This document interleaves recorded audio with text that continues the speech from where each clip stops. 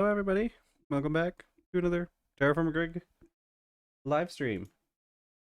Let's get started. I'm doing a couple things, making sure that everything's set up properly. Cool. We're good. Looks like our bitrate's doing good as well. We may have some difficulties because of the weather again, but we should be good. But hey, how's everybody doing today? You know, how's it going, everyone? How's it? How you guys doing out there in cyberspace? I know nobody's probably shown up yet. It's like 30 seconds into the stream. All right, we're going to have to. Ooh, that bit rate's not looking healthy. All right, guys, I'm gonna try to stream as long as I can, but the weather might cause us to have to end early again. So we're gonna see. Let's see. Okay, I haven't made any food for my character. Let's make some food. What do we need? Grains and fruit. Let's go grab some more fruit. And probably some more grains too, actually. Hey. Yeah. Cooking, always a good way to start stream, I guess. Maybe I should just make some... Probably just make some extra food. And probably should. I'd keep just not making food. Maybe I should just cook up what I have at home. That my first PR for that concrete fix. Cool.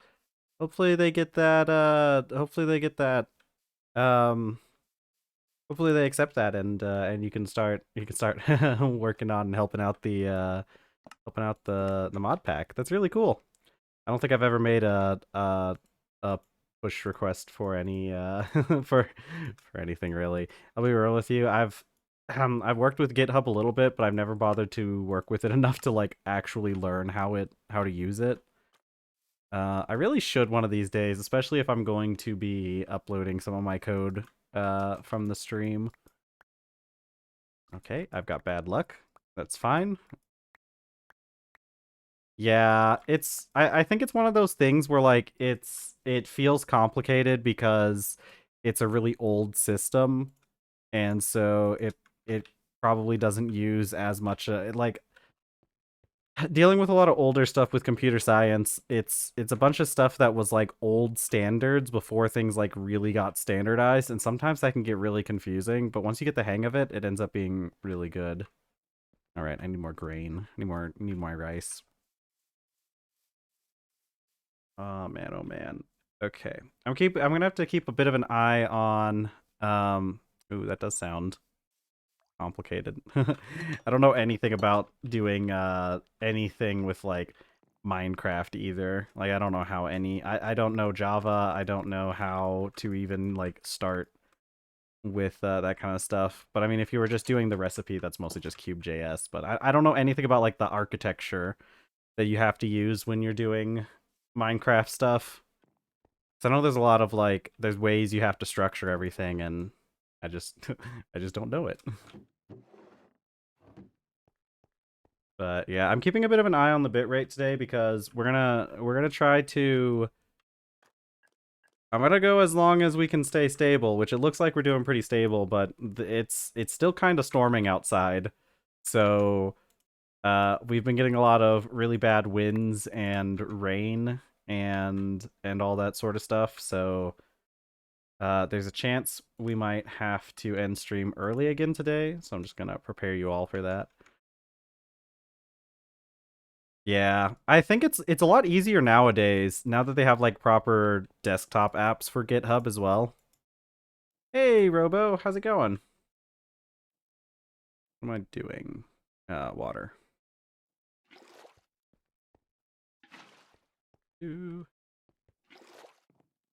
Yeah, no, today I had uh I I was almost going to be a little late for stream because I found an injured bird on the side of the road and uh ooh, nuggies. I've got a burrito. I've got a burrito and a Monster energy drink, which is A very American breakfast. It's Monster Juice Viking berry flavor. So I'll have to let you guys know how that um how that goes.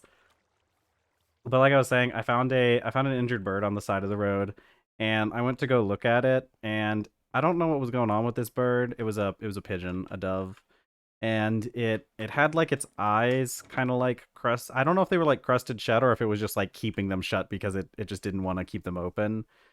But it looked like it had like blood on its beak or something. I think it may have been in a fight, or maybe was, I don't know, maybe it didn't seem malnourished. So I think maybe it was just in a fight. And yes, Viking berry. We're gonna find out. Um, but I went to try and help the bird because it's really cold right now and very windy. So I was worried about the bird not being able to like do well because it was like kind of just in someone's yard. But I went to go. I had like filled up a box and with some styrofoam and some scrap cloth. And my intention was to put the bird in here and let it have some time to recover. And but when I went to go pick it up, it like I was able to like touch it and like put my hands around it, but when I tried to like pick it up, it flew away. And I didn't want to it's still like injured because like it kind of like crash landed on the other side of the road. Um but I decided I don't think I have the ability to like help that bird since it can fly. There's no way I can like really get it to like stay in a box and like because I can't get it to understand that I'm trying to help it. But at least since it's on the other side of the road now, that side of the road, because like the one side of the road that it was on, it has a bunch of houses and everything, but then the other side of the road is kind of like an empty, uh, I would say field, but like there's a lot of bushes over there. So I'm hoping that the bird does better on that side of the road. Yeah, I think it should be fine. I'm much happier that it's on the other side of the road, like I said, because there's much better cover. Because it was kind of just like out in the open where it was. So it being on the other side of the road, because it kind of landed near some bushes, and I feel like it would do a lot better if it was able to like go into some bushes where it gets some shelter from the wind. Because that was kind of my big issue with it was like it was just out there, and it's windy and it is cold and it is raining today, and it's yeah, I feel bad for the birds. I take care of the birds a lot. I have several feeders that I fill up every day with sunflower seeds for the birds. I started it because like I've got some of those um I got some of those like clear bird feeders that uh that you can like stick onto a window because we have a really big window in the front of the front of the house. And so I stuck those bird feeders on there so that my cats could watch the birds. And at first I had just gotten one, but I quickly realized I needed more than one because like the birds they really liked those bird feeders. And I think I'm actually like significantly increasing the well-being of these birds because when I first put out the feeders, they kind of pooped everywhere and like it would be like runny poop and it got all over the place and they would like yeah it was kind of bad but I've noticed that as I've been feeding the birds they don't there's not a whole lot of poop everywhere uh even though there's probably more birds so I think they're doing pretty good. I think they're pretty healthy since I've been feeding them, so that's fun, you know. That's how my morning's been going. uh Yeah, I like birds. I like taking care of the birds. I like seeing the birds, and it makes me feel good to take care of birds. And I've heard it's really good for the environment too, in general. Maybe. I don't know. I did have to wash off that wall on the front of the house where the bird feeders are because they really did just poop everywhere. But I think they're doing much better nowadays. Now that I've been feeding them, I feel so bad for them. You know, they're like outside and everything.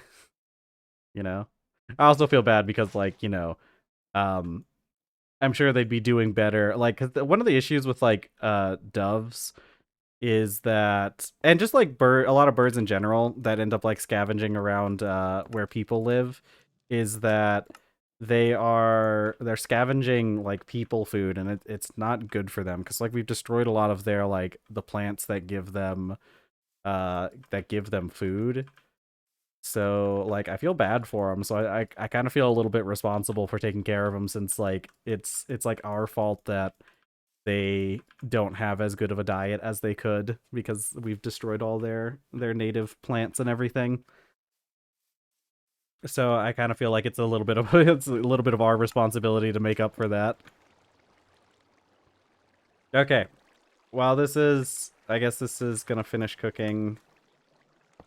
Actually, I'll do another batch after this one too because uh I'm tired of cooking every like 20 minutes on stream. Okay, while this stuff is cooking though, I'm gonna try this Viking Berry Mountain Dew. It's not Mountain Dew, Monster. Um, so we're gonna find out what Viking Berry tastes like. It seems like it's a new flavor. I'm gonna shake it a little bit because it's a juice. All right, Viking Berry. It's pink, by the way. Okay. Smells very fruity. Smells like dragon fruit.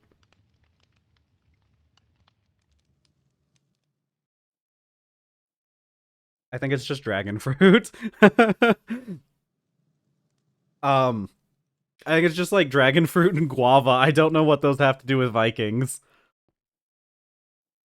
Yeah, I'm pretty sure it's just like a dragon fruit monster.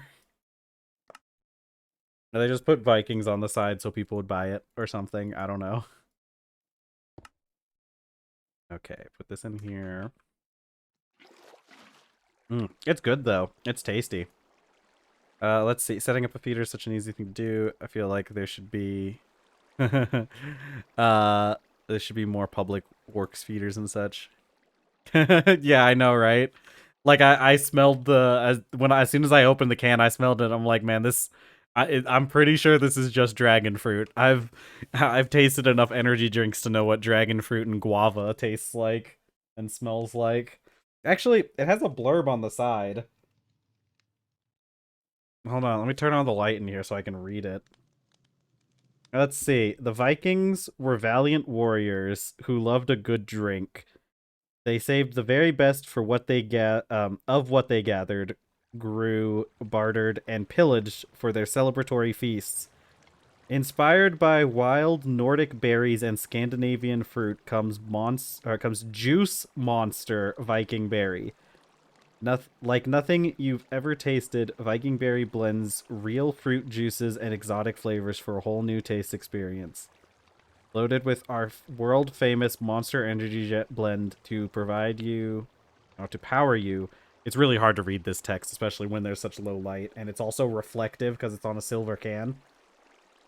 Our world famous Monster Energy blend to power you through your next adventure. Grab your drinking horn and take a swig. Skull. I actually don't know how to pronounce that. I know it's from. I remember it from Valheim. What's its? That didn't tell me anything about what's in this though.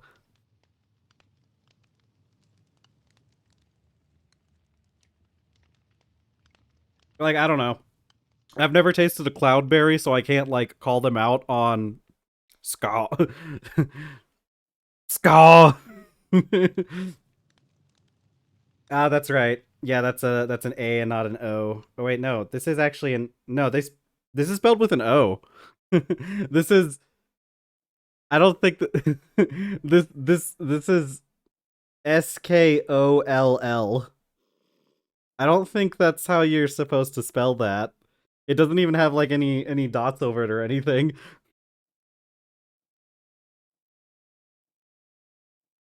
Do you guys say that often? Is that like an actual Okay, obviously I know it's an actual like Nordic thing, but do you guys say that? Is that like a thing that like people say on a regular basis? Because honestly, I think that would be really fun, but I got more bowls. I feel like Valheim made it. Oh my god, that's so cool. I didn't know that was like actually. I thought that was just like a Viking thing that nobody said anymore. That's really cool. Ah, that's so cool. Yeah, I oh man, speaking of Valheim, I think the some stuff for the new update was shown. They showcased some stuff. They're gonna have seals that have ram horns or something like that. I don't know. That's just what my friend sent me.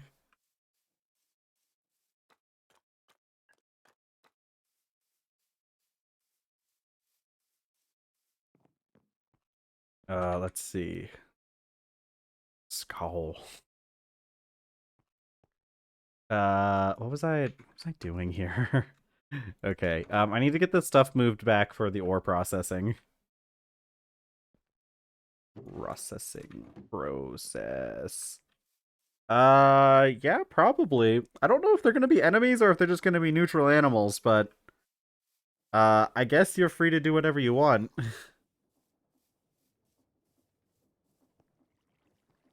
Yeah, because I'm pretty sure the next update's supposed to be the Deep North update, and I feel like they were supposed to do a um.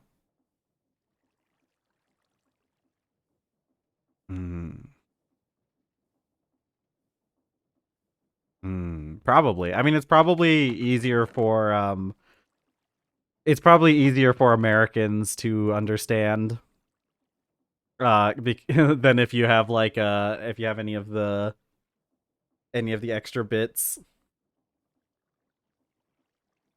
I really do think this is just dragon fruit.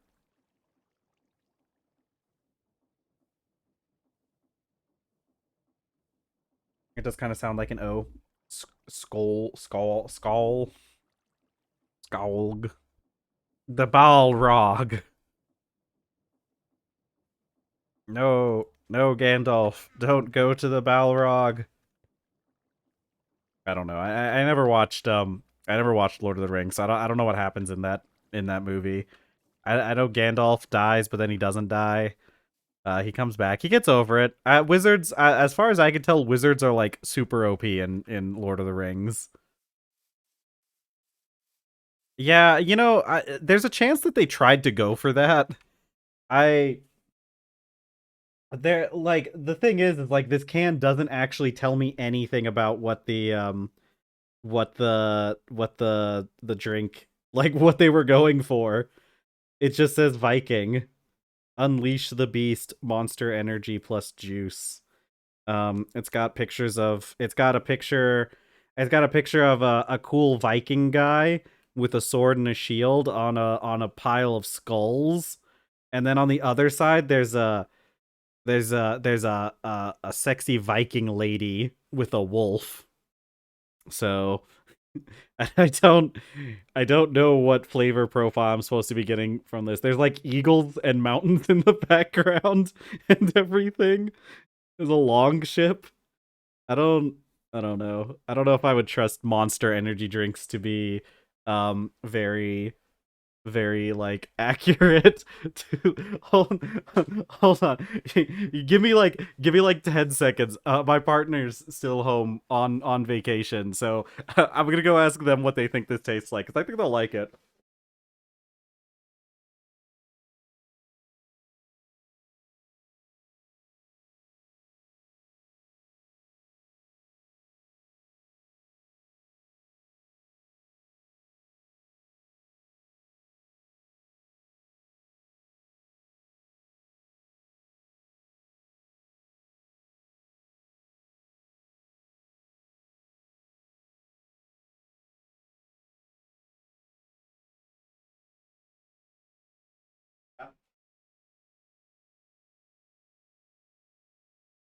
Okay, I'm back.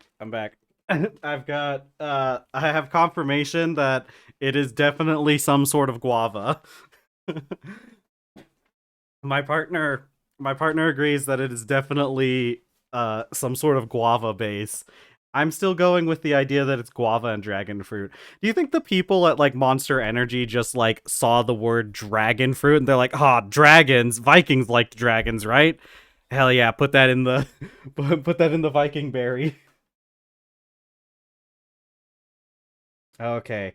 My partner, they texted me. They said watermelon and guava, which the Vikings were well known for their watermelons as well. Um it's good though. Honestly, I might get another one of these later. Yeah, no, the How to Train Your Dragon, that stuff's leaving Netflix soon, I'm pretty sure.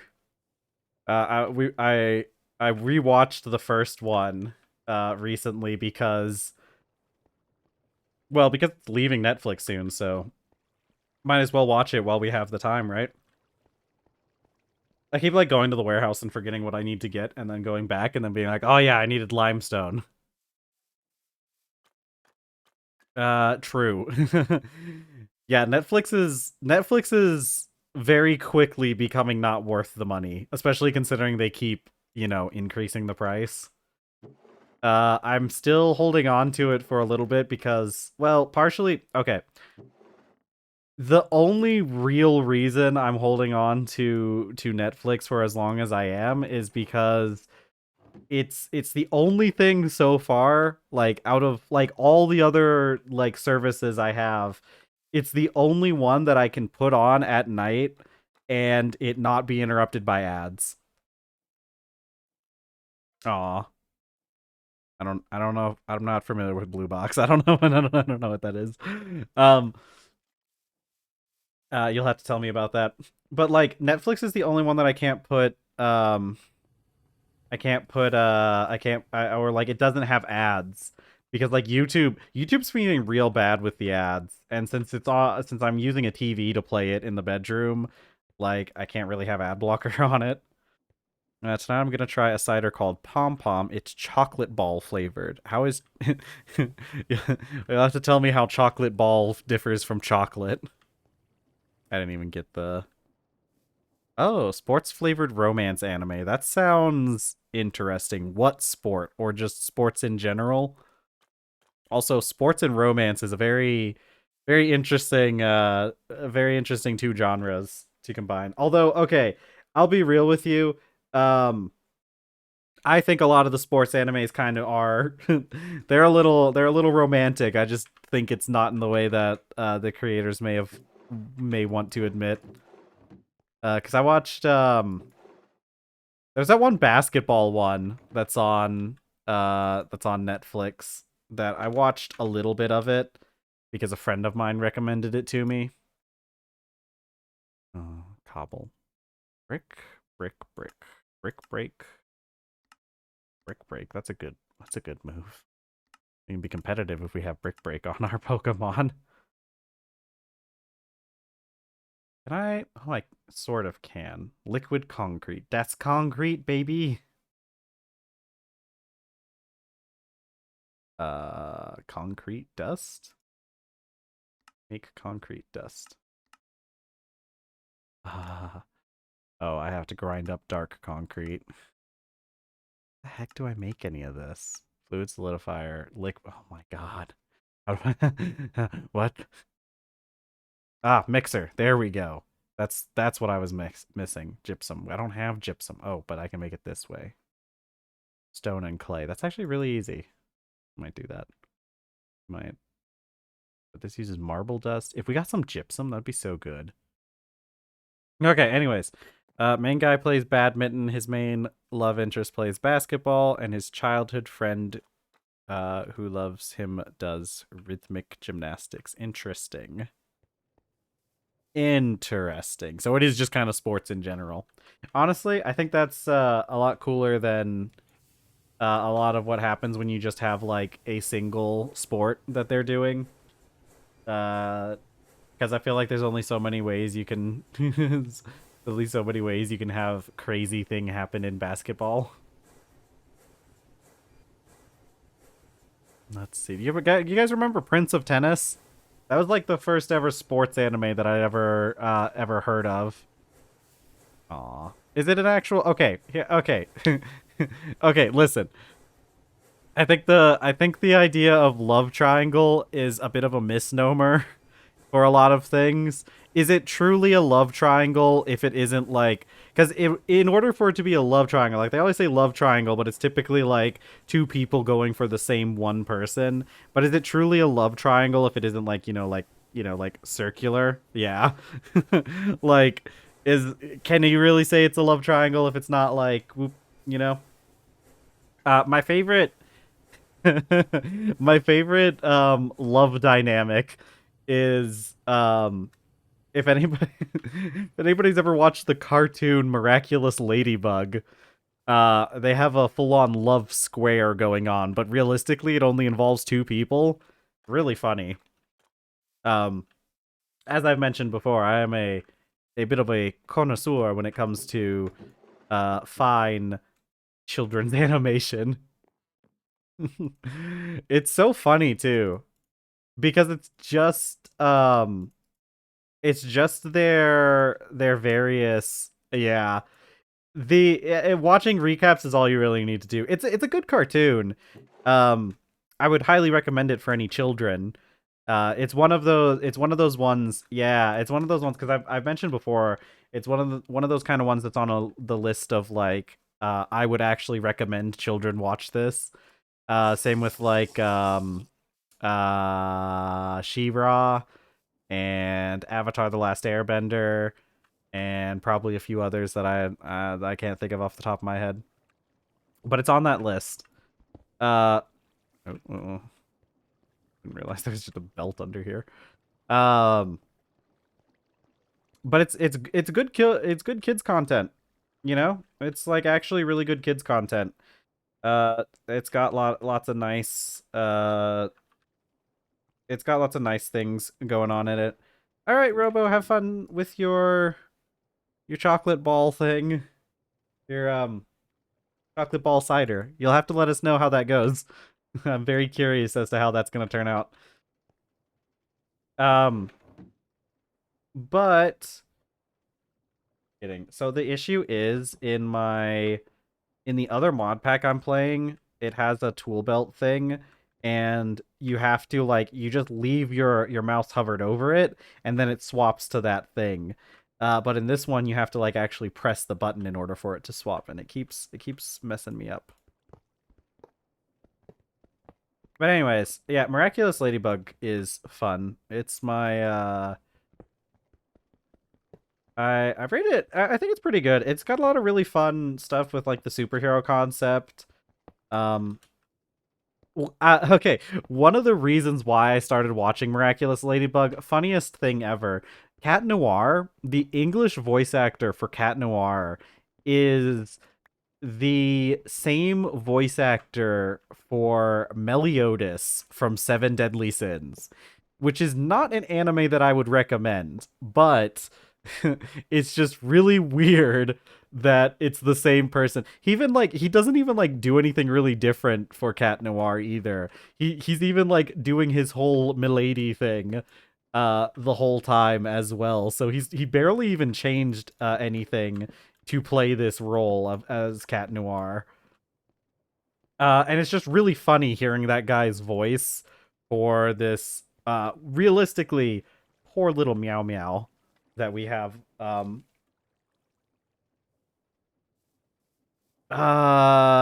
Kind of. I would say that comparing Chilchuck to Meliodas might be a little bit insulting to Chilchuck. Meliodas is much worse. Have you if you've never seen Seven Deadly Sins, like in stature, kind of. Meliodas like actually looks like a child though. I guess Chilchuck kind of does too. But like Chilchuck, you can like tell Chilchuck's like a halfling, but like Meliodas just straight up looks like a child. Um, and gets made fun of a lot for that. Dude, if you've never seen Seven Deadly Sins, like I said, I don't recommend it. It is a wild show. It is. Seven Deadly Sins is a formulaic show. I'm trying to eat my burrito. I got a chicken fajita burrito. It's so good. So so Seven Deadly Sins it's a crazy show. Escanor is the only thing that you need to know of from that show. Escanor, legitimately the only saving grace from that show. Well, okay, Bon is pretty cool too, and I like King as well. Meliodas sucks. Meliodas kind of sucks. I'll tell you all about this. I'll tell you about this because it's got a lot of, like I said, it's very formulaic.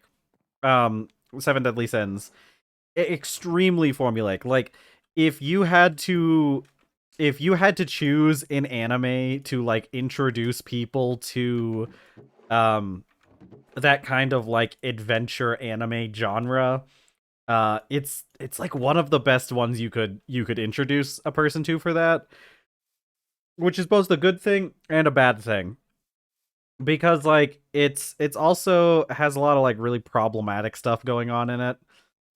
Yeah, yeah, exactly. It really is kind of just anime the anime. Um so okay. So Seven Deadly Sins, it's wild. So it starts off, you know, we get introduced to a couple main characters, Meliodas and Elizabeth.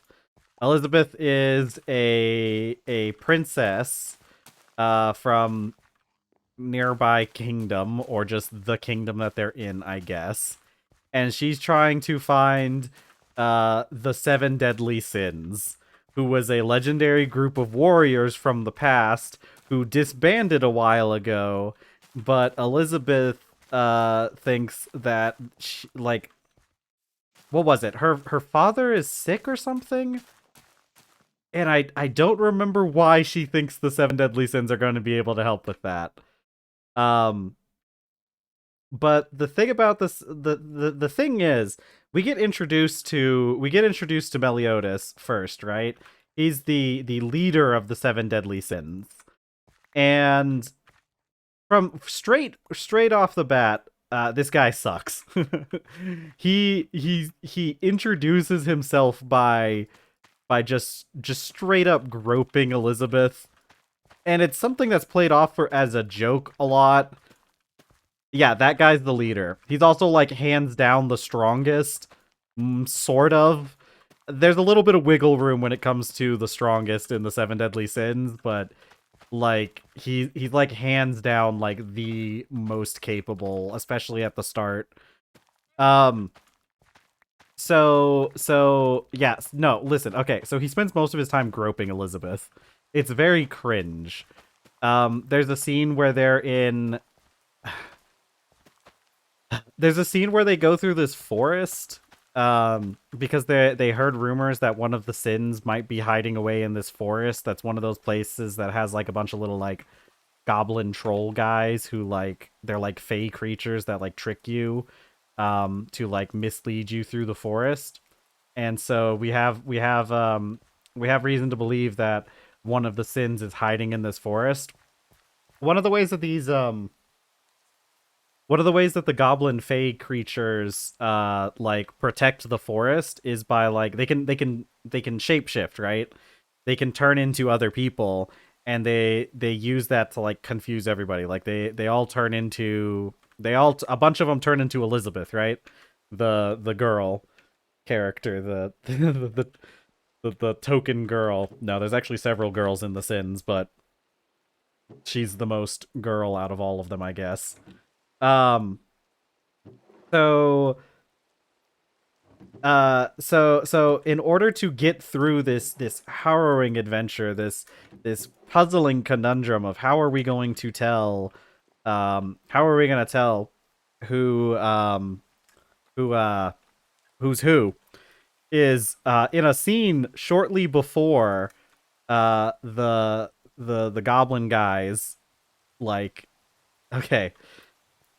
Oh my god. I I feel weird even like I feel weird like talking about this, but this is legitimately the plot, okay? You're gonna have to stay with me because this is actually the plot of this show, of this scene. Um before we have our encounter with the goblin fae creatures, Elizabeth notices something. She notices that she's not wearing any underwear. Um, which isn't brought up until later, because at first she's just like, oh no, I must have forgotten to put on underwear before. Mind you, this girl is wearing like a pretty short skirt. Like this thing goes up like this thing like if you weren't wearing underwear with this thing, like you would, I think you would notice sooner rather than later.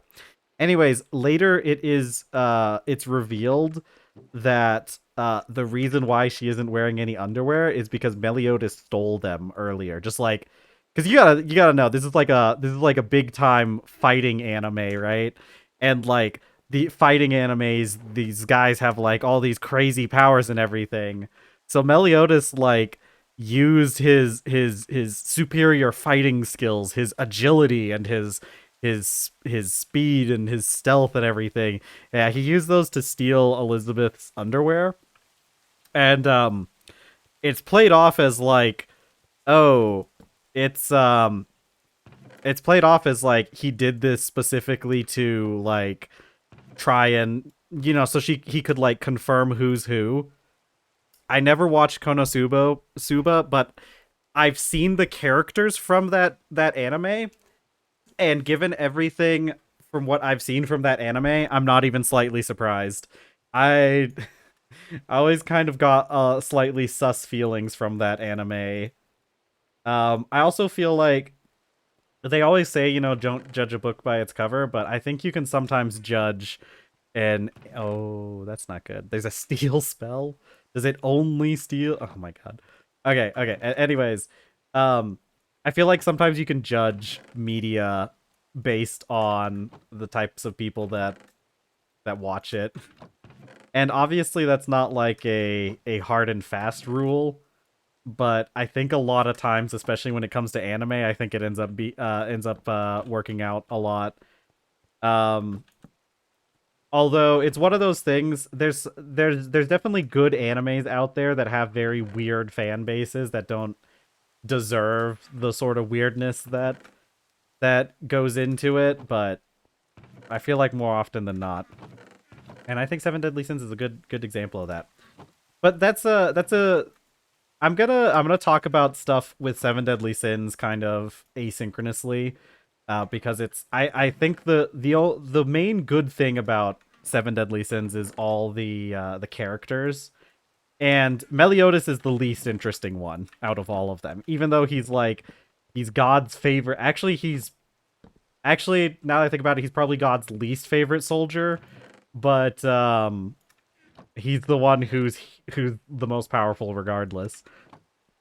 So as we go on through Seven Deadly Sins, we get more backstory and stuff about like um Meliodas and everything. Uh so later on it's revealed part of the reason why Meliodas is so um well, okay, let's see. First off, so we find out that like the reason why Meliodas is so heckin' strong is that he's literally a demon, which again, real good fighting anime OC type stuff. Meliodas is a demon. Because in this universe, like something like a couple thousand years ago, there was a war between the demons and the angels, and the angels aligned themselves with the humans, the elves, the giants. Actually, I don't think elves exist. Fairies, giants, and the humans. I feel like there may have been another race or two in there, but I don't remember. Anyways, so obviously the humans and everybody ended up winning that argument. Um, and so we find out that Meliodas is actually a demon. Like this dude's been around for like 3,000 years. Okay, first of all, that does make things his interactions with Elizabeth, it makes him feel a little bit even more inappropriate somehow, because it's like, dude, you're like a 3,000-year-old demon, and this is like maybe a person in like their 20s. I'm not 100% sure, but I'm pretty sure she's like in her 20s at the oldest. So that's kind of weird, but it's okay because they explain it. They explain it. Okay, they explain some more. The reason why Meliodas is like so touchy and inappropriate with um what's her name, with Elizabeth to start with, is because we find out Meliodas is and Elizabeth. So Elizabeth turns out Elizabeth is a frickin' angel. Just kind of out of left field. Elizabeth is an angel. And or something. I don't know if she's a full-on angel, but it's close. Whatever she is, she's some kind of divine being or something. And what happened was um Meliodas and Elizabeth during the war, they fall in love, and both God and the devil hated that. So they cursed. Oh, also Meliodas' father is the devil. Um that's kind of an important plot point towards the end. Um so both God and the devil hated that. So they cursed Meliodas and Elizabeth. Yeah, the devil from the Bible. So they curse the two lovers. Meliodas is cursed to never die, and Elizabeth is cursed to always get reincarnated all the time. So so Elizabeth, and like the whole thing is like they keep finding each other in their lives. The way that it works, hmm, the way that the curse specifically works is that Elizabeth always gets reincarnated, but if she ever remembers anything about her past lives, she dies in 3 days. And honestly, if it wasn't for this show, if it wasn't for it being specifically like Meliodas and this show being as bad as it is, um, like that would actually be kind of a cool storyline. I think it's actually kind of a really cool idea for like the curse. It's just a little weird that you're like super lewd with this person. I guess she's the reincarnation of your dead wife, but like, dude, she doesn't know that. She doesn't know you. It doesn't work that way. Also, by the way, this Meliodas knew this version of Elizabeth since she was a child as well, which is just very, very not good. Really beautiful song about this concept called Immortal by Rainieri, besides the remember thing. Yeah. I'm pretty sure it's a storyline that's been done a couple times before, but I think it's a really cool kind of concept, I think. Um okay. I didn't figure out how I'm gonna do these stupid things. You know what? Actually, let's move you forward a little bit. Yeah. Um. Okay. Electrolyzer. I don't even need the electrolyzer back here, do I? Do I? Do I need the electrolyzer back here to start with? I feel like it's fine if we don't have the electrolyzer back here. Now that I think about it. Because that's just for like for using the arc furnace. So let's move the ore washer back here. The ore washer definitely needs to go back here. Yeah. Um but like yeah, and I don't know. The whole thing with like Meliodas, it ends up becoming a lot less interesting very quickly. Like um like a lot of it just kind of fall back on like old tropes and stuff. But it's definitely the least interesting part of the show. But let me tell you a little bit about. Okay, hold on. Can I have machines auto output directly into other machines? Like if I put my thermal centrifuge here, can I have it automatically output into the thermal centrifuge, or does there have to be a pipe in between them? Okay, good. Some mods you can't do that with, but it's good that this one works that way. We'll probably just because what is our ore diagram right now? Um, we still need the crushing wheel, so the crushing wheel will eventually attach into those. Um, and then the crushing wheel. Hold on. No, give me my ore diagram. Crushing wheel, and then we wash it, and then thermal centrifuge, and then later we macerate it. So there's not a whole lot to this. I guess it really is just the ore washer and the the thermal centrifuge. You know what we might do? Since the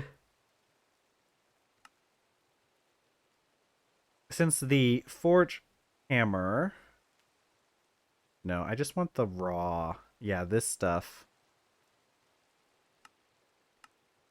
Since the forge hammer doesn't get an upgrade, um, since it doesn't get an upgrade until later, well, maybe I should move these towards the back. I think I will move these towards the back, actually. Yeah, but I don't wanna. I think I think what I'll do is I think I'm gonna move the forge hammer. I'm gonna move it towards the no, no, no, not the forge. So since they're both the same speed, I think I'm gonna make an electric forge hammer for back here until we get the crushing wheel. Although honestly, are we that? Oh yeah, I forgot we had to make 21 of these stupid things. How long does it take to make an electric forge hammer? It takes a steel anvil to make one of these things. Okay. All right. Okay. That's not very fun now, is it? Okay. I didn't realize it took a steel anvil to make one of those. Maybe it would just be better just to go for the mechanical crafter to start. Um, yeah. Where's my chunk borders? Give me my chunk borders. Because I can easily do a crushing wheel setup in 3 blocks. And then we can just have it go out into... Well, I can just do it over here. But if it's next to the wall... Because the thing is, I can put a crushing wheel here, and even if the texture overlaps with the um even if the texture overlaps with the chunk border, it doesn't matter as long as the middle piece is in place. So let's see. Okay, let's pull this out a little bit because realistically what I need is a barrel here going into a belt, and we could put the crushing wheels here. And then that belt can empty into a barrel. Well, not into a barrel. I guess we could go straight into the ore washer, can't we? Actually, that's a good question. Hold on. Okay, these can go straight into the crushing wheel. Okay. We don't have to do the extra step. So we can put the ore washer here and then have it go into the thermal centrifuge. And then we could have a barrel here for it to output too.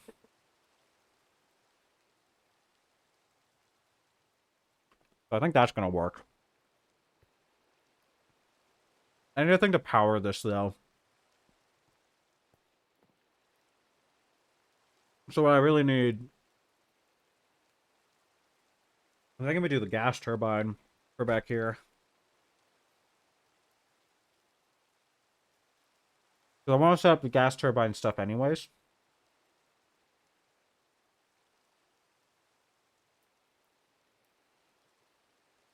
Hmm. Because we can just kind of put a gas turbine like on the ceiling.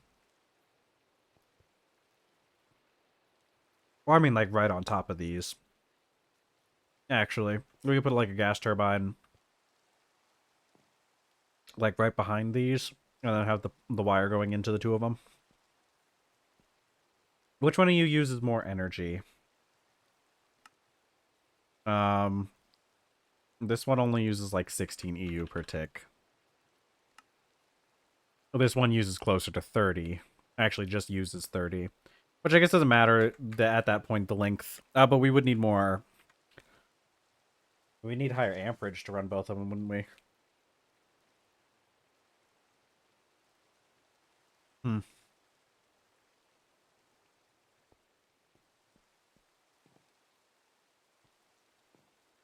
Yeah.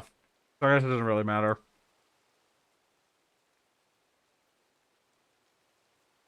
Because I was just wondering, I was just worried about like the loss. Because if one of them used a full 32 per tick, then the loss might be a little bit would be something to consider. But since it doesn't, it's not a big deal.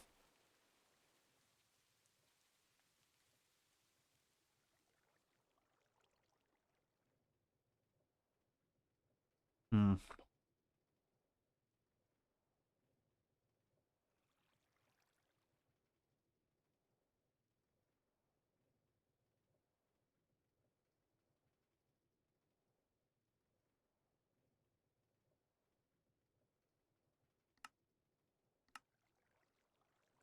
Okay. Okay. Let's see. Let's get how much does it take to make a normal steam turbine? It's not that much cheaper than a gas turbine, so it is a little bit. Let's see, go over 1, 2.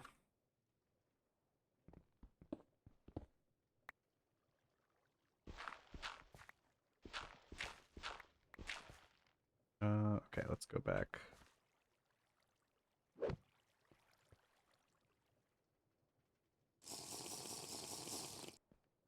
Okay.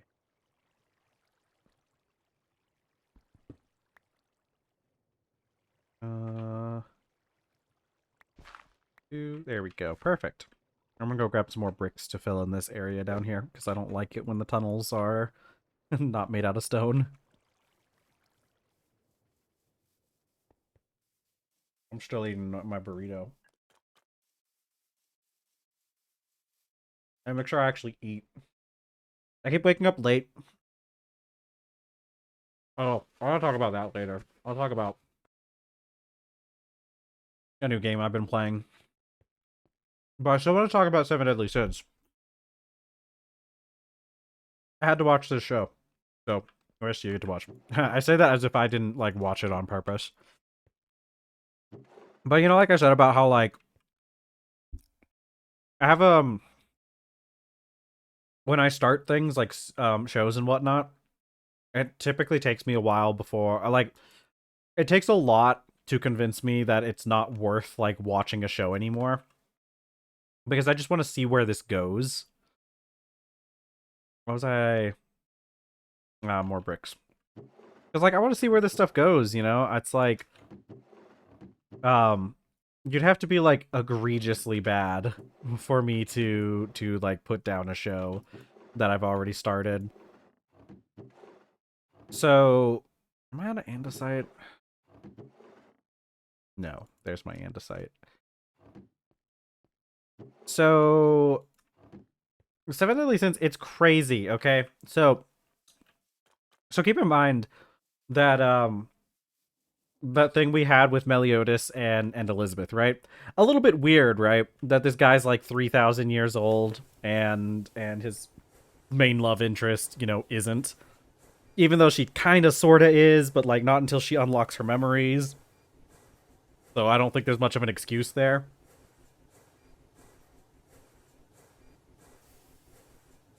Now, we can agree that that's weird, but it's kind of like the Phineas and Ferb meme, where it's like, if I had a nickel for every time some sort of weird age gap relationship was in this show, I would have more than two nickels. I'm sorry to tell you guys. Because this show, while the ships in the show I think are relativistically fine, the show continues to find ways to make them questionable. And I feel like it almost has to be on purpose at some point, right? Let's talk about some other characters. So one of the characters, King. I like him. I like him more as a concept than I really do like him as a character, because King is the king of the fairies. And I think he also kind of gets screwed over a little bit by the narrative as the story goes on, but the start is very strong. So King is the king of the fairies, and uh he has his weapon is so cool. Each one of the sins have like some kind of special weapon, and also like some kind of really special like skill set, like some special magical ability that makes them the most special boys in the universe. um so Meliodas, by the way, his special ability, his sacred treasure, that's what they're called, the special weapons that they get. His sacred treasure doesn't come up until like much later, so I don't even remember what it is. But his special ability is full counter. Any magical attack that is targeted at him, he can counter it and send it back to the opponent with like, I probably like double effectiveness or something stupid like that. He literally just has counter from Pokemon. Well, mirror move. Mirror move? Mirror, the one that's the mirror one that works for special attacks instead of physical attacks. Um so yeah. Yeah, he literally has the no you power. Um so Meliodas, it's interesting because it causes some interesting like combat stuff to happen. Um which is really cool. But other than that, it's not all that interesting, to be honest. Most people just don't hit him with magical attacks because they know that he has the ability to counter them. So, like, I think the coolest part about his ability is that sometimes he manages to, like, bait people into using a magical attack against him so he can full counter it. Or, like, he'll be tag teaming with somebody else and they'll try to shoot the other member of the party, and then Meliodas pops in and just counters it, which is really funny. So anyways, King, he has a he has a special weapon called Chastiful. It is a spear made out of the made from the like some sort of special magic tree. I don't remember what the tree is called, but it's the special magic tree that the fairies watch over. Um and Chastieful like King can uses his magical ability to like transform Chastieful into like different configurations. Really cool. Like it typically it's a spear, but he can split it up into like a cloud of daggers. He can like his the crazy one that's like probably the most powerful like direct attack is he can like transform the spear into like a basically a giant sunflower that like charges up and then like solar beams his opponents. It's really cool. Um so and also he can like control it. Like basically he can control it telekinetically. So like he doesn't actually directly engage in combat. He just sends his spear out and it goes and fights, stabs people and whatnot. Okay, King, his story also contains some weird stuff. So mind you, King, King of the Fairies, he's relativistically old. He's been around for a really long time, and it's established that he experiences time differently than other people because he um Basically, like there's one point where like something like 50 years pass and King just doesn't even notice. Like he didn't even realize because like he encountered. So okay, King runs away from his responsibilities as the Fairy King, kind of, sort of. It's a little more complicated than that. Like he was running away from his responsibilities, but the thing is he wasn't necessarily counting on like losing his memory. Something happens. Basically, there's this whole thing. A bunch of fairies get attacked, and by like this evil human, and the human is trying to like capture fairies so he can like sell their wings to rich people for whatever reason rich people have for fairy wings, I guess. Um and so King is trying to stop him. This is before he gets the spear, obviously. But like King gets like hit and falls into a river or something, and then he kind of just like loses his memory from there. And so he meets up with a giant girl. A little girl, by the way. This is a child, okay? Even though the giants and the fairies have like different time scales, like they operate on different time scales as humans. This is like very obviously a legitimate child. So I need you to remember that. Um so she's a little child. She's probably around the age of like 8-ish years old as far as humans go. But there's a point where like a human interacts with them and is like, "Wow, a real fairy and giant. That's cool. You don't see this very often." And then like they don't hear from that guy for a while, and then like they meet him again, and it's like, "Oh, hey, you're that guy who helped us a long time ago because like the giant child was sick and you brought medicine for us to have. Thank you so much for that." And the guy's like, "What? No, that wasn't me. That was my grandfather. He told us like 50 years ago he met a giant girl and a fairy in the forest and helped them, and none of us believed him. We thought he was just making things up or he just imagined it, but then I saw you guys and I was like, wow, this is the people my grandfather was talking about." So King obviously doesn't like understand time on the same like scale as people do. Um so here's the thing. That giant girl, her name is Deanne. She later joins the Seven Deadly Sins. Here's the thing. King leaves at some point, right? He leaves Deanne behind because he's like, I have like this weird feeling that I need to do something. Like I can't explain why, but I really feel like there's something I'm supposed to do and I'm not doing it. And then I think he may also gain back a little bit of his memories. And so he sets off he basically like knocks out the Deanne with like some kind of flower or something. I don't know. He like throws a flower into her neck and she passes out. I don't know, fairy stuff. Um so he leaves and they don't meet up again until like much later cuz like the flower also like erases Deanne's memory of him.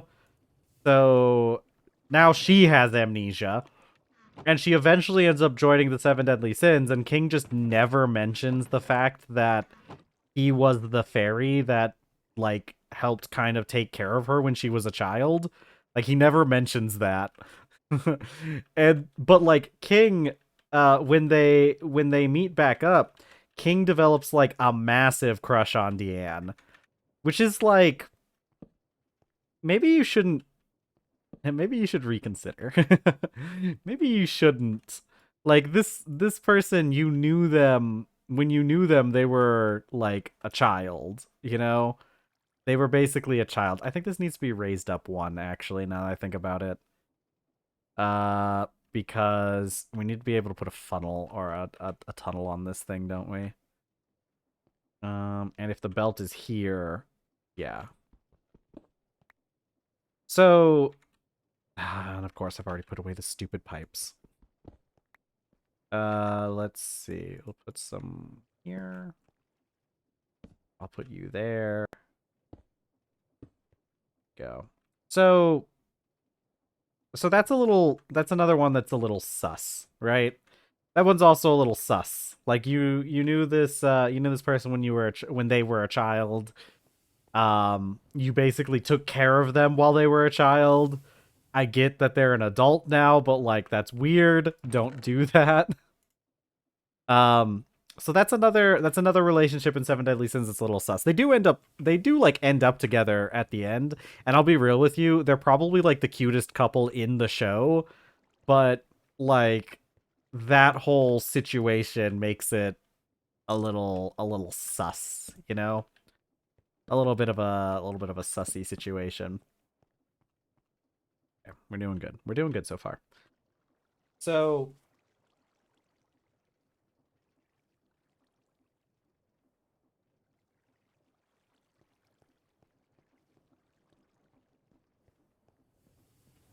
okay. So, I'm kind of going in order from like most sus relationships to like the least sus. Even though I'd kind of argue that the whole thing with Deanne and King probably is one of the more sus ones. It might be the most sus one. Like he literally raised her, and that's weird. uh okay. What was I doing next? I still need to get those ore things. I need to get the issue is I need to get power back there. And I think we need more. I think we're gonna need more steel again. Yeah.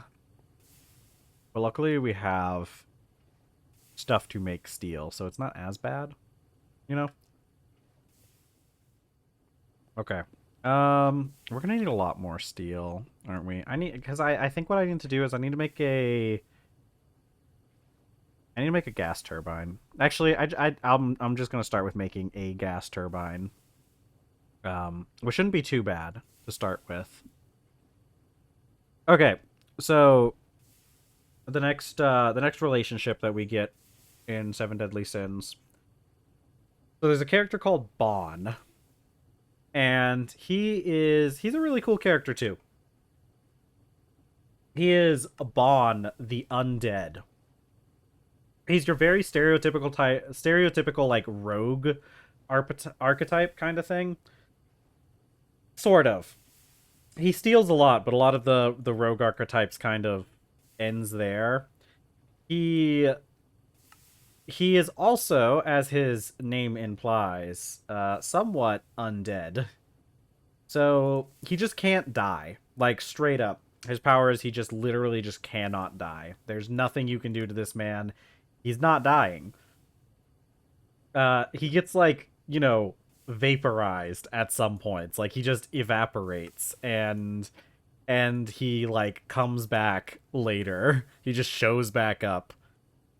Uh so pretty overpowered, but I guess if you can just outright kill him, it's not that big of a deal most of the time.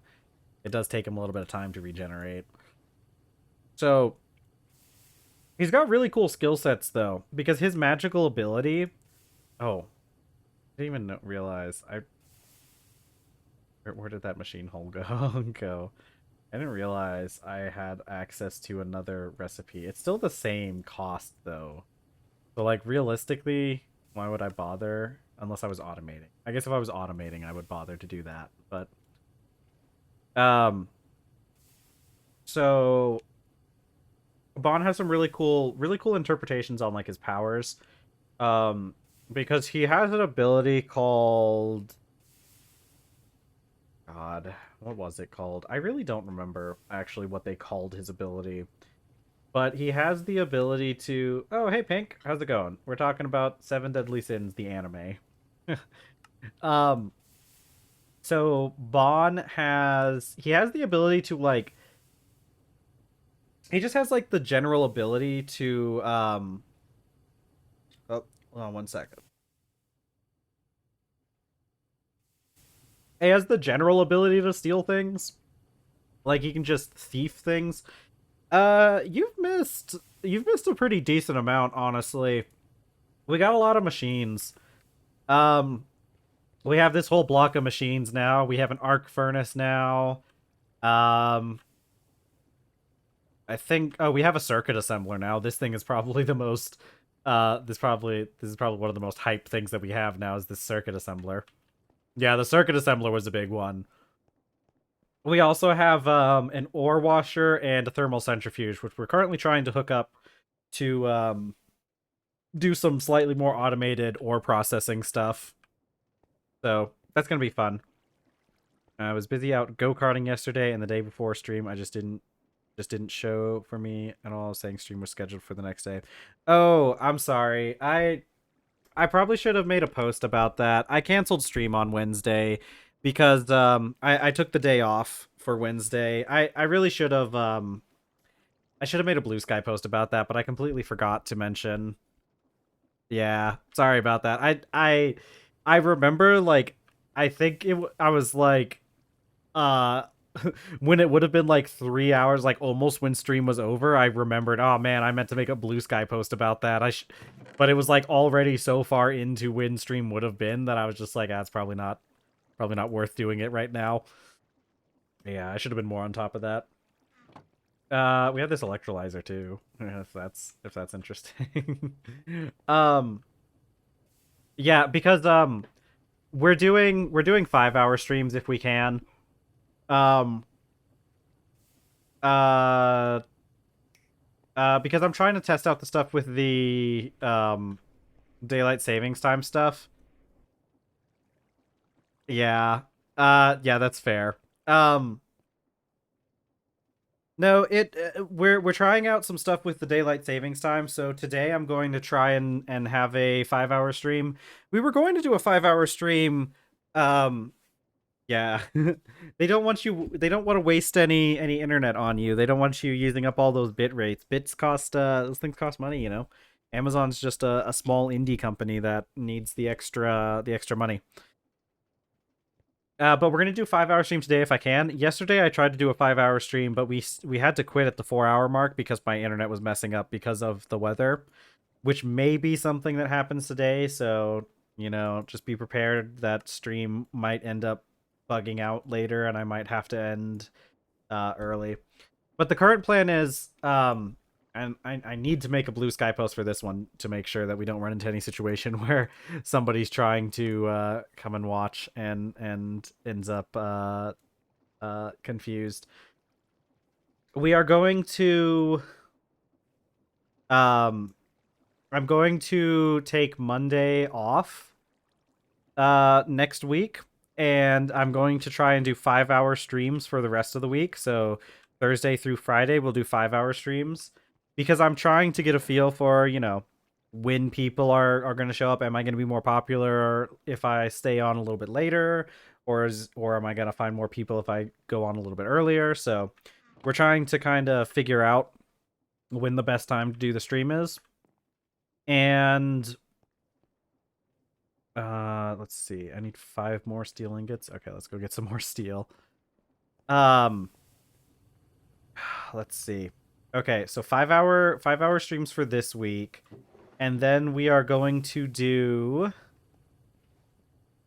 I'm gonna have to take those stupid machines back. I'm just gonna do up a round of iron without using the machines, because I without using the ore washing stuff. We'll wait until later. But I'm gonna do another round of iron without it and just use like the centrifuge. Let's see. Which one of you? Okay, maybe I should just do magnetite.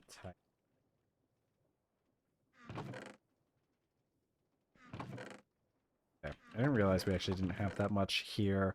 I know we're gonna have a lot more of this stuff. We're gonna have a lot more of it because that one miner is digging up more. Anyways, so we're gonna try out the 5 hour streams next week, and then the week after next week, is the last week of the month. So we are going to try and do we're going to do no stream on Monday for the next 2 weeks. And that last week of the month, we're gonna do the 4 hour streams, and then on Saturday we're gonna do a special 8 hour stream um, for the Pokemon Emerald Nuzlocke. And we're gonna try and see if we can get a lot of new viewers by doing that. And I'm thinking that what we should do if the Pokemon stream is popular, like if we get a lot of people in, I think we're probably going to try and keep up. Hey, Robo, welcome back. I think we're going to try and do Pokemon streams on Saturdays if they end up being popular. Um, because I can probably do Pokemon once a week and not go insane. um, so yeah, we'll probably just do more Pokemon content on Saturdays if it gets popular. Um, I might try doing content on Saturdays anyways. I am kind of thinking of shifting my schedule to be Tuesday to Saturday, because honestly, Monday's not a very popular day for us. We don't get a whole lot of people in on Mondays compared to the rest of the week, and it seems like we get a lot more people on like Fridays. Like the further on we get to the week, like Thursday and Friday are like my busiest days currently. So I'm wondering if that means like I would be even more popular on like Saturdays. So I'm kind of thinking, regardless of if we do the Pokemon content, I'm kind of thinking of switching over to streaming on Saturdays, just because I think we'll be able to get more of an audience. I might just reserve Saturdays for like other games and stuff, because like I don't know, it'll be fun to try out some other stuff. There's a lot of other games that I'd like to play on stream as well, just kind of in general. And we've kind of mentioned this. Some people have kind of been mentioning this, but like TerrafirmaGreg isn't like, you know, the most popular of things. It's kind of a niche, which is really cool that we've gotten a lot of people here watching just for TerrafirmaGreg content. And I really hate having like this kind of mentality of like I need to do popular stuff so I can get followers. But until I get affiliate, I really do need to kind of focus on that so that we can so that we can so that I can support myself. I can't keep this up forever unless I start making some sort of income off of it. And that's just how the world works, unfortunately. I mean, that's kind of why I started with TerrafirmaGreg. A little bit because it's niche. Because I like filling that role of like helping people out with learning TerrafirmaGreg stuff. But at the same time, like I said, I gotta get monetized at some point.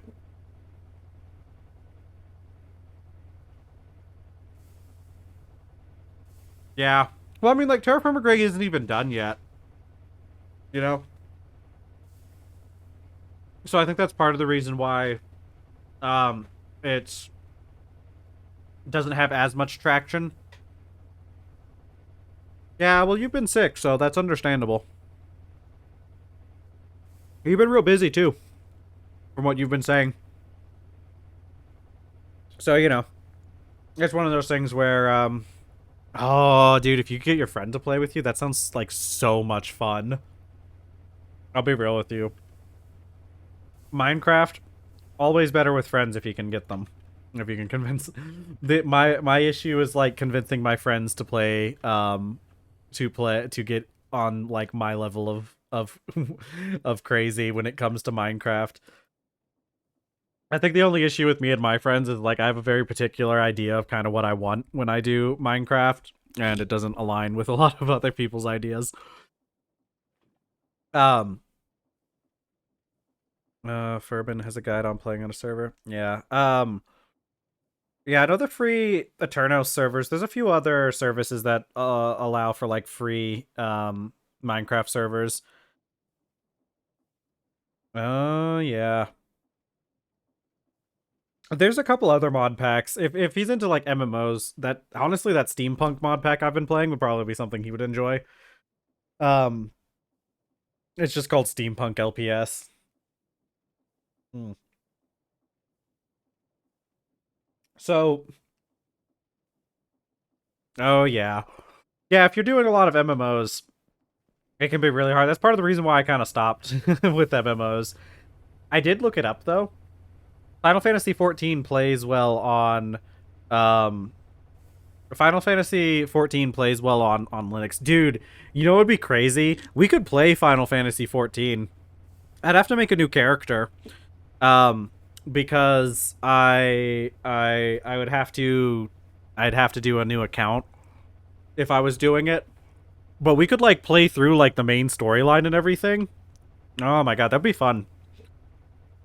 The story on Final Fantasy goes hard. Like, especially once you get past A Realm Reborn. Although I'd like to redo A Realm Reborn just because, like,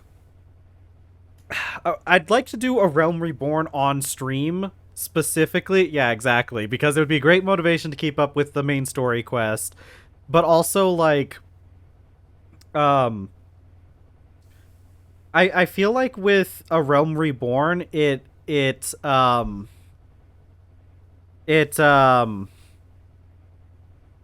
was kind of difficult to keep up with the story in A Realm Reborn, because like it was all in text back then. They didn't really have the full like voice acting, so it was hard to kind of keep up with because it got kind of boring. I was like, I don't want to read all this all the time.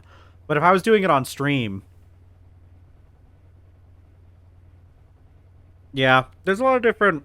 I like a I like a pretty diverse genre of games, but they all have a very similar like intent, I think. I gotta tell you guys about this one game.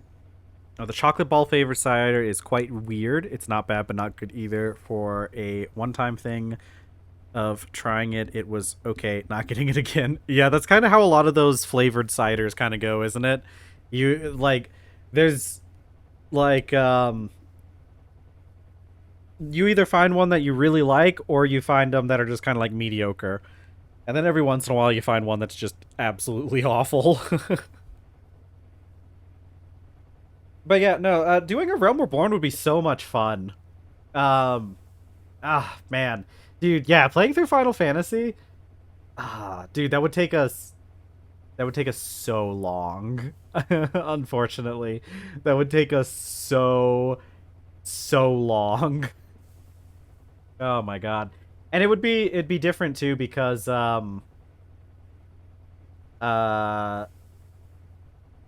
yeah, it's just so there's a lot of things.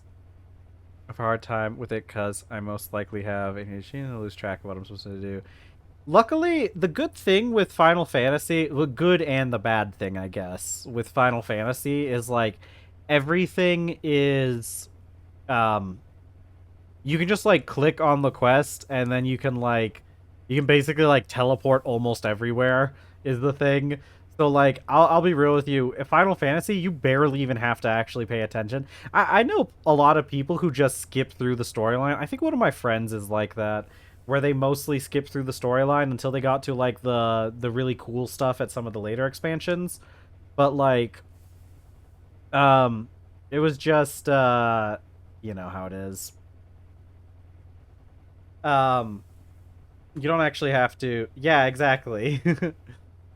Dude, oh man. And they've been they added so much cool stuff to Final Fantasy. Like didn't they add it so like I know they did the God, I don't remember what it's called, but it's like the follower system or whatever, where you can have you can play the dungeons with um you could play the dungeons with oh yeah, some of the jobs can be really boring at lower levels.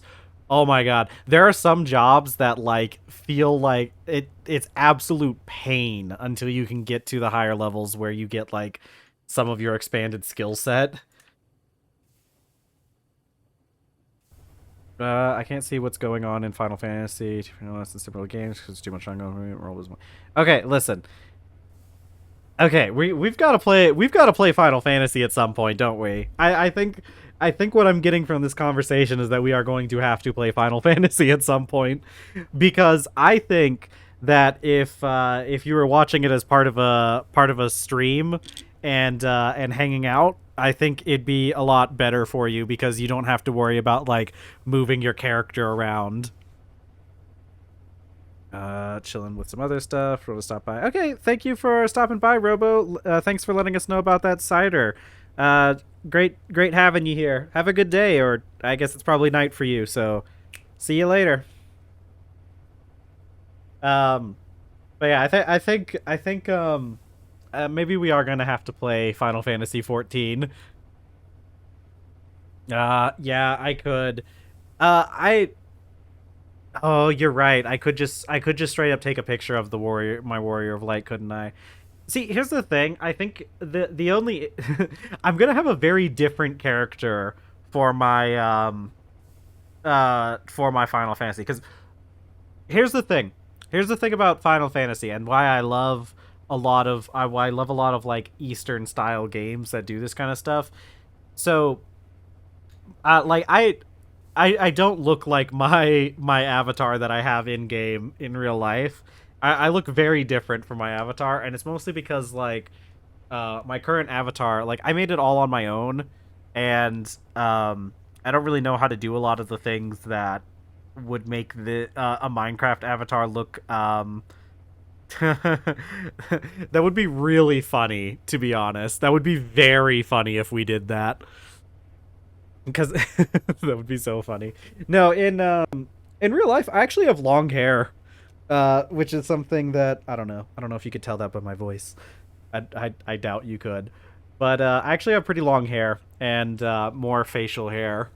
Obviously, I don't know why I say obviously, as if that's like something you could tell from my voice.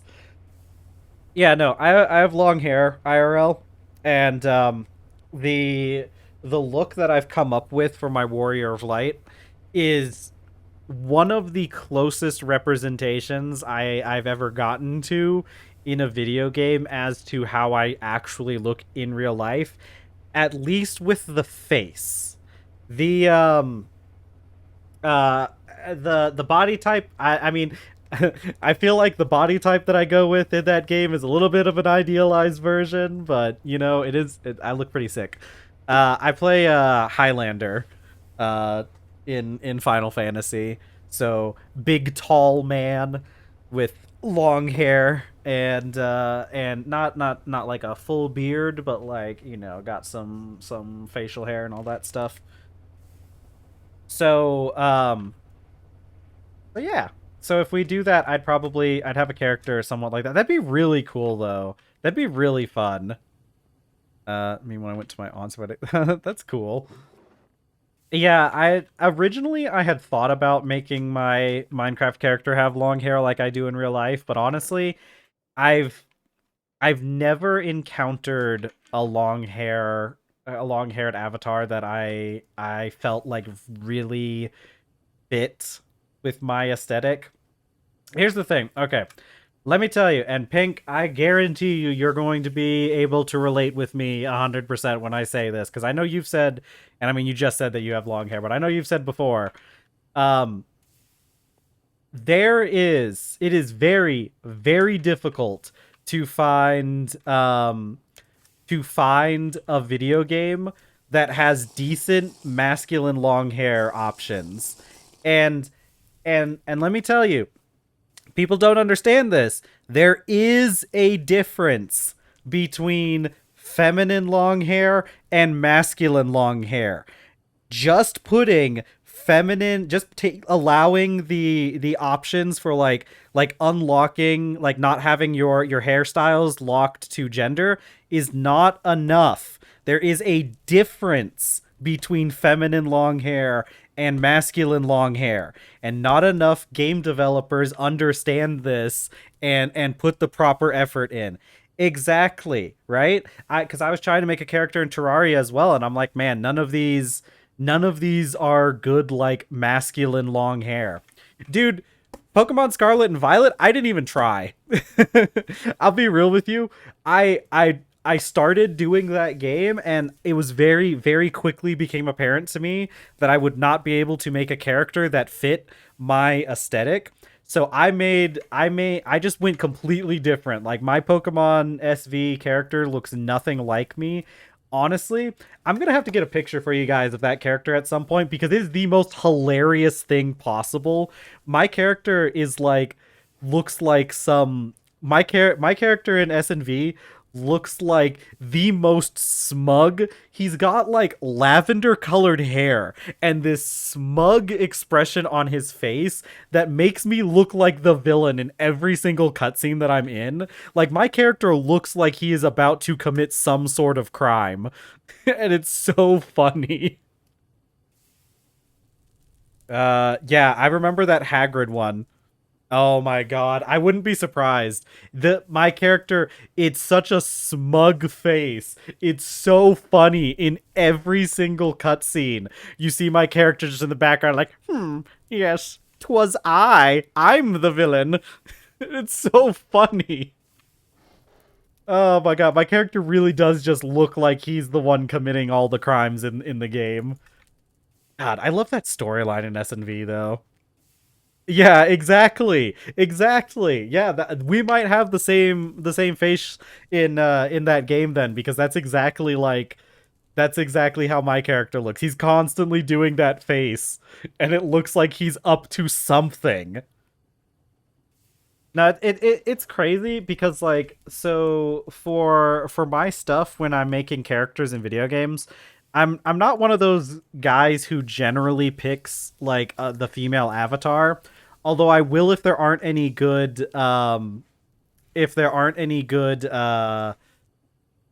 what is it called? If the male options aren't good, I'll play with a female avatar. Um like I think Stardew Valley, because I'm two achievements away from getting all the achievements in Stardew Valley. I just need to get the two achievements that deal with the stupid Journey of the Prairie King thing, which I can do. It's just kind of one of those things where it's going to be a little bit tedious, so I just haven't gotten around to it. I'm not really bothering with it, and I don't want to think about it that much. But those are the last two achievements I need.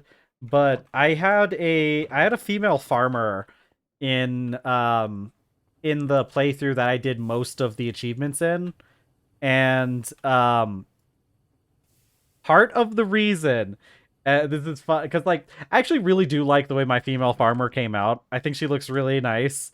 Um, she is a bit more of a masculine female farmer, so that's probably partially why I think that. But find it hard to keep track of seasons because oh yeah. Um, but here's the thing. The part of the reason why I chose the female farmer in Stardew Valley, first of all, Concerned Ape, I don't like the way Concerned Ape does certain things. And they definitely come off as a lot more creepy if you're playing as a male farmer because of the implications. Um so that's part of the reason, but also because I wanted to romance Haley, and for some reason I feel like it's not appropriate to romance her with a male farmer, which I think is partially because of the TikTok trend when when Good Luck Babe came out, like everybody was putting like montages of like Haley and the female farmer to Good Luck Babe and all that. So I think that may have colored my perspective a bit, but I did end up marrying Haley, and we have two beautiful children that she ignores all the time, which again I think is more of an indictment of like of Concerned Ape, because like your spouses just really just they just leave the children in the um uh they just leave the children just in the house when they the crazy thing is, like, Concerned Ape added it so that your spouses like go into town, and on certain days, like they go to visit like their family and stuff in town on certain days. But because they didn't add anything. They didn't add anything for like your spouse taking the children with them. Like your spouse will bring the children to like holiday events and have them there, but your spouse just leaves the children home alone all the time, and it's a little weird, but it's also really funny. So we forgive Haley. We stand a bad bitch, you know. Uh, um, yeah. Dude, those kids are fast too. I don't know why the speed on the children is set so high, but like those children like they move. It- they'll and it's so funny because they'll just be like standing there staring at the wall for like several hours, and then their AI will be all like, "Oh, got to go do something else for a while," and they just book it to the next room. Oh man. It's an interesting game. So that's one of the ones where I play as a female avatar. There's a couple other ones. Um V Rising, that vampire survival game I've talked about before. I I only play as the female vampire in that because the male vampires look so weird. Like really really weird. The male vampires look like they look like they're like diamond shaped. Like they have like really wide necks that taper up to a point, and then like super broad shoulders, and then they taper back down to a small waist, and I just don't like them. I just don't like the way that they look. Uh let's see. What else do I got going on? Okay, I need more stuff. I need more copper. I need to go grab some copper. But like, yeah. I'm really happy. We probably will actually have to play Final Fantasy at some point. Maybe that. Oh man, we're slotting in a lot of stuff because I don't think we would be able to survive playing Final Fantasy unless we did it like regularly because like it just takes so long to play that game. Arc Furnace. Go action. Do I have any more annealed copper lying around? I don't. What did I just put that in? Arc Furnace. Okay. Some iron ingots. Ah, man, but Final Fantasy would be so much fun. You guys could see my sick MMORPG skills. Yeah, usually male characters are somewhat slim or super bulky with short hair or just some gib build guy. Yeah. Dude, man, they do not give male characters good enough uh character customization. Probably one of, if not the only good male long hair character I've seen was in The Witcher. True. Yeah. No, it's true. It sucks. They do not give male characters enough customization options. Dude, you should see what it's like in World of Warcraft. It is common in World of Warcraft to have um you have two characters, exact same race, but the male characters will have like half the character customization options as the female characters. Yeah. Um like it is so bad. You can just like, what am I supposed to do with this? You give me literally half the options that the female characters get. And we all know why the female characters get some more customization options, because there's definitely a certain category of people who who who want to work on who want the female characters to have a lot of character customization. But it's annoying. It's frustrating as a man, especially a man with long hair, to have to deal with um this kind of stuff when it comes to arc furnace. I have the arc furnace now, so I can actually like do the red steel dust. Red steel dust. But like it It sucks. I hate it. I hate it here. Um, black steel, black steel. Yeah, steel dust. I mean, it's not it's difficult not to when there's no good character customization for the males. I'll be real with you. It's hard not to. Let's see. Rose gold and brass.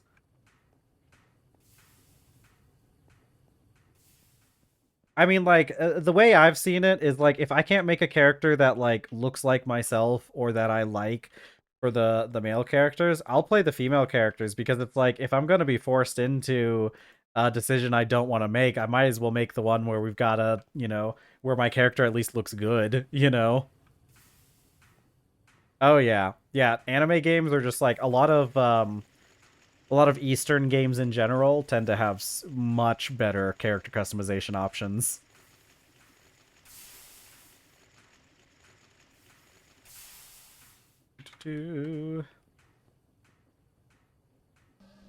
But yeah, the way I feel is like if I can't make if the game isn't going to give me the options to make a character that makes me that I can like make look kind of like myself or like whatever I want my character to look like, I'll just play a female character. If I can't do what I want, I might as well have a character that looks good.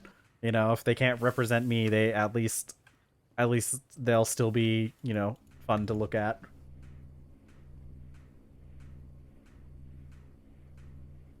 Because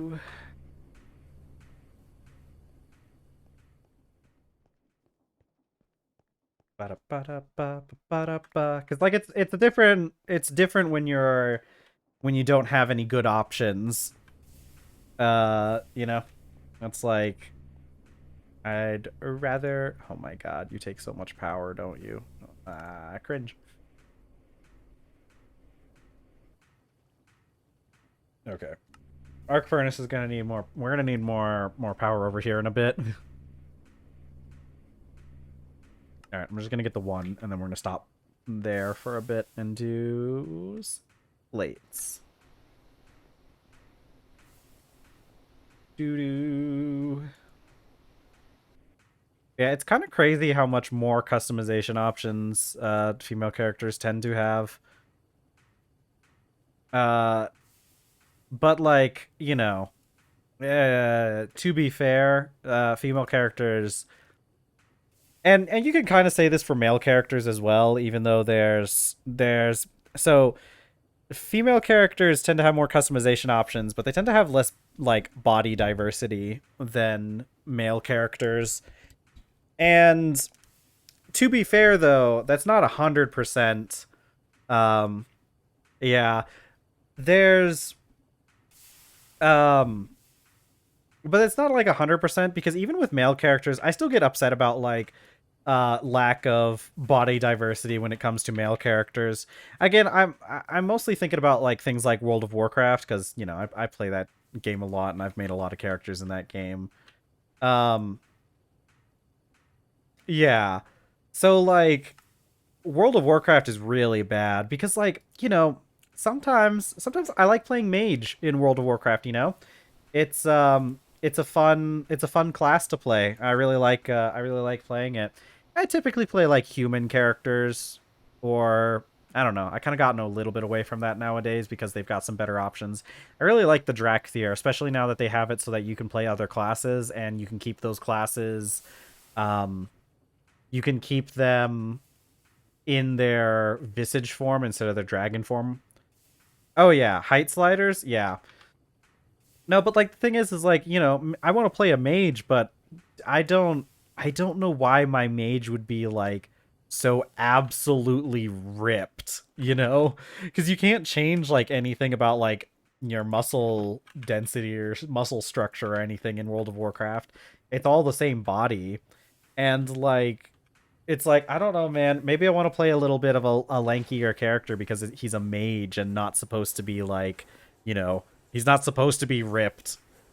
Another thing I hate about male female character stuff is armor and vanity. True, dude. Yeah, female characters tend to get kind of Female characters tend to get really screwed over when it comes to like armor types and stuff. You know, a lot of it tends to be like the plate bikini type stuff. I know Monster Hunter's really good about that kind of stuff where it's like uh where like hold on, my nose is itchy. Yeah. No, there's also what my favorite thing, and World of Warcraft is going more in this direction as well. Because I'm not necessarily against the skimpier outfits, but if we're gonna have skimpy outfits, you better let the male characters have access to them too. You know, like we gotta have equality here.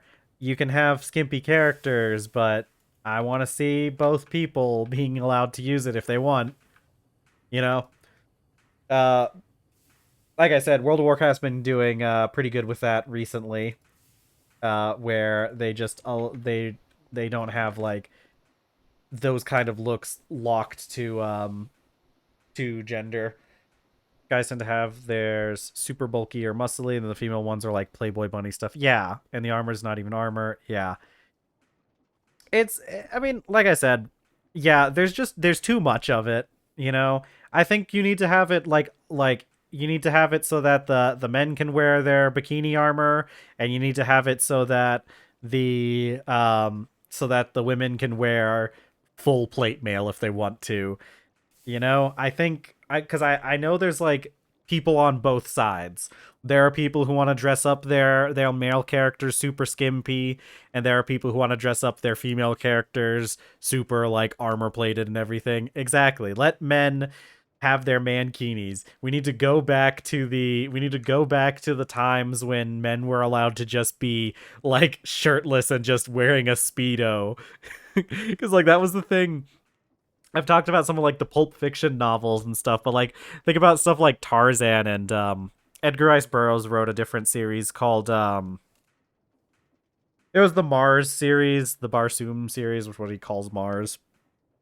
The main character in that book though, like I'm pretty sure like on the cover of the first book of that series, A Princess of Mars, you have both the male lead and the female lead on the cover. Both are in equally skimpy outfits, which is it's peak. It's good, you know. It's equality. Let's see. I can actually wear a helmet now if I want. I also have. Oh yeah, yeah. Um, yeah. It's good that they dealt away with like I think like I've said I think that like making it so that your armors aren't locked by gender, I think is like the bare minimum, or like just customization options in general shouldn't be locked by gender as a bare minimum. I don't think that it's really enough in most cases, but it is the bare minimum, you know? We need to at least have that. And then you should also be making stuff that's specific, you know, between the two genders, right? Or like masculine and all that stuff, like the having the masculine long hair and having feminine short hair. They've been doing really good about feminine short hair though. Like you can find feminine short hair pretty easily in most games, I think.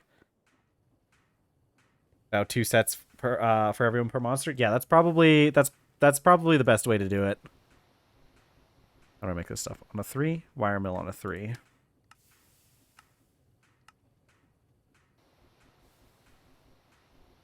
Do do do.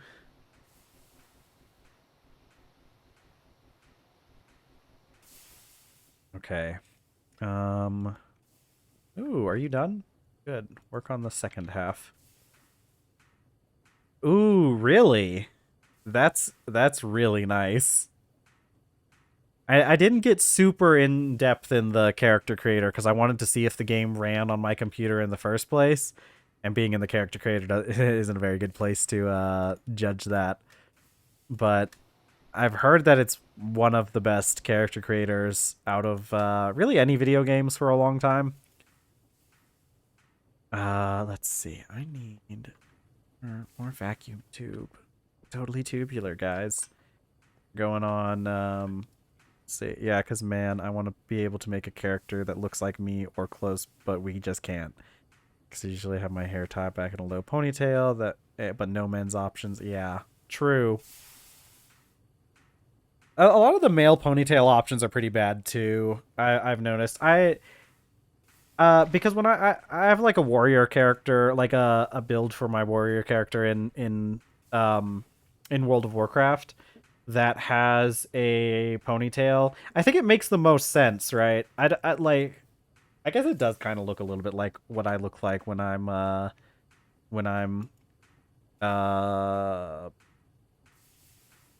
yeah, when I have my hair tied back. But also like I feel like it makes the most sense. Like a warrior, you're not gonna have your hair just loose and flying all over the place, you know? You gotta put that stuff back a little bit, you know? You gotta tie it back. Um cause or else it's gonna get in your face. It's gonna get in the way, you know? Uh but they tend to have the ponytails really high on most characters. Uh Okay, let's see. When I leave it untied and air dried, it goes curly, and my mom always says makes me look like skinny Jason Momoa. That's how it is. That's funny. That's cool. Um, Jason Momoa, I think he's definitely aside from like the only thing with like Jason Momoa is that like um the whole thing with what was it? I mean, it's nothing bad about Jason Momoa. It's just like, dude, people were mean to him when he stopped playing Aquaman and he quote unquote let himself go, which was just him not like starving and dehydrating himself constantly. People were so mean to him. Like, man, just because he doesn't have like visible abs 24/7 doesn't mean he's less attractive or something. Like, dude, leave men alone. Bold statement. Um Yeah. No, my hair is very straight though. Mine's not curly at all, which I'm somewhat happy for. I know people with curly hair and it seems like they don't have a very good time with it. Yeah, no, I really hate a lot of the expectations for men set by Hollywood. Um I really hate the expectations that Hollywood sets for men. It's very, very annoying. Um, and I know it's one of those things that we tend to not talk about as much because there's bigger issues. Women face bigger issues than men do when it comes to this thing, but it still sucks. You know. Oh, we got that. Because I feel like and this is something. Um, I think so. Like done a pretty good job as a society with like um getting away from some of the old like beauty standards and stuff when it comes to women. And I feel like we've gotten somewhat away from that. It's really hard to tell. I think like your average person is better on that kind of stuff, but I still think Hollywood still does a really bad job of representing female bodies. But it kind of sucks because we still haven't really gotten around to like really deconstructing that stuff for men. It's a lot of really bad body image stuff that men like have from movies and everything. Like I think that's where a lot of the like diet culture and stuff like goes into. Like there's a lot of men that I think are like probably have those like low-key eating disorders like we were talking about the other day, the what's it, orthorexia nervosa, where you're just really worried about what kind of foods you're eating. I think a lot of that comes from movies and stuff. It's honestly, if you look back at the history, a lot of it's Arnold Schwarzenegger's fault, actually. Um, Normalize men wearing skirts and dresses and crop tops. Hell yeah, dude. Especially crop tops. I feel like that's not even because remember back in like the '80s, like men used to wear like booty shorts and crop tops. Um, you know. Though I feel we are starting to go backwards with it at the same time. with body positivity, where people are enabling people with eating disorders and larger body types in general. I don't know if I would say that's necessarily true when it comes to the like larger body types and those kind of eating disorders, but I do think we have been going a little bit backwards with some things with body positivity, because the super skinny look is coming back into vogue. Like we're getting the whole Ozempic style is like starting to get like really popular, which is just like back to 90s heroin chic looks, which is, you know, not really good for anyone involved, you know. Uh you really shouldn't be doing that kind of stuff. 144. Okay, so I need 12 ingots of tin. I don't know about when it comes to like there's definitely like some individual cases of like um people enabling eating disorders, but I don't know. I haven't seen a whole lot when it comes to that kind of stuff. Um let's see.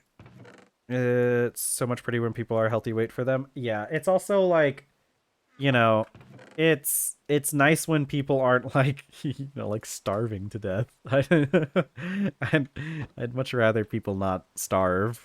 you know, bold claim, bold claim from the channel is that people shouldn't be shouldn't starve. um, but you know, there are definitely some people who take advantage of the body positivity aesthetics, though. Specific examples, though. I'm talking because like Lizzo kind of got weird a little bit over that stuff. She was doing like actually like mean stuff to her staff, from what I heard, and kind of just uh ignored it for the most part. No, no, you don't go in there. You get back here. All right, I'm waiting on 10. Drifting away, wave after wave. Oh man. Yeah, it's. Ugh. Yeah, I don't know. I think and this is something that like a lot of people like. I'm nowhere near the first person to think this kind of thing. But a lot of people are more of the opinion that we should just engage in like body neutrality, which I think is probably still the best overall. I mean, like, I don't necessarily think body positivity is bad though. I mean, if you want to be positive and love your body at your natural weight, then sure, I'm not gonna stop you. But I do think that a lot of things should be viewed more neutrally, because like I think it's easier to kind of come to terms with things with your body if you're coming at it from a place of neutrality, because it's easier. I think it's easier to accept what society would say is are like flaws, if you're just like, oh, but that's just, just bodies are just like that. Okay. Covered in dust. Why is this paper towel covered in dust? All right, set this aside, and we're gonna ignore that. Let's see, how much of this do I need? Oh, I could just grab the amount once it comes out the right amount.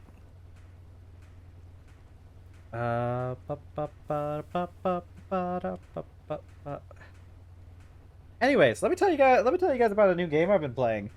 Um, which, if I wasn't so invested in it, maybe something that would be fun to play on the stream as well. But honestly, it's a puzzle game, so after playing it once, although it does have a fun story too.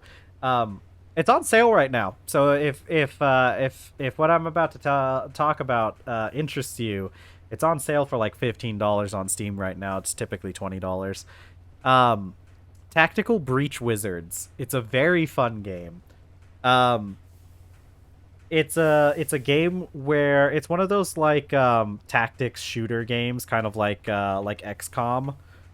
Uh, where you have like, the kind of like isometric grid based, you move around and you do your stuff and everything. Um, yeah, no, I remember seeing about it a long time ago. Dude, I highly recommend this. I highly recommend this game.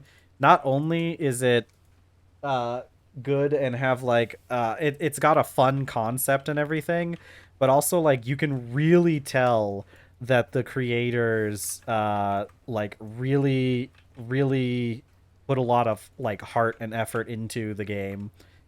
Um so it's basically just like an XCOM game, but you play as like military wizards, like paramilitary wizards that have like kind of guns, but not actually. Like they're dressed up like one of them legitimately is like was like working in the Navy at some point. And so it's basically just like a Call of Duty type thing, like a Call of Duty type like tactics game where you have wizards. You're wizards. It's really cool. It's got a lot of really fun humor in it. I think the characters are very interesting. The storyline's really good so far. I'm very invested in everything that's going on in the game, and it's also a really good puzzle game. Like low key, it's such a good puzzle game. So, um, let's see. So like the story or like the mechanics. I want to talk about the mechanics first. The mechanics so good. I like I said, you can really tell that they put a lot of like effort into making this game because they put such a good amount of detail into like the mechanics itself. I think that's how you can kind of like why are you? Oh, because you're still going. Um you can kind of tell like I think the hallmark of like a good game is how well they innovate on mechanics and how much they like how much you can tell that they take the player into consideration when making the game. Because like one of the things that's always kind of like an issue with tactical shooter games, like turn-based tactical shooter games, is like the issue of like, oh, I made a mistake. I didn't mean to move there. But a lot of those games don't really come with undo buttons, and it doesn't even make a whole lot of sense for there to be like undo buttons and stuff. In Tactical Breach Wizards, it's really cool though because you're playing as wizards, so you can do like magic stuff. And one of the main characters is they have like precognition abilities. They kind of have like that kind of like divination type magic where they can see into the future a little bit. Um, which is really cool because that's also have ooh, nice. Because they have at the at, with during the story mode, like you start off and like the characters will be outside of the door, and the one character will like ask the precognition character like what's behind the door, because they can like see into the future enough to like see who is behind the door. So it's really cool, and a lot of it is like played off as that. It's played off as like these characters are um you can do like undo because like you're wizards, of course you can do undo, you can undo stuff, but you can also like before you end the turn, because when you end the turn you can't undo back into like previous turns, but uh ooh that's oh it's on that Netflix game, so I might have to try that out then if it's one of those Netflix included games. um but before you end your turn, if there's any actions that like the enemies can take, um you can like precog like see what's going to happen when the enemies take their turn. And then technically when you end your turn it just goes straight back into like your turn, because the enemies don't have any actions that they can take otherwise. um okay, basic gas turbine. Okay, hold on while let me get this in place. um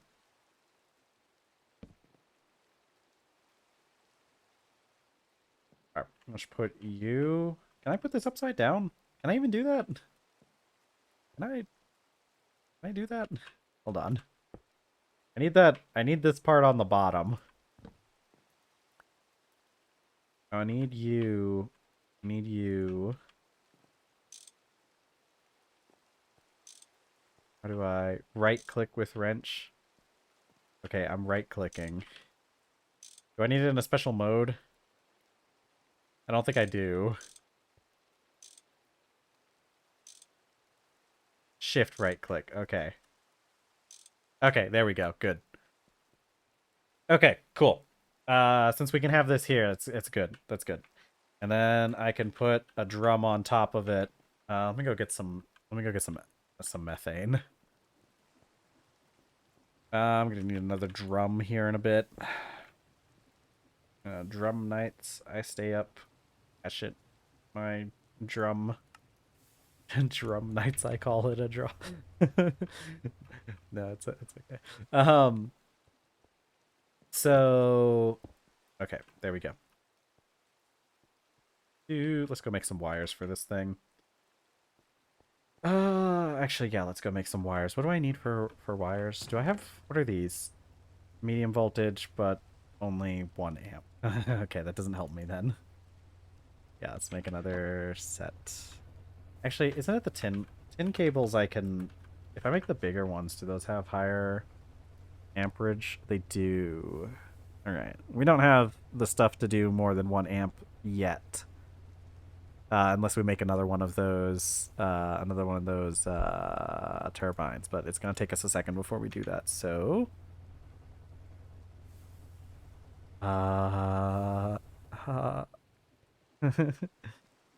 righteous guys. Yeah, but we don't have all of these. What does this take? 16 EU, 4 EU. Ah, man. If we had a little bit less, this would be perfect. Because if we had, if these operations only cost 2 EU, oh, I guess there's some slight variations on it. Actually, hold on, let's look up. Yeah, these take up 4 EU. Oh wait, there's different configurations that take up less. Interesting. We're gonna have to figure out some stuff for this. I'm gonna need a second turbine for this, aren't I? Because right the way it is right now. Hello, welcome to chat. How's it going? Why is my bit rate? Okay, that was previous where my bit rate dropped. Don't keep a good eye on everything sometimes. I'm just gonna make the normal size tin cables for this to start with because we can always reuse them for something else later, so it doesn't really matter. I don't think I'm gonna set them up to be automated just yet until we get the extra amp that we would need to run both of those machines at the same time.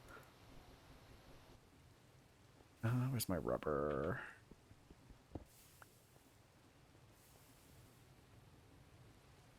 Oh, right. Just browsing around, saw TFG, wanted to see what's going on here. Thank you very much for joining. Yeah, I'm in the low voltage age. We're getting close to this section here, which will enter us into medium voltage. Yeah. Yeah, we're setting up ore processing right now. Speaking of ore processing. What was I doing? Rubber. I need, actually, why is there glue in here? What did I need to do with this glue? I know I needed to do something. Oh, I didn't know you could make wooden pipes this way. Yeah, it is going to be a big help. Yeah, I did not know you could make pipes this way. This is really cool. This is actually probably better than... What was the other thing that I made with glue in here? I know it wasn't just resistors, was it? I could have sworn there was something else I made in here with glue that wasn't resistors. Oh, it was this thing, the resin printed board. I'm gonna make some more resistors, though. We always need more resistors. Yeah, we just got a circuit assembler, like, yesterday. What did I need? What the heck did I need for the stupid resistor? Dang it. Um, it's, just the plate, isn't it? Yeah, no, the coal dust, that's what it was. Coal dust, carbon dust, carbon nanotubes. Do do do do do do. Used to call me on your cell phone. Boop boop. Hotline bling. Let's see. Get in there. Okay, now I can jacket my wires. God, who dare send me a text message? Oh, it's my friend. Oh yeah. The World of Warcraft's adding player housing, by the way. I don't trust it. I don't know if I trust World of Warcraft right now. They're it's hasn't been very good recently, I'll be real with you. Gameplay's great, but just not a whole lot of content. Okay, boop, boop, boop, and boop. Okay. All right. So this should be good. Let's poke a little hole in our drum. Poke. And there we go. These things are going to get filled up. Wonder if it'll be like a lottery system like, oh, probably not. I highly doubt World of Warcraft would do that kind of system. I highly doubt. It's probably all just going to be instanced. Like it's probably going to be a thing where everyone gets their own little instanced plot that they can have. Are you still running? You're not still running, are you? Okay, that's what I thought. Insufficient outputs. What was I doing next? Okay, what do we do next, guys? I guess we gotta make this crushing wheel. I'm not gonna make the crushing wheel though. I'm going to automate. I'm gonna automate gas production. I'm gonna automate methane production before we. Should I do it before or after? Hold on. Hold on. Do I do it before or after? I can make this stuff. But it sucks so much. We have the arc furnace to make better wrought iron, so it's not like it's that big of a deal, but I hate this. This stupid thing here where it takes what is this? It takes a single wrought iron plate to make every single one of these stupid crafters. And then I have to give up all this wrought iron for that too. This sucks. 21 plus like what is this? Like for 16. How long will streamer listen? Fine. The crushing wheel will help us. The thing is like the crushing wheel does give us the better outputs. It's not like super amazing, but it's still good. Hold on, let me see here. What's my magnetite? Because like, does it give me better outputs for the rich as well? Yeah, of course it does. It's only like 20% more.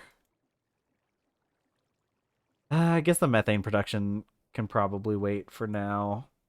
I don't want to do this though. I don't want to do this. I don't want to spend all that wrought iron. I don't. It's just these stupid mechanical crafters. Can we macerate the? We can't even do anything with these stupid things. We can't even do anything with these stupid things once we're done with them, can we? What is this? What does this even make? Wand of Symmetry, Extendo Grip. Okay, listen, Adora. See here.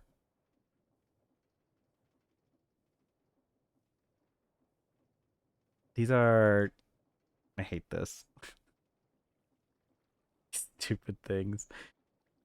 It just sucks that there's nothing to do with them. We make like 4 items out of these things. Yeah. I mean, like the Wand of Symmetry and the Extendo Grip would actually be pretty nice, I think. We don't even have a back tank yet, though. Can we make back tanks? I know we can't make the helmet, but can we make a back tank to power these things? Yeah, we can. That's cool. I don't know. They're... I'm not happy about any of this. What does the Wand of Symmetry do, actually? Mirrors block placement? I think I've never used this thing. Tracer moves its mirror, sneak, and variation. I mean, I'm sure that could probably be okay. Adora, listen. All right. We're not doing it then. I'm not doing this then. We're gonna do the gas production. Because I think that's gonna be way more useful.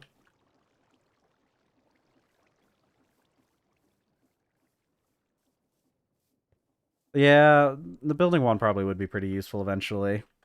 And then no, you push too hard. We're not doing it.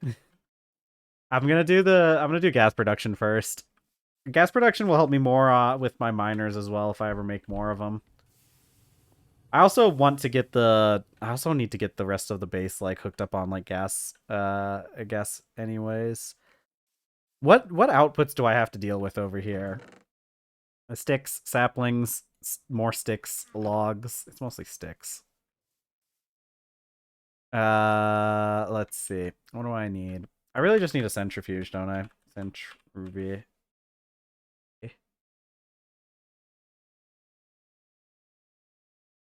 See, this only takes like it takes 4 circuits, but circuits are so easy to make now. I'm so glad that we have. I'm so glad we have. I'm so glad we have the circuit assembler.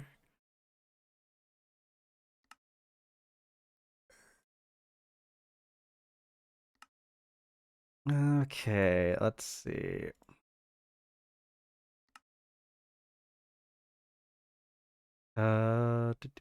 Look, I could just I could just get the high voltage and get the high voltage macerator, right? That's probably that's also something I can do. Let's see. A wire mill, vacuum tube.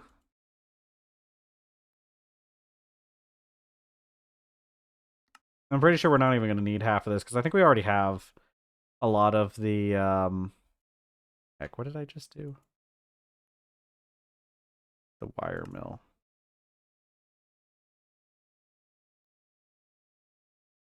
Ooh.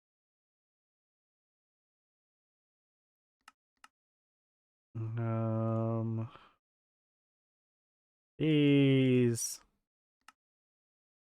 Those. One of these. Da, da, da.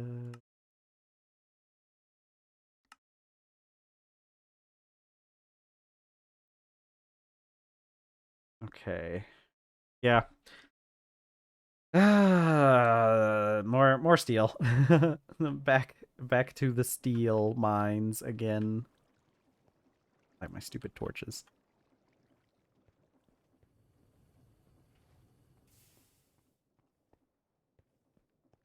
Okay, let's see. Mm-hmm. Oh, I forgot to put the recipe in the sidebar. Yeah. We're gonna need more steel. The steel.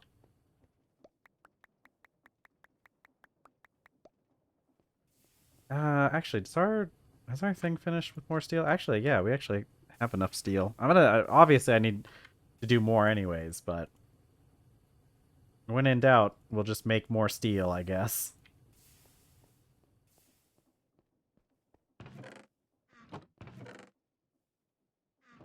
Let's see. Where did I put my flux? Where to organize these stupid chests in this workshop area? I mean, we got slightly better organization nowadays, but I think like some of the stuff, we still need to do some stuff on. I'm gonna make more flux again.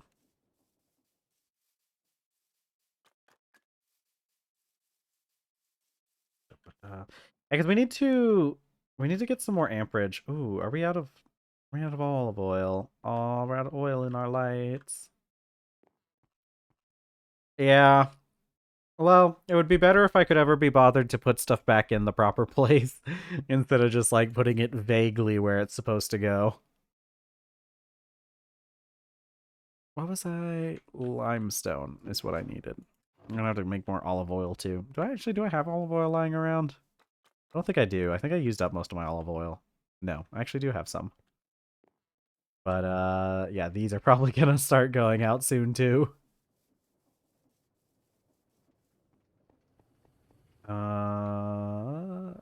We might actually be able to make glowstone dust now though. No, you need to go in the hammer. So what is it for glowstone dust? It's like what, sulfur, redstone, gold, and coal dust, and creosote. Because if we filled it up with glowstone, we would never have to refill those things ever again. It's just a shame that this is kind of an expensive recipe. But I don't think there's any... There's like no other way to really get it except for like this chain, but that's not until high voltage. Yeah. And it might be worth trying to make some glowstone dust, you know?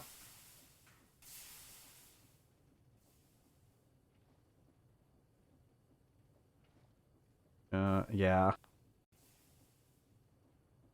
Well, because now that we have the miners, or actually now that we have the chemical reactor, now that we have that thing, our needs for sulfur is a lot lower. How many would I need though? I'd probably need like a good dozen or so to light the few lanterns we have.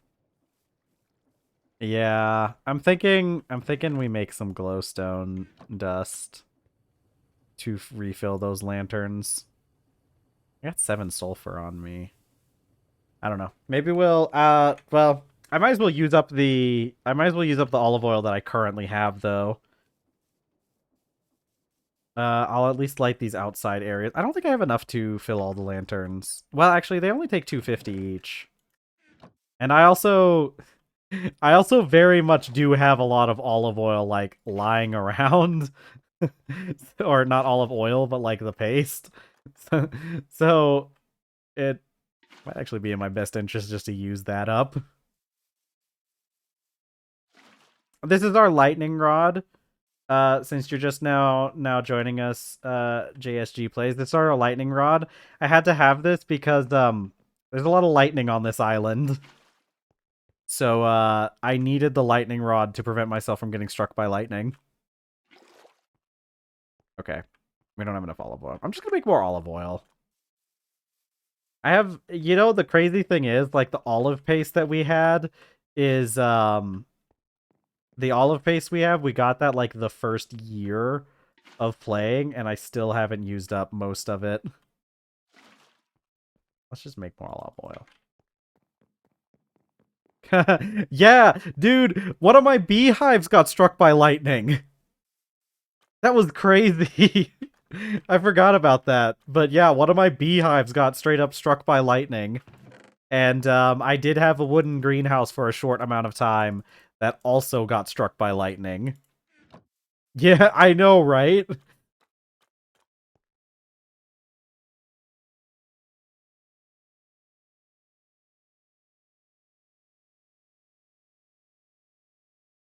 Oh my god. Yeah. Yeah, because I had a wooden greenhouse before I realized that I couldn't really do anything at a wooden greenhouse anyways, and just had to make a metal one eventually. But yeah, I got struck by lightning and part of it burned down, and we also had a log pile that got struck by lightning once and almost burned down my house. Luckily I was right next to it. I couldn't save the log pile because obviously that went up in flames immediately, but I was able to save the house. So yeah. But after the greenhouse and bee incident, we decided it was probably for the best to build a lightning rod. It's really funny too. I think it's one of my favorite fixtures in the base, just because it's so funny. Because like that's just a vanilla Minecraft mechanic that I think almost nobody ever uses, because in vanilla Minecraft it's typically not that big of an issue. You typically don't have to put a lightning rod up to avoid getting struck by lightning. I was worried. We never got directly struck by lightning, but I was really worried we would get struck one day. Um, Olive oil. That's what I was doing. Do. All right.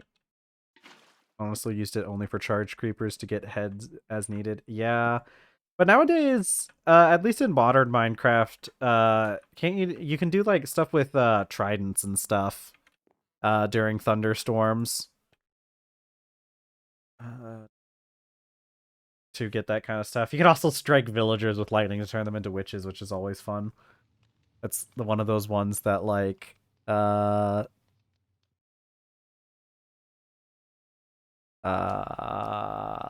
what is it? There's like certain mod packs where that comes up, but like, oh yeah.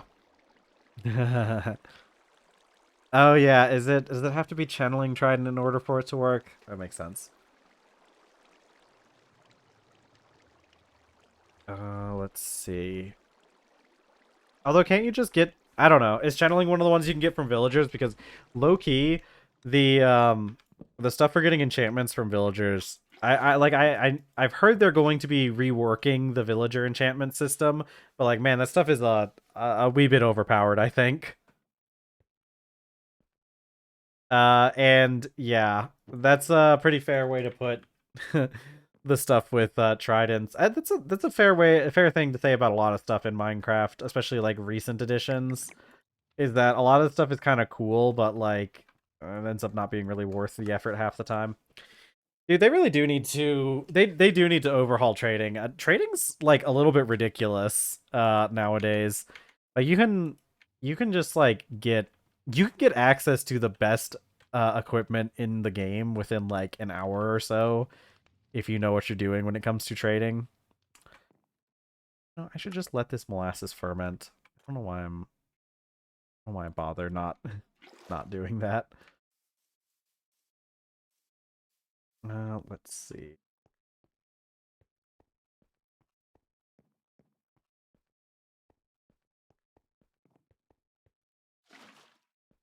Okay. All right. We now have enough olive oil to last us, quite a while again. Another probably like 160 days, because this is probably, well, no, actually that's not enough oil. We'll have to make some more later. Deal. Yeah, low key I kind of like the trader updates that I've from what I've seen, because like I said, I really just think that um I really think that the trader stuff is just a tad bit, a wee bit overtuned. Now stop looking at Minecraft updates, because yeah, a lot of it kind of is. I don't know. They kind of go through like periods of they kind of go through periods of like they go Minecraft gets like good updates in bursts. I mean, I don't know. The trial chambers were really good, but those have kind of been the only good thing that we've had for a little bit ever since like the Caves and Cliffs update. Although I feel like what was added in 20.1, because I feel like there was a lot of stuff added in 20.1 that is part of the reason why, well, I mean, like this mod pack's on 20.1. I think the current stuff they're doing, bringing back parity between Java and Bedrock features. Yeah, it is nice that they're trying to do that, because it really sucks that or it's just really confusing that there are differences between the Java and Bedrock versions, because like a lot of it's just like kind of why. I get like with Bedrock, some changes might be needed for like, because it's typically supposed to be played on like console. But then again, I feel like a lot of the things that they have for like making it better on console would just be just as welcome on Java Edition.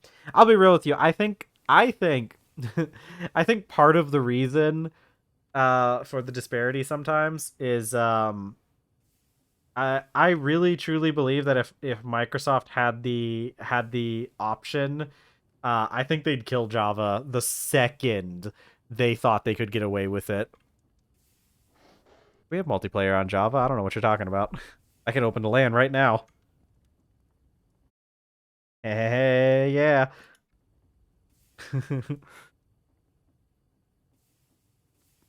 Are you talking about like the for the for Realms? Does Bedrock have online play without? Yeah. I don't know what you're talking about. We're talking about like Hamachi. I don't like Hamachi. Was Hamachi's stinky. Yeah, I'm not a huge fan of Realms either, honestly.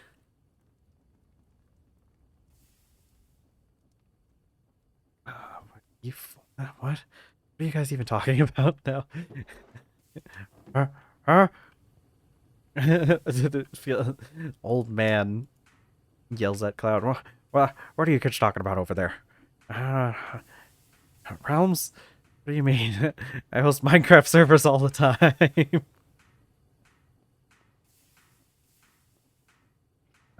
Let's see. I put this flux back in this area, the smithing area, the very wide smithing area.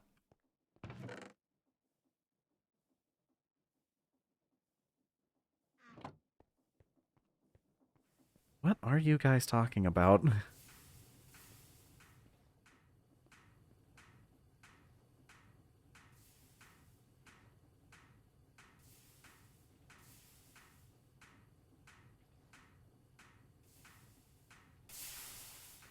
You want to know what's the real crazy thing about Minecraft servers, though? You know, you can't password protect Minecraft servers. Isn't that a weird thing?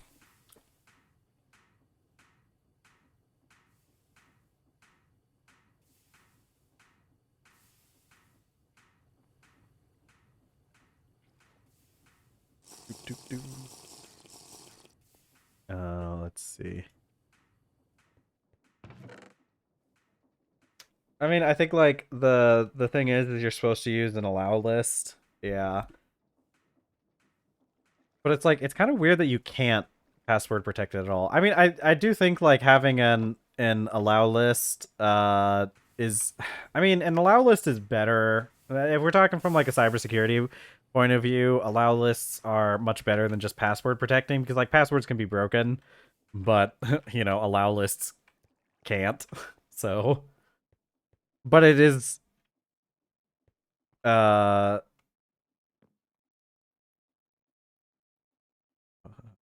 is this why does that move all the time? Oh god. Bitrate. So many frames. It's fine. We're not dropping that many frames. It's well, we dropped like we've dropped like 8,500 frames so far. It's been like 1% of our total frames. What am I waiting on? I don't think I'm waiting on anything. I think I just need to go. You arc furnace. I need some more red steel. I don't want to actually. Why am I bothering with this? Actually, I mean, like, it does still have a piece of red steel in there, but I'm just gonna cook the rest. I'm gonna stop you there because I'm pretty sure it putters out partway through. Two.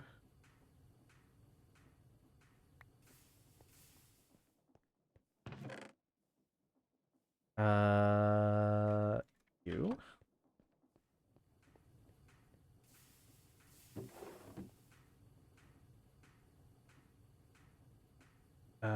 Let's. There we go.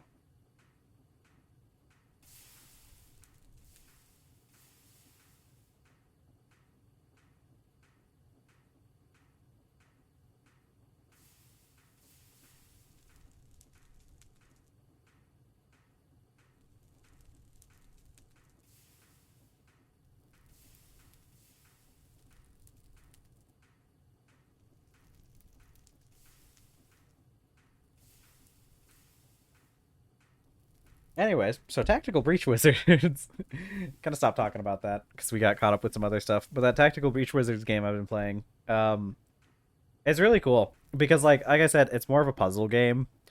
There's a lot of really fun mechanics in it.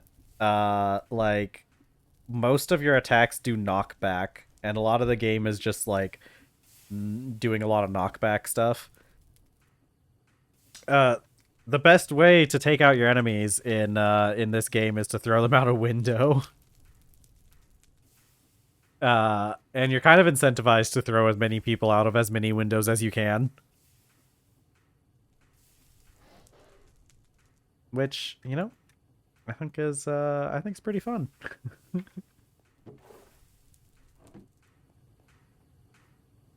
Yeah, cuz the because the knockback mechanics are fun. You get your knockback stuff, and then if somebody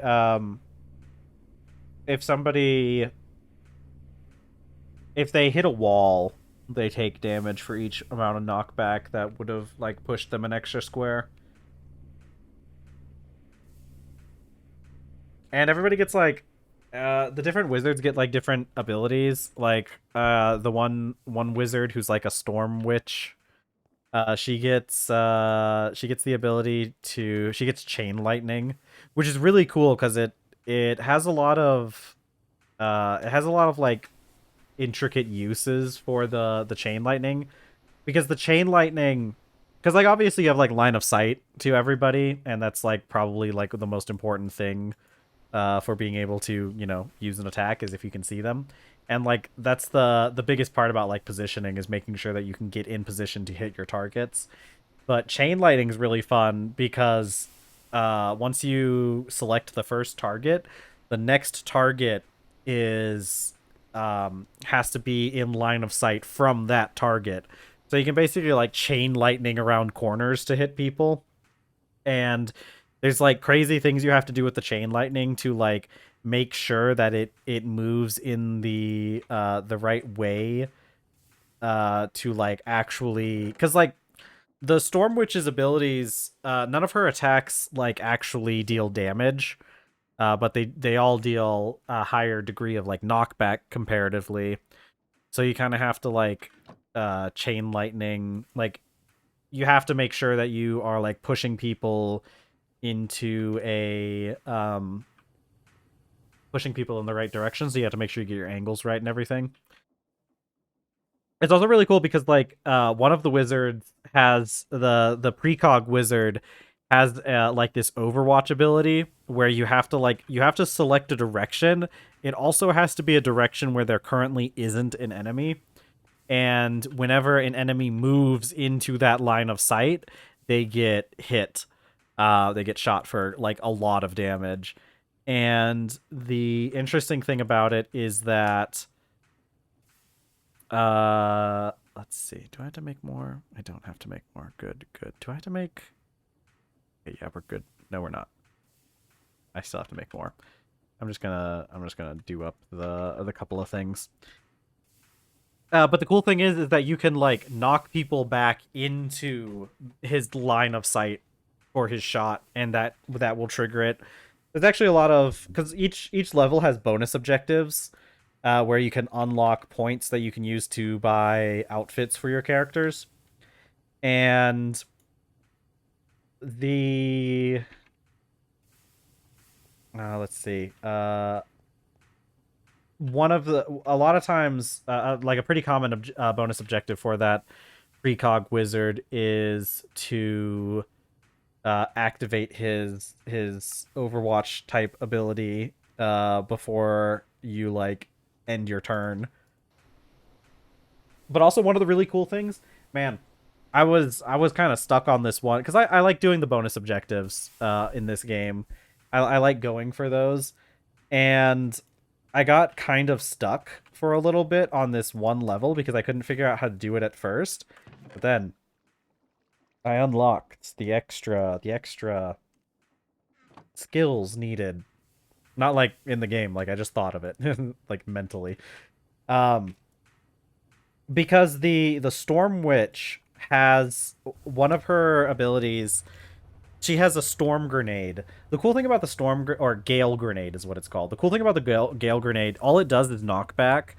Um, but it doesn't use up your action. You only get it once per encounter, but it knocks back people from its center, and since it doesn't use up an action, you can do it in combination with other things.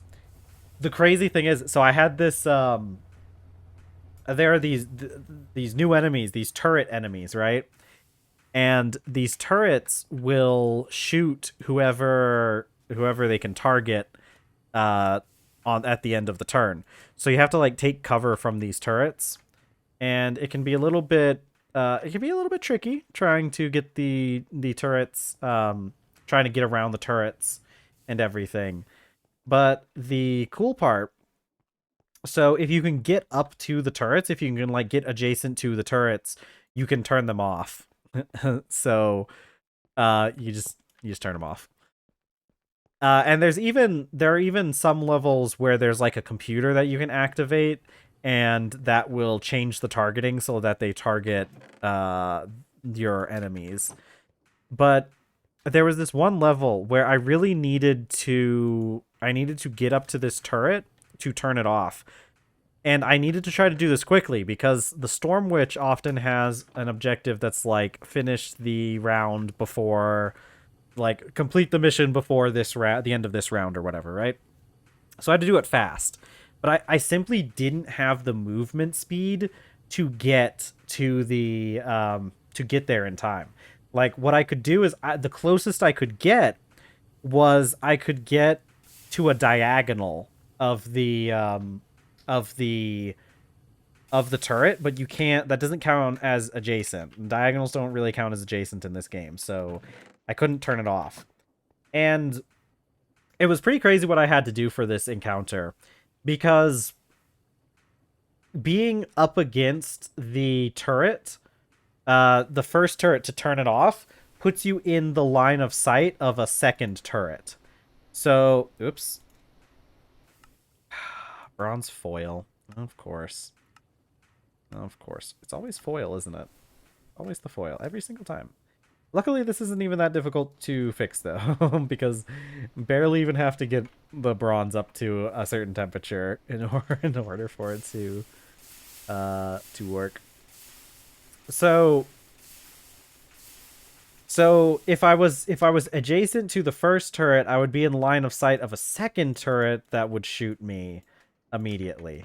So what I did was I could take care of the second turret, right?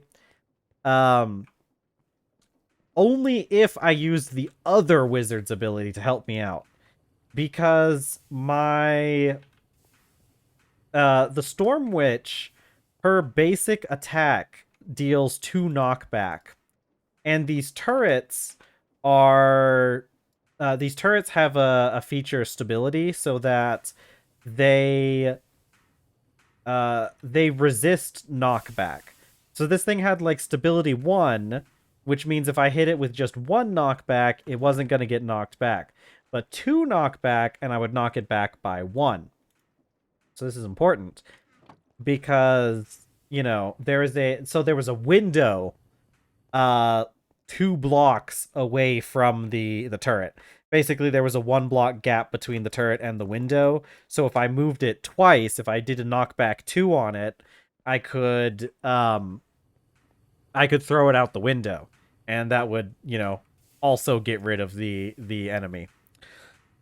So what I had to do, and this was so much fun, because I could run up to the corner of the first turret, you know, still not in range of turning it off. But I could run up to the corner of the turret, and then I could use my basic attack to knock the other turret back by 1. And then one of my other wizards, the precog wizard, has a ability that he can use where he can give an ally an extra turn, or not an extra turn, but an extra action. So he gives his ally this extra action. Oh, I forgot to do the hammering thing. Which would allow me to do 2 basic attacks with the Storm Witch, which would knock the second turret out the window. Now we still have to deal with the first turret. But here's the thing I realized.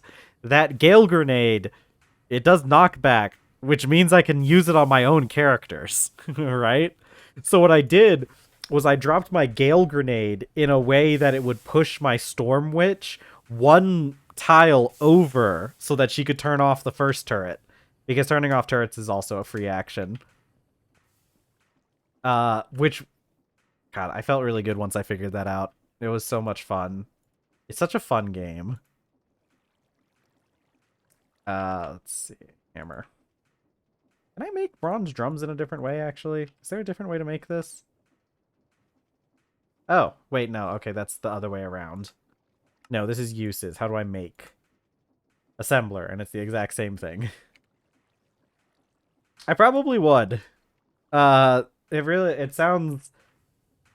if it's anything like this game, it would be very fun. I really like the puzzle aspects of the game and everything. It might be something... God, maybe I should just buy another copy so we can play it on stream sometime. I really like this Tactical Breach Wizards game.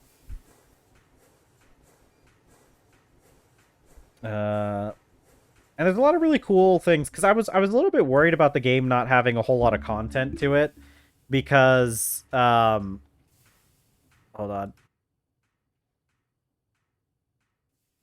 I'm probably about a quarter of the way in, I think. Because the game, it has like 4 acts, and the first act is kind of short, and then the second act has 1 less mission than the other 2 acts. So I think I'm roughly about a quarter of the way in, because I think I'm like partway through Act 2. And let's see. Actually, does Tactical Breach Wizards... Hold on. Tactical Breach Wizards on Twitch? I'm sure it is. It'd be such a fun game to play. It would be so much fun to play that game on stream, I think. It would be so much fun. Let's see. That is on sale right now. I'm getting ideas. None of them good.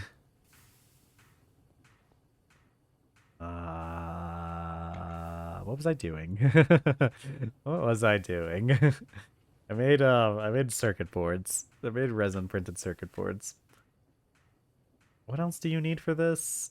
Is it red wire? It's red wire. Man. You know, we haven't been playing music this whole time. I might as well put on some music. Yeah, our favorite song. Our favorite royalty-free song. Let's see. I need more vacuum tubes. Vacuum tubular. Yeah, no, this is actually a pretty sick song. I'll be real. Why is my character so unhealthy right now? Oh, it's the protein. God. I didn't realize we were so low on protein. We're not going to be able to build any muscle at this rate, guys. We're not going to get any sick gains. Ah, alas. What are we going to do without our gains, chat? Do I have redstone in the thing next to the centrifuge? Not enough, though.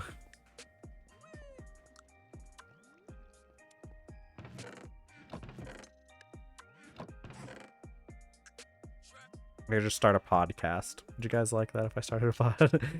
You guys better say no. That would be like a terrible idea. Podcast. I can start a podcast about business, right? That'd be a fun thing, right, guys? Would you guys listen to my business ideas? I don't have any. No, listen. What I should be in charge of. I should be in charge of movies. They should let me make Hallmark movies. I'll be so real with you. They should let me make Hallmark movies. I think I have some good ideas for Hallmark movies. Yeah, well, crypto. Oh man. Listen, they really would make. I would. Okay, I can tell you about one of my. I've had several ideas about like Hallmark movies over the years. I don't remember most of them. Um, but let's see. I think half of my ideas for Hallmark movies is just let the two women get together. Do it, you cowards. We want women in all Hallmark movies. I think there's a it's a good market to corner. I feel like the lesbian Hallmark movies are underappreciated. I feel like Hallmark movies are like the perfect place to do for that kind of stuff. Yeah. Like Hallmark movies are just the right level of cheesy to be used for like some Yuri stuff.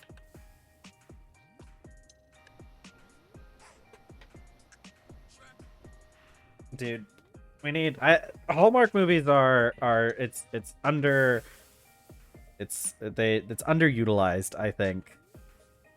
Let's see. Well, we could come up with a Hallmark movie chat. Why don't we let's make a Hallmark movie together. 8 voltage. 8. Yeah, that's about right. I need more.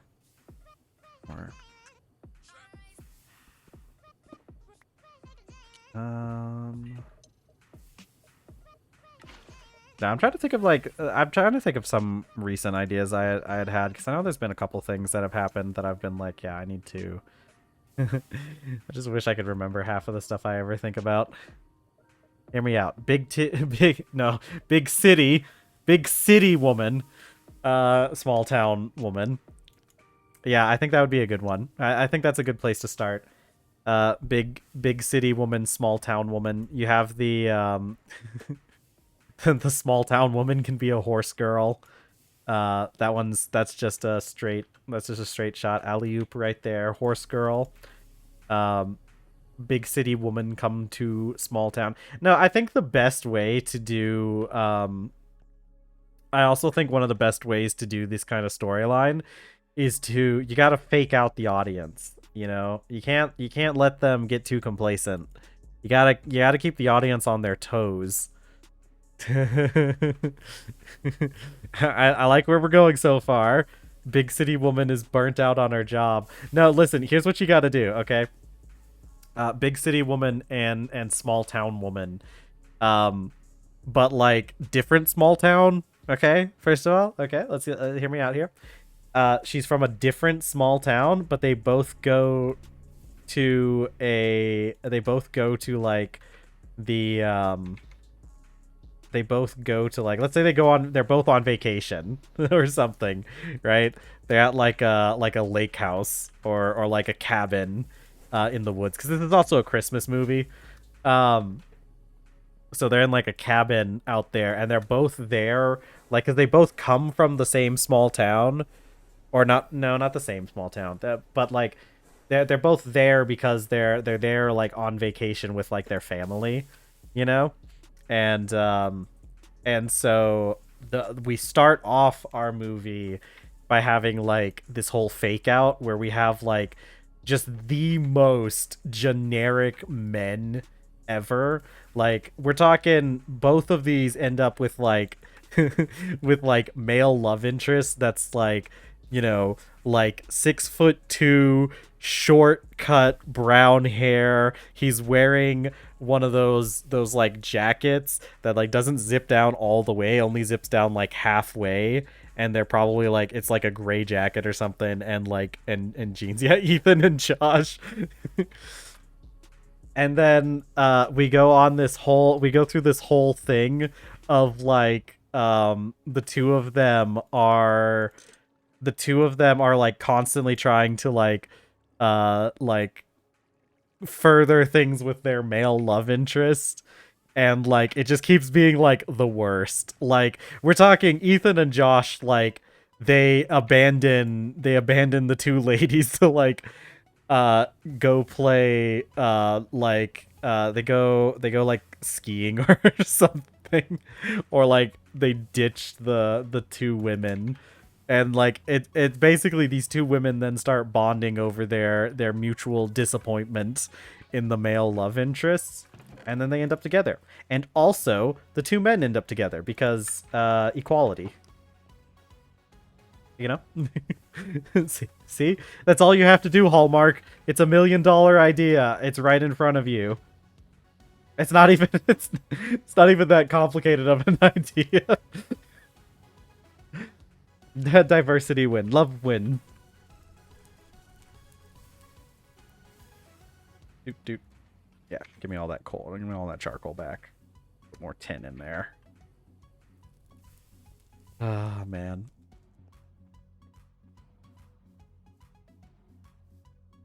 Dude, it's better than it's better than anything else. Dude, okay. You guys ever heard of you guys ever heard of The Time Traveler's Wife? Has anyone seen this movie, or was I the only one forced to watch it? If I was forced to watch it, you guys are gonna have to. This one was one I was actually forced to watch. I didn't actually really want to watch this movie, and after after I watched the movie, I still didn't want to watch that movie. It's not good. It's not a very good movie. I'll be real with you. Okay, listen. Time Traveler's Wife is a movie where it follows this guy, this woman, and the guy. The guy's a time traveler, and the woman is not a time traveler, but she is his wife. So I mean that's the basic plot. So okay, listen. This stuff is messed up, sort of. I mean, the implications are silly and a little bit sus. A little sus. So basically, there's this guy who's a time traveler. I forgot to replant the rice again. Oh no, we're gonna bad crop. We're gonna starve. So the time traveler. So the time traveler, you know, he doesn't have control over when he time travels. He just kind of pops in and out of like areas. Also, very important to the plot, but when he shows up, he doesn't have clothes. Why was that important to the plot? I don't know why that was added in. It kind of becomes important to the plot at the end of the movie, but like I don't understand why that was. It makes things weirder. Okay. So what happens is this time traveler, he doesn't have control over his powers. He doesn't have control over his powers. He'll go to random times and show up there completely naked. And then he has to do things like, you know, steal clothes from somebody so that people don't like shoot him for being naked or something. So he ends up meeting this girl. Okay. From his perspective, of course, he meets this girl when she's an adult, right? I think the first time they meet from his perspective, because he's experiencing time in a non-linear fashion. The first time he meets her is in like college or something. And then, but here's the issue with that. He doesn't only meet her when he's in college. From her perspective, the perspective of somebody who's experiencing time in a linear fashion, the first time she meets this guy is when she's a child. She's like outside, as she's like, you know, 10, 8 or 10, whatever, that age. And she's like outside, and this naked guy appears from the bushes. And so that's how they first meet from her perspective. And there's a lot of really weird implications from a lot of the stuff that happens in this. I'm gonna be skipping past most of the plot in this movie because, like, I'll be real with you, the plot isn't really all that interesting. But there's a lot of like things where we go and like we see like back in like from their different perspectives, like the different times they spent together, and eventually, they hold on. Eventually they end up like falling in love and whatnot, and eventually they get married despite his crippling time condition. But they like every time he skips in time, he tries to go and find her and spend his time with her before he's like forcibly like sucked into the time dimension or whatever happens where he gets teleported. There's a lot of like really weird stuff in this because like from the man's perspective, he's just he's like I said, he's falling in love with a girl who is or a woman because she's a woman when he first meets her, but from her perspective, when she was a child, she kept getting visited by this strange man and she didn't really understand, but she's like, I want to marry this guy one day. And like when she meets him again when she's in college, she like recognizes him and is all like, "Oh, I'm gonna marry this guy because that's the guy who used to visit me when I was a child." So, grooming? What's that? Never heard of it. Yeah, I'm not gonna make that joke. um. So. So yeah, a little bit weird. Anyways, the interesting thing about this movie, and I find this is funny to me. This is funny. It's a little bit morbidly funny, I would say. We get a little bit of Trenchman's humor in here. Um a little bit. I guess it really depends on some of your beliefs as to whether or not this is even like qualifies as Trenchman's humor. Anyways, so eventually these two like decide to like they're going to have kids or something because why not? I can't think of any possible reason why this is a bad idea, you know? Like, the father's just a time traveler who pops in and out of existence routinely and won't be there to help take care of the baby even in the best of circumstances, but whatever. You have to have children. That's a requirement. So anyways, they decide to have children, and the woman gets pregnant. But oh no, there's complications. So this happens a couple times. So the child, the babies, not even babies, the fetus. I mean the offspring, whatever you want to call them.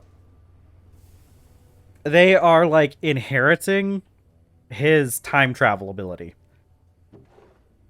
Now the issue is they're inheriting this time travel ability like in utero. So, and the way that they find this out is the woman has like several miscarriages because what's happening is the fetus is like it's like it's time traveling, so it's just like teleporting away, which the movie doesn't talk anything about like what happens with the fetuses when they time travel, right? Just that they are time traveling. Listen, here's the thing though. Okay? This isn't brought up by the movie at all. The movie never mentions the implications of this at all, right? Okay? Um uh listen. If these fetuses are teleporting away or like time traveling and like teleporting, they have to be going somewhere, right? Like they have to be going somewhere. They aren't just like disappearing. They've got to be going somewhere. So like, can you imagine how messed up it would be if you're just like walking down the street and this fetus just teleports into the middle of the street? Like, what? What? How would you explain that to anyone? You know? Like, I'm thinking about what's happening to these people who are being exposed to these teleporting time traveling fetuses. Like, what are the implications of this? Where do they go? You know? And it's a question that haunts me to this day. I want to know. I want to see the movie from the perspective of the guy who comes across the the magical time traveling fetus, right? Because like I don't remember how far along in the pregnancy she is when this happens. They didn't try to stop like no they didn't. I think it happened like 3 times and they kept trying because I don't I don't know they're not that bright. Anyways, this this the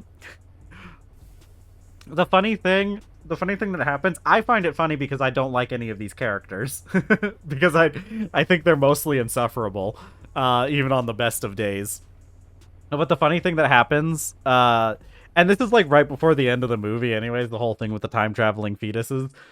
Um but okay,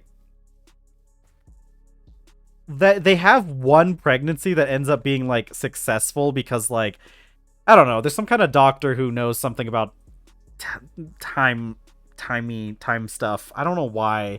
I don't know how you even get a degree in that. But he was like he somehow managed to help. They managed to get one that is looks like it's going to go to term, and I'm pretty sure at the end of the movie it does go to term.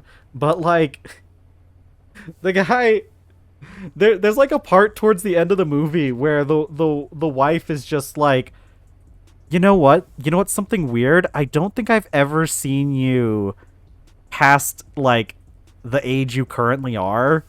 Like throughout all my life, I haven't seen a version of you that is like older than like whatever, ambiguously 35, whatever age they are.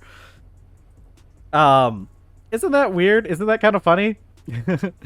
Yeah, anyways, this guy dies in like it's one of those things like objectively like obviously if this was a real thing like this wouldn't be funny, but like it's so funny because this is like a it's a Hallmark or it's like a rom-com type movie. So, or it's not even a rom-com. It's just a romance movie. So like it does take itself very seriously. Like this is a serious romance movie with like, you know, all the serious plots and everything. But the way this guy dies, he just teleports into like the middle of a field, just, you know, stark naked as he always is. And and he just gets shot by some hunters. That's it. That's how he dies. He just teleports into the middle of the field in like it's like early morning, like dawn, and he's like rooting around through the bushes, and the hunters think he's a deer and they just shoot him. He just dies in the most unceremonious way possible. And the movie plays it off as like you're supposed to be like obviously you're supposed to be sad about this guy dying because he was that guy's wife, but like honestly I couldn't find it in me to care. After all the stupid stuff that's been going on in this movie, it's just like, oh, he got shot by some hunters. That's crazy. What a way to die. Just get randomly teleported into a field and shot. That's, man.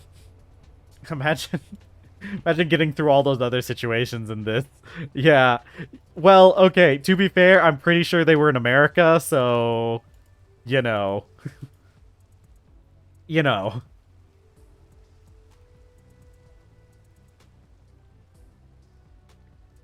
Alright, what do I do with these stupid logs? Um Centrifuge. Central fugue. Methane gas. Methane? Yeah, I'll drink to that. Okay. Yeah, but like, look. Who cares? Who do you think we have like gun safety here in America? Do you, like, come on. Have you seen this country?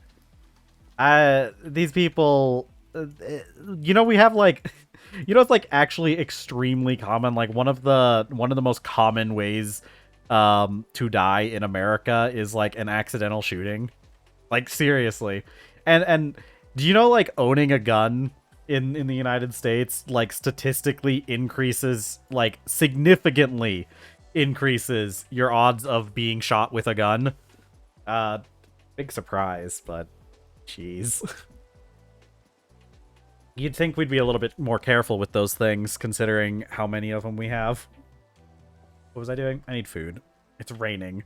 My tofu can't dry out when it's raining. Alright. No. Okay. I guess we're just gonna have to eat something aside from tofu. I'm gonna lose all my protein. And my dairy's been going down. I don't understand how this nutrition system works, to be fair. I don't think anyone does. I'm gonna eat these pineapples. No, it's really crazy. I really think that it's really crazy too, because like, you know, I make fun of how we don't really like listen to gun safety in the States, but like that's a really recent phenomena. Like a few decades back, we actually did have a lot of gun safety emphasis in our country. Like everybody who had guns went to like gun training and knew the proper stuff about like how you're supposed to use a gun and weren't like dumb about it. But like at some point we stopped doing that. You know, we used to have like shooting clubs in school. It used to be a pretty big thing.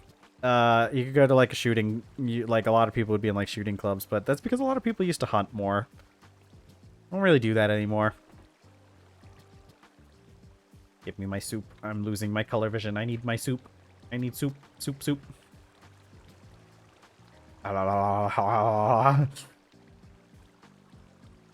Pineapple rice? That actually sounds pretty good.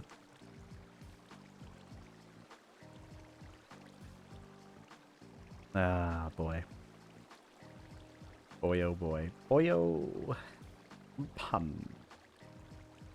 Pontificate. So...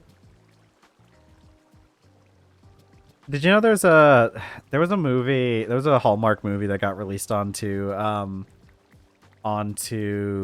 Netflix recently that's called Fall into Winter? I started watching it because like I like a good trashy movie every now and then, but like dude, this one was just bad. It's like one thing to be not very interesting when it comes to like tropes and everything, but like man, this movie was just bad. I don't even remember what happened in it. Two women. Mango sticky rice would be good. What am I gonna do next? What am I gonna do? What do we do next? I've got to get everything set up for this stupid things. Stupid centrifuge. Stinky centrifuge. This actually shouldn't be that hard. I need... we're not doing the crushing wheel. I'm doing gas. I'm doing gas stuff. I'm not messing with all that yet. Maybe when we get some more iron lying around. Actually, maybe we should... You know what we could do? Let's count up how much iron we need. So we can tell. I actually have a lot of iron sitting around right now. We might legitimately just have enough iron to make the crushing wheel. We need 21 pieces for the mechanical crafters. And then what's it? 16 for this? 4, 8, 12, 16. So that's what? 37 pieces? I think we actually just have enough for it. So that's 32.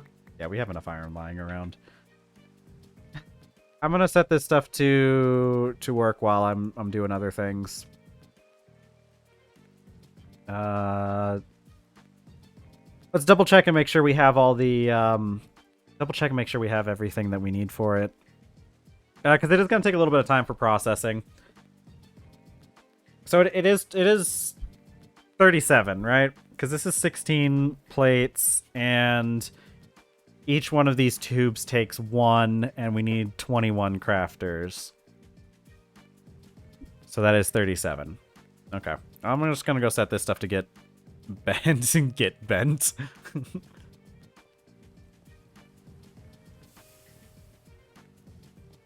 Bender.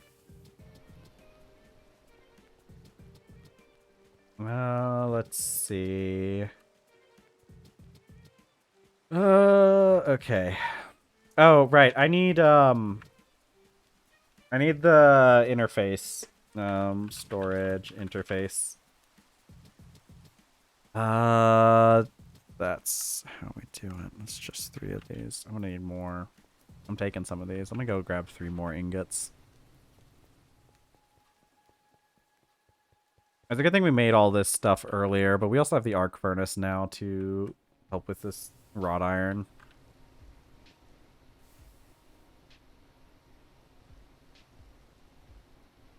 Okay. Oh,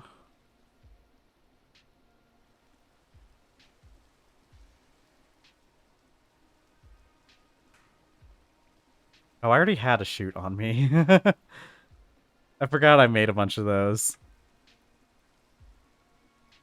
I'm gonna need more. Forgot. Oh, wait, don't I even... it only makes 1. Yeah.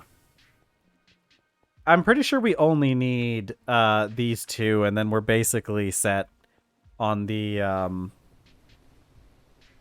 we're basically set for all that stuff. 'Cause I think it's really just the portable interface that we need.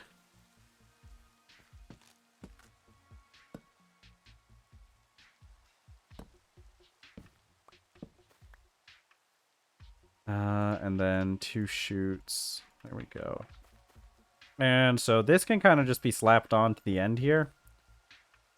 Let's make sure. It looks like it got stickied. Yeah, okay. Because that part's also in there. I don't know why. Yeah, there we go. And then I just need... And I put up all that stupid logs. Planks. Let's see. Let's go. Let's go.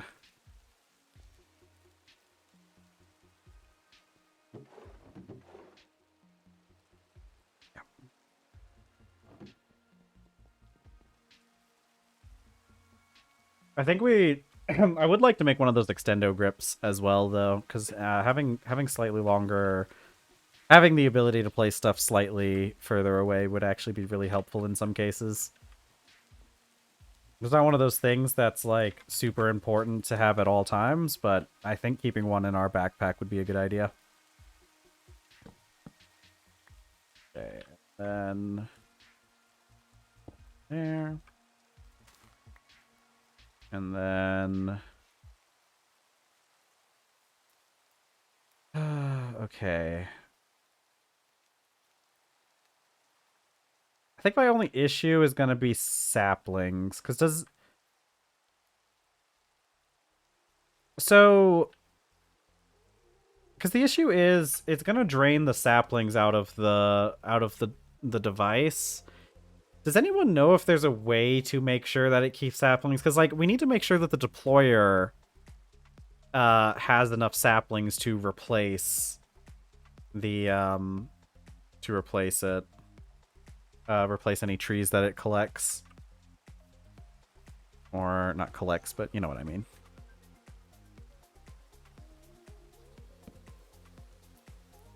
I don't know if it really matters that much, but we'll see. Filter deployer?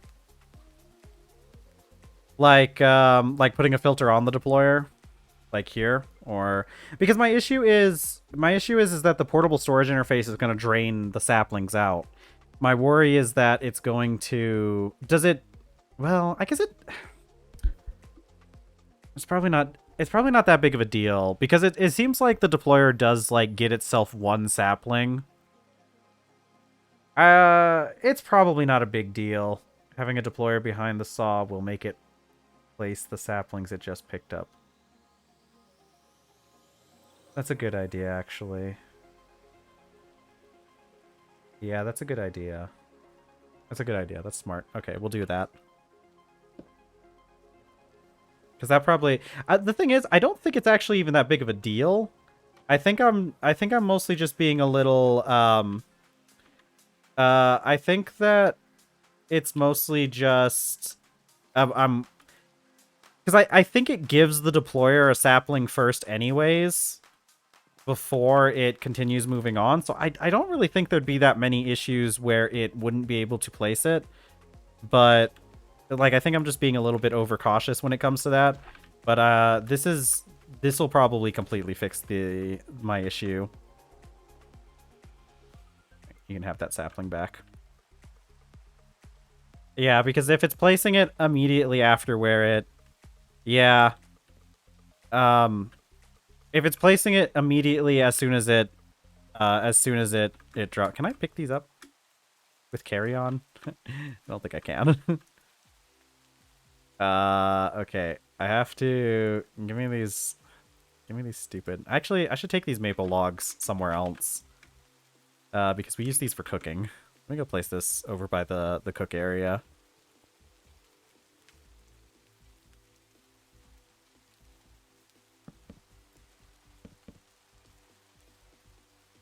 Why are you like this? Let's see.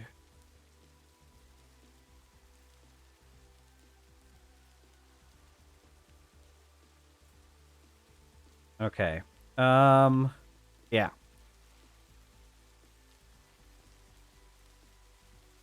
Now, well, we don't have to worry about these getting struck by lightning because it's going to, because the lightning rod.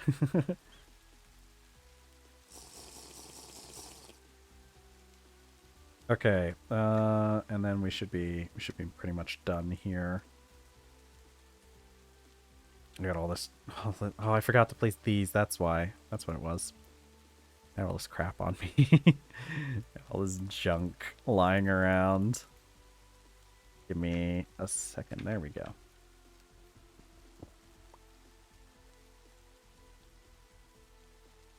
Okay, bronze crate. So that should work now. Let's put a couple of these things back in there. All right, let's turn this back on and make sure it works properly. All right. Yeah, because it should cut this down.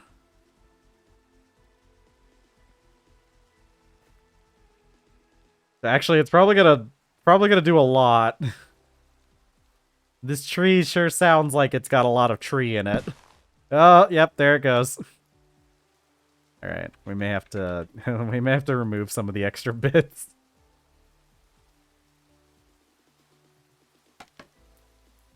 God, I love video games. They fulfill that fantasy of being out at 1 in the morning in the rain, chopping down trees.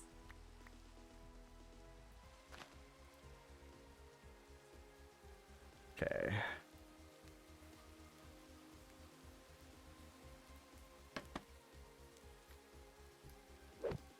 Nope, I can't reach that one. I don't know where I put the rest of my scaffolding.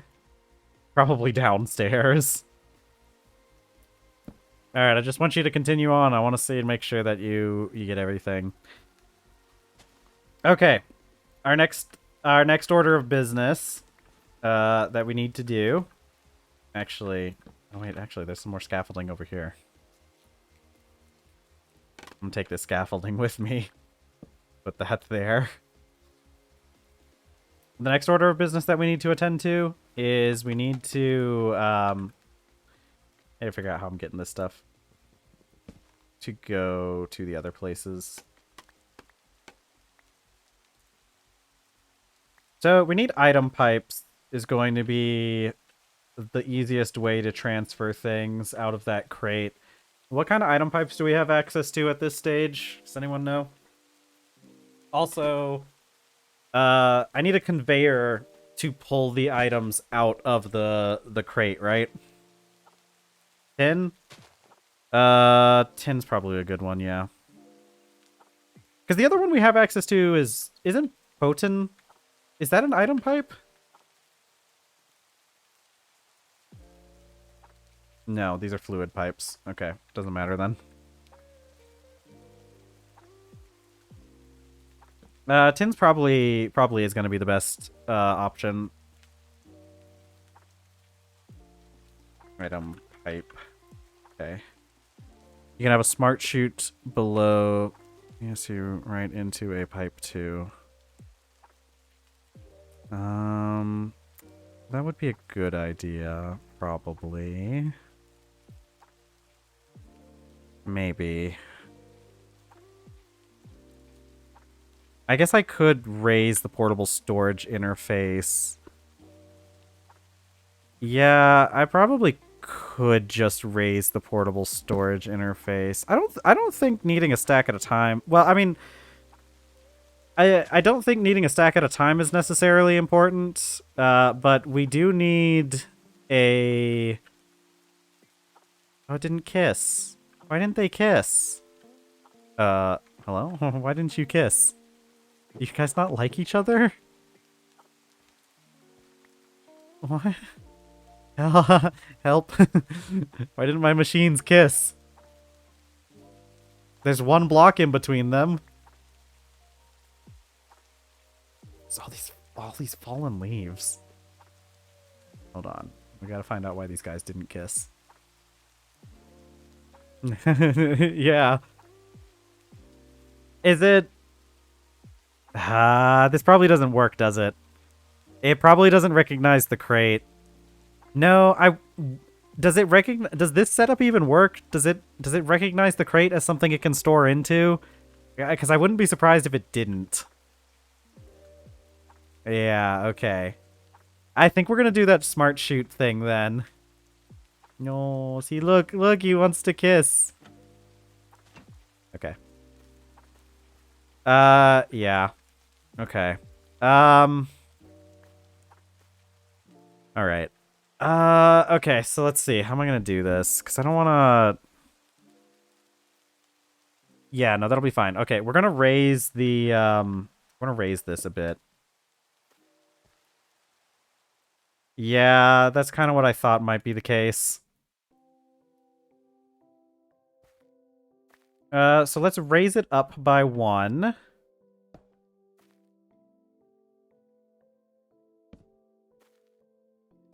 Okay, I'm gonna need the item pipes. Yeah, because if I raise this up by 1, I can put a smart chute here. And then we can item pipe, and we can... How do we filter item pipes? How... Can we filter... How do we filter item pipes? Ooh, nickel. Actually. Hold on. 10, 16. I might actually go nickel. We have a lot of nickel that doesn't get used for anything just yet. Alright. I don't know what does that mean? I guess I'm gonna need to get some of the item pipes so I can see how they work. These only come in small. Yeah, small, large, and huge. Or small, normal, huge, and large. These. They don't come in tiny, though.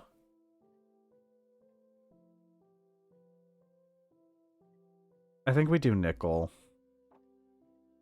Brass is an okay option, too, but I don't think I want to bother with that. Especially when we could just do nickel. Nickel. Get some item filters and have the pipes output to those. Okay. Item filter.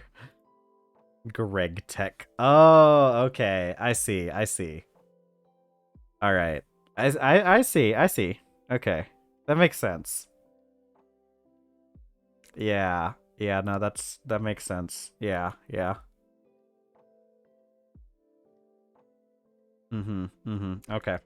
I see where we're going.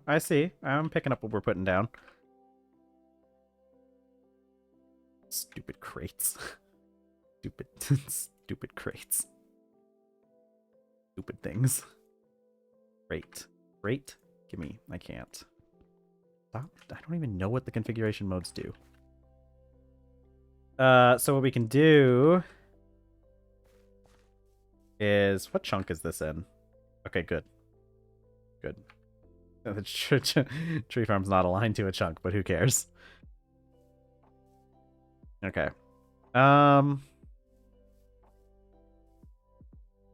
No, because this isn't going to be on this side. What we're going to do is have a crate here and have the centrifuge. Yeah. And then we can put a cover on them. Then you could have an allow list for logs into the centrifuge and a deny list for logs for the rest of the items. Yeah. Well, what happens... So what happens if I only do an allow list for logs on the centrifuge and then don't put a filter on the crate? Will it automatically push the logs into the centrifuge and then maybe overflow into the crate? Although that's not very helpful for me, is it? I mean, it's partially helpful for me. But not the way that I want. I might actually raise this up an extra one. Yeah, that's what I was thinking. Well, because what I could also do is I could also, if I raise this up a little bit more, I could put a chute and another crate above here for just for logs, and then have everything else and any overflow go into another crate off to the side. That way we could have a bigger buffer for all the logs. Which would probably be a better idea. Let's see. Yeah. How much higher would I have to raise this up? Right now it's going to drop down to here, so if I wanted to do 2 more, I'd have to go up 2 more on this thing. God, I need to empty my inventory at some point. Not today. Not today. Yeah, I know pipes can go up, but also, like... I'm trying to debate whether or not it's worth it to have them... Yeah, I guess it would just be 2 extra pipes, wouldn't it? If I had it go up. Yeah, but then again, I could also just have it be higher up, and that way I can walk under it as well. I think I'd rather do that, just so I could walk under it.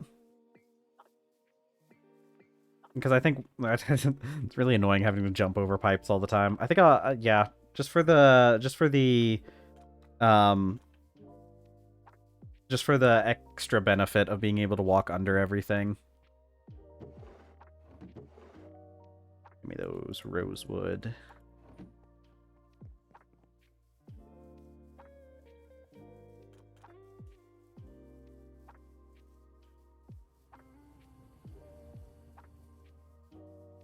Okay, so let's see. We're currently, what? 1, 2, 3 off the ground.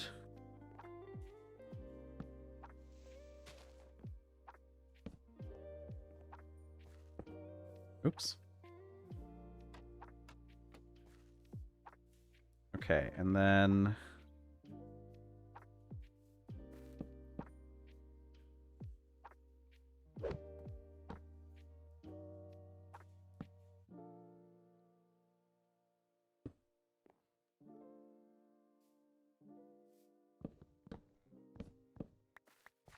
Okay, make sure I gotta make sure to get everything glued.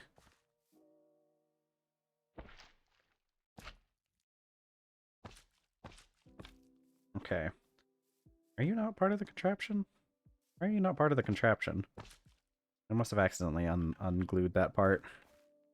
And I... What am I doing? No, we don't. I'm gonna try to make it so that... How are you collecting the ground now? That's not accurate, is it? Oh, whatever. I don't think it matters. Actually, doesn't matter. Is this thing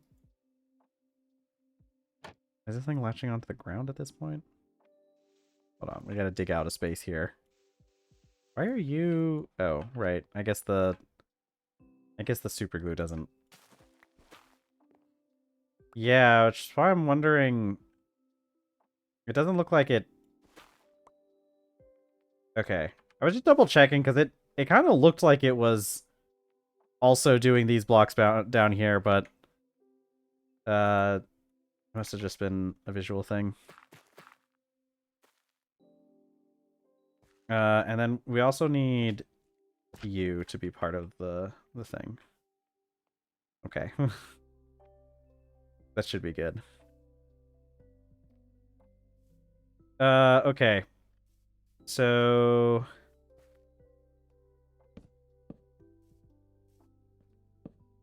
let's go make that smart chute.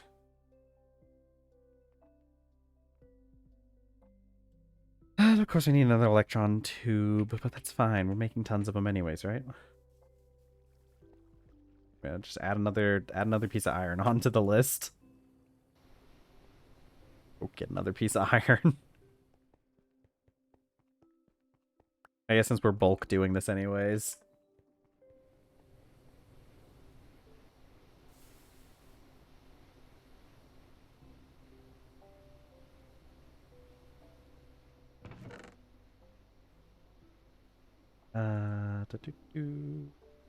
Gotta put up some of this stuff. Actually, don't we need these? Don't I need these for the electron tubes? I do.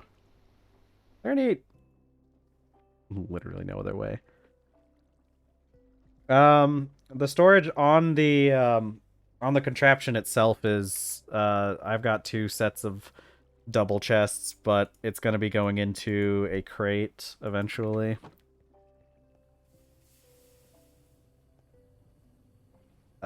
Let's see. Smart shoot. I think this is all of the plates that we need. I need to set aside 21 of these things so I don't accidentally use them. So there we go.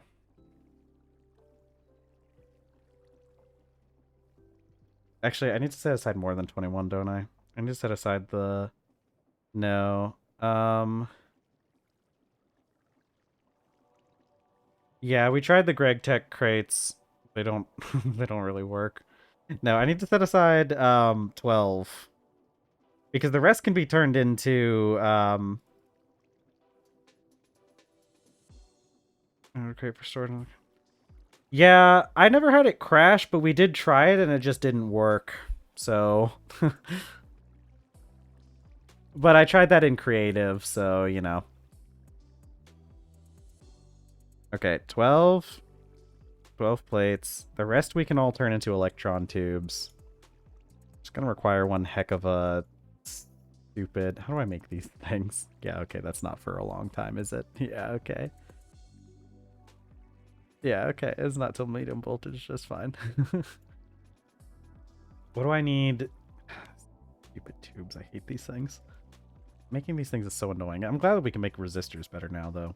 And half the other things. What else do I need for these? Glass tube. Actually, you know what? Put you up here so I can just mouse over you.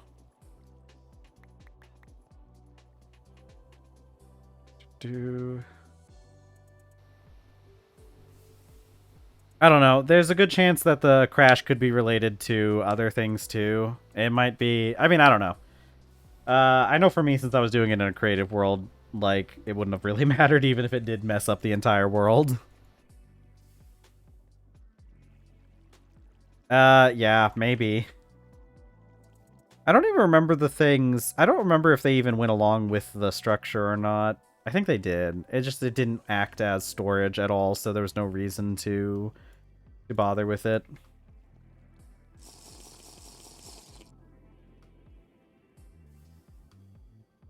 Printed circuit boards. I got resin circuit boards. I got plenty of those.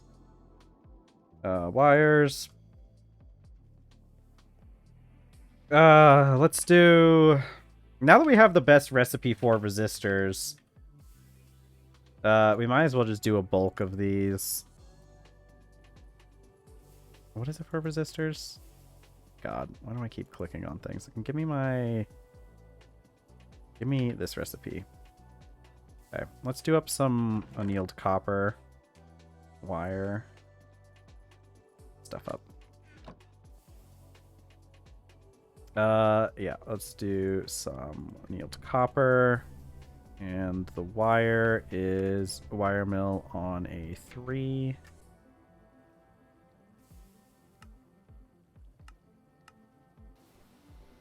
I'm gonna get more copper. I might as well just do a batch of annealed copper. And probably get the electrolyzer back up over here. Where did I put my electrolyzer? Right there. Okay. Ooh, actually, you know what? Can I can't filter outputs from this menu, can I?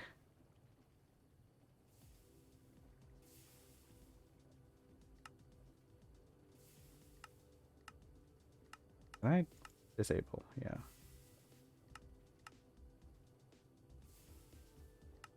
Will it? Okay. No, only... Will the blast furnace even accept... If there's already oxygen gas in there, it's probably not going to accept a different kind of gas. So we just gotta make sure we never run out. Go fill this barrel up.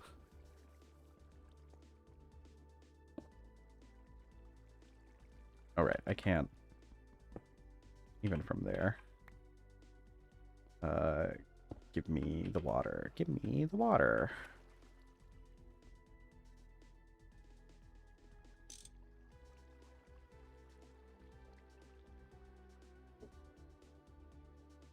Okay.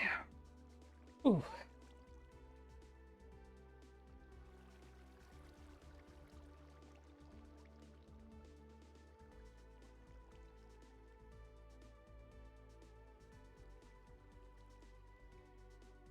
We'll just wait a little bit. This thing only these pipes only have a pretty low fluid transfer rate.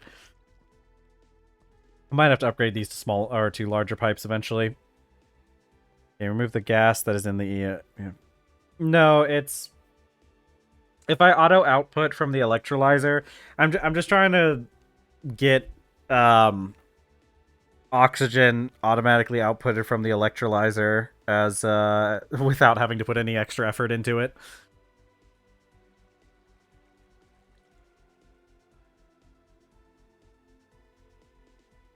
But it's going into that arc furnace. I think it'll be fine as long as it never drains of oxygen. I doubt it's ever going to start accepting hydrogen, but I don't think it's going to be an issue regardless. I think it'll be fine. Super jump. No.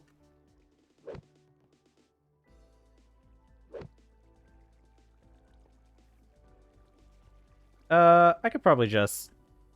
nobody cares about the extractor, right? That wasn't anyone's favorite machine, so... I gotta move the extractor. Let me make sure this isn't... where are my clippers? There they are.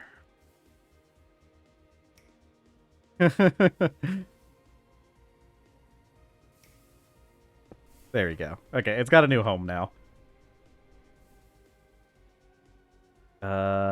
Screwdriver. There we go.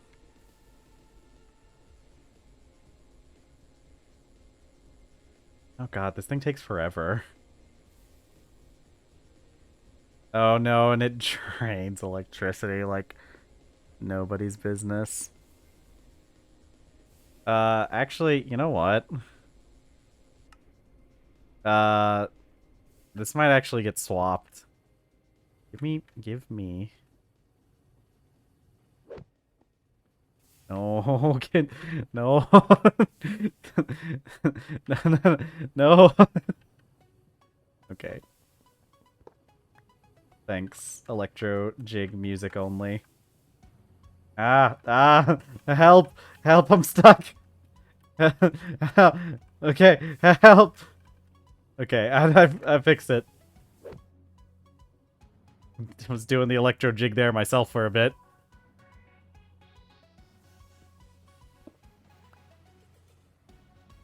Let's see. Here we go. Yeah, I think this thing needs to be closer. I think this thing needs to be closer to the to the generator.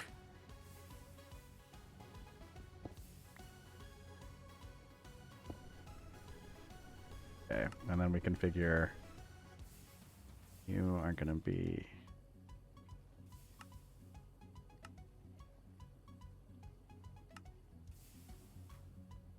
okay. Should be good. Let's see. What if I'd be blocking the polarizer.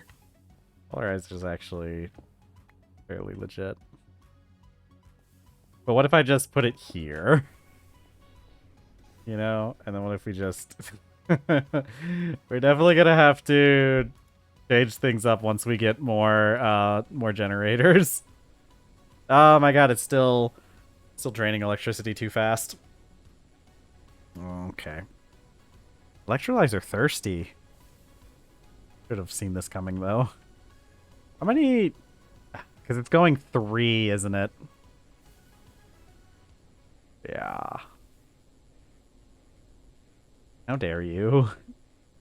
How dare you, electrolyzer? Odds.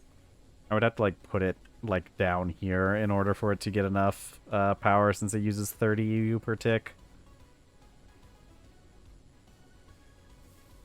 True. True. Soon we'll have superconductors and it'll fix a lot of this problem.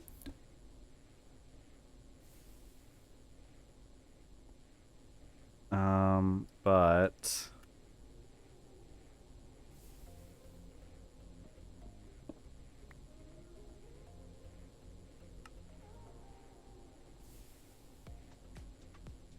Alright, I think we're gonna move some things around a little bit.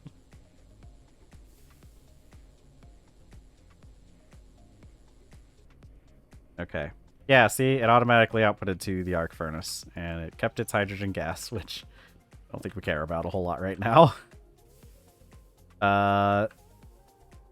Give me your oxygen, though. I do want oxygen.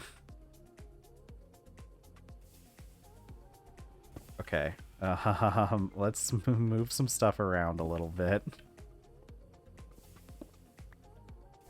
So... electrolyzer can go here. And arc furnace can go here. And the wire mill and the bender can go on top. And then we just do this. And put the water container on top. Yeah, it is. But I think this also works.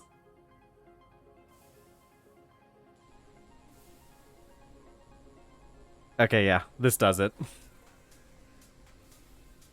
Okay, auto output your fluids. No, like that, disable that. Auto output. Oxygen gas. There we go.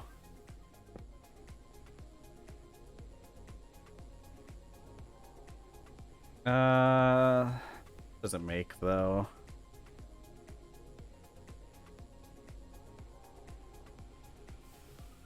Okay.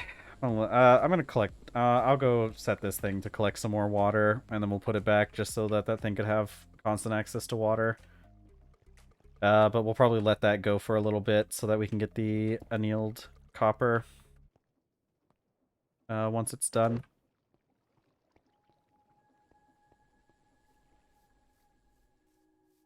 Okay. We still need to shoot. Make those pipes. Actually, let's make food. The tofu should be done. Oh, why'd my bitrate... Okay, it's whatever. I only see the bitrate drops. I mean, I need to start looking more at the live bitrate shown by my... shown by my OBS as opposed to trying to check the ones given by Twitch, because Twitch, honestly, it's not even really that useful. It just shows me like in the past 15 minutes, so it's kind of, I mean, it's useful to show that I was dropping bitrate in the past, but it doesn't help me when I'm like actively dropping it now. I'm just making a full thing of tofu, I think. I think we need the protein. That's good. We have dropped some frames. We've actually dropped quite a few frames, but it's sporadic enough that you probably wouldn't really notice that much. I'm just like I said earlier, I'm kind of just keeping an eye on it today because of the weather. Although we're almost at 4 hours, which means we're basically like, even if the weather knocks the stream out again, I'll be satisfied with 4 hours, but I do want to do the 5 hours so that we can see how much more traffic I get during that last hour.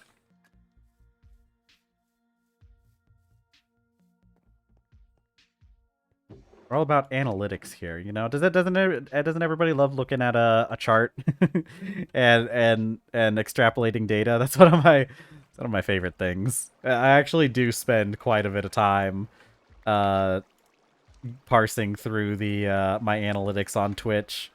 I get into this whole thing where like I'll be looking at my Twitch analytics and I'll sit there for like half an hour or so.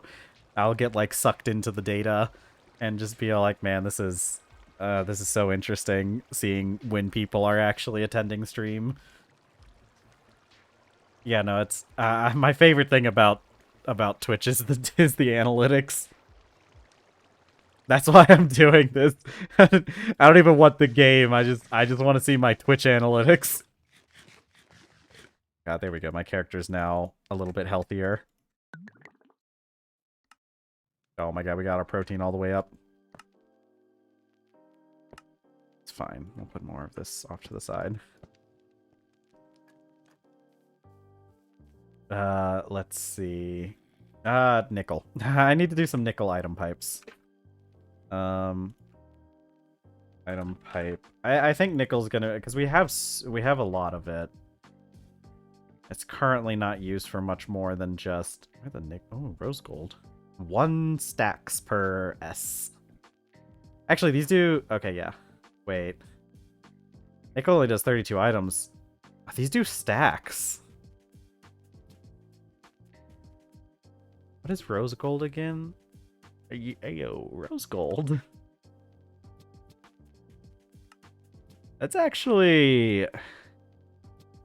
Rose gold isn't that hard to make. Electrum. But it has the same stacks as rose gold. It is overkill, but it's also not that hard to make. If there's one thing we have probably an excessive amount of, it's gold. And if there's a second thing, it's copper. Although we use copper all the time, as opposed to gold, which just doesn't really get used much. I know Electrum gets more useful later on. And we don't have a huge amount of silver. Silver, even in the veins that silver pops up in, it doesn't... Long distance item pipeline. That's cool. I might actually go for the rose gold. We have all of the stuff. Yeah. But I have so many gold mines, though. I have, like, several gold mines, and half of them are on accident because I was looking for something else, and gold just happens to spawn with them. Let's see. Like, there's actually... This island is covered in gold. We do have a source of cobalt. I don't remember where my cobalt is, but we do have a source of cobalt somewhere. I just haven't been touching it because it's, you know, poisonous. But there's cobalite and then the cobalt somewhere else. It's crazy that the black bronze is also 1 stack per tick. I think I'm doing rose gold though. Copper and gold? What does it take? What do I make? Bender, anvil. No, I just want I want ingots of copper and gold. Oh, right, that's right. I can do it in the mixer now, can't I? Yeah, 4 gold, 1 copper. Rose gold. Yeah, we're lucky that we were able to get some relay gar. Yeah, no, this works. I'm gonna do rose gold, I think. Because what, each batch is gonna make 5 of them? How many do I need? How many of these item pipes do I need, realistically? Also, wasn't I doing something? Yeah, the electrolyzer was doing stuff. Yeah, we've almost got the arc furnace filled up. Yeah.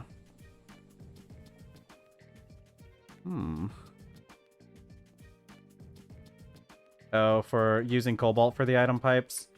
It's possible. I mean, I think the thing is that the answer for what's going to be the best to use for item pipes, I think it's going to vary depending on vary from person to person. I think it's realistically just a matter of what you have available to you, because that's a thing. Like, I don't have tin available to me in large quantities except for like on the mainland, which is fine. There's lots of tin on the mainland. It's not like it's that hard to get, but I really do just have an obscene amount of gold. Like, where's my gold? See, here's a stack of gold. Here's almost a stack of gold. Here's half a stack of gold. And this is me trying to avoid getting gold. Here's some more raw, rich gold. I haven't been purposefully mining gold. It just keeps showing up. It's this island, like I said, the Spanish would have loved our island because we are flush with gold. Yeah, tiny gold fluid pipes. Yeah, for transferring any especially for transporting anything that needs to be even a little bit hot, like steam. Yeah. What was I doing? Yeah, no, it's okay. Yeah, true. Is that a thing I have to do I have to worry about that, or is that just imagine having so much gold that you just use it for your pipes. All right, arc furnace, make me some annealed copper.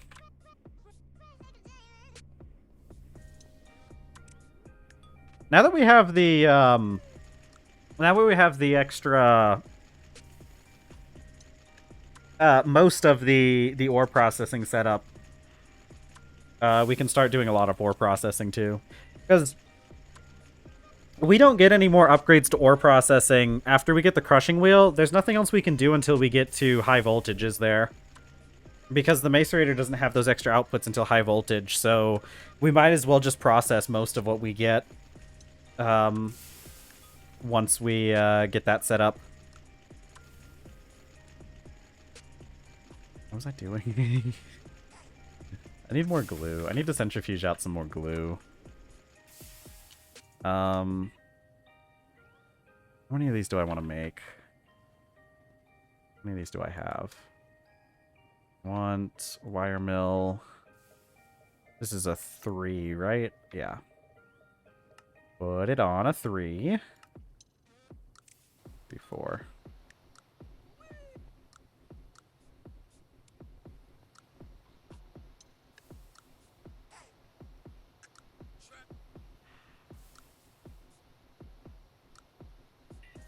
Is it 4 or 8 per operation? It's 8. Okay, good. I want to get a stack of these, and then we're going to make as many resistors as we can with a stack, which it's, what, 64 divided by 4? That's what, 16? Yeah. So let's get 16 of that, of these, the sticky resin.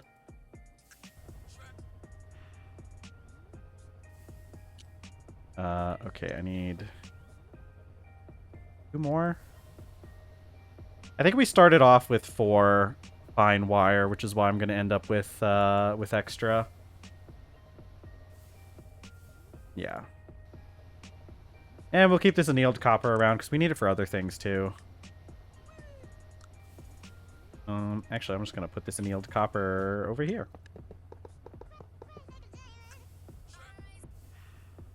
Okay. And then 64 into here. Yeah. Here's my drum.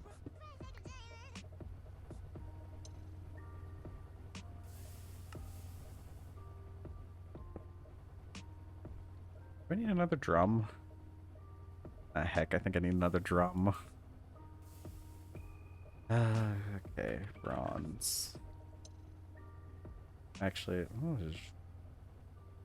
you know, it'll be fun. Actually, we couldn't. I could make. Why have I been making gold drums this whole time? I kind of forgot that we can make drums out of gold. I think we'll start making them out of aluminum once we get to that stage, but that's going to be a little bit of time. Not that much, though. We're really close to getting aluminum. I'm going to make some... I'm just going to make some drums out of gold. You almost done? No, you're not. Let's see.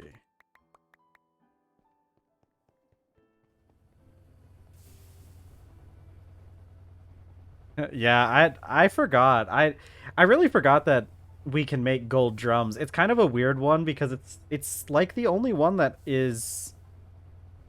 Yeah, it's like the only one that's the same as another one.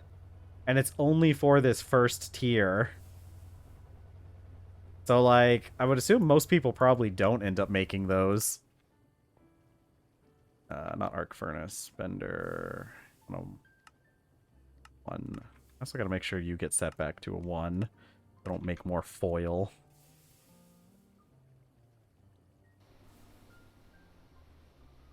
Yeah, no, this is definitely a weird place where I'm finding excuses to use gold for everything.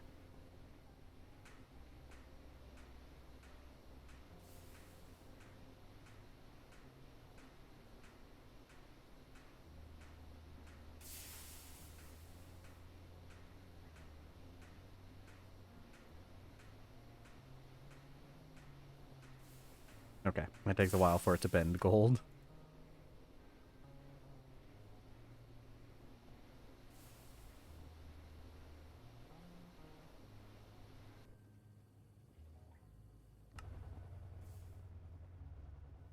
Right.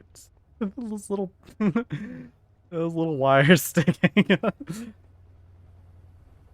Where'd I put that? There's another crafting table out here.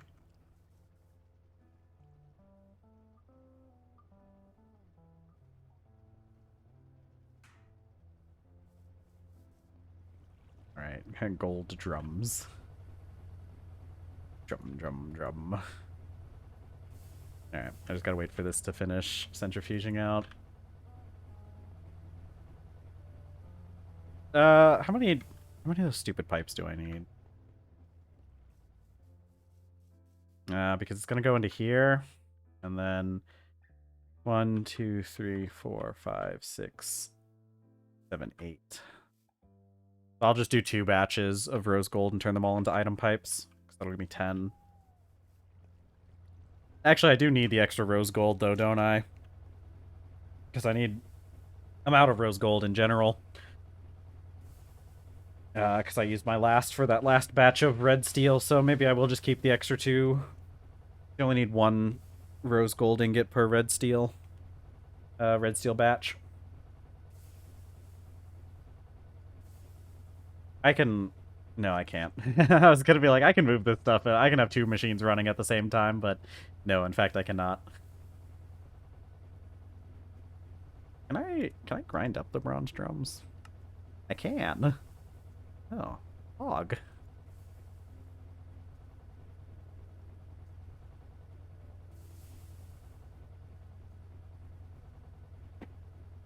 Dude, I had a friend. I feel bad for my friend.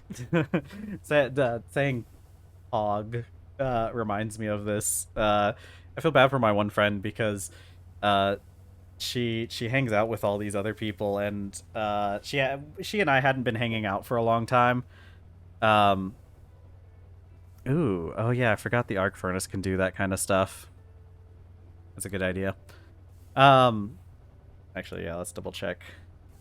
Yeah, we can arc furnace it for straight up ingots. Yeah, that's a good idea. I'll do that. I'll do that when we get around to that. I'll probably replace my bronze. Well, because I just don't want to have to make more bronze. So if I ever need more bronze, I'll just make a gold drum to replace it and then just melt it. or yeah, melt it down, I guess is what I'm doing. But no, my one friend, she and I hadn't been hanging out for a while because we were both busy with other things. But my one friend, she's one of the few friends that I use a lot of. Yeah, but the ratios on the tin and copper in the alloy smelter are worse for tin. I keep trying to explain, we don't have tin on this island. You know? The ratios, because it's 1 piece of tin for every 3 pieces of copper, which is bad ratios if you're trying to save on tin. Actually, I could make it into dust and then I could centrifuge out the tin. What else do we have? Charcoal, carbon. I mean, if it wasn't for the fact that we were saving on tin, if I had access to tin, bronze is whatever, I probably would just do the alloy. We don't have tin on the island. I'm trying to utilize the resources we have access to and save on the ones that we don't have easy access to. That's just, you know, that's, what's it? TikTok would call it girl math.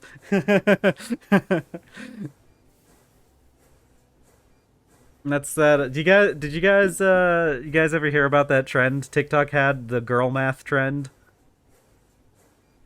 That was a fun one. I thought it was fun. I've been told I use girl math a lot.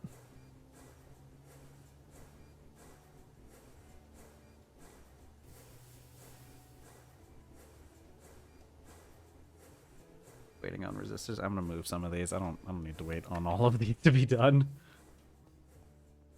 Okay, but anyways, my friend. I need more glue. What is my resin? Isn't it? The resin boards. Romas is ignoring. Listen, no. Well, I mean, I don't know. Maybe. I guess they're both girl math. No, it was such a silly trend, to be honest.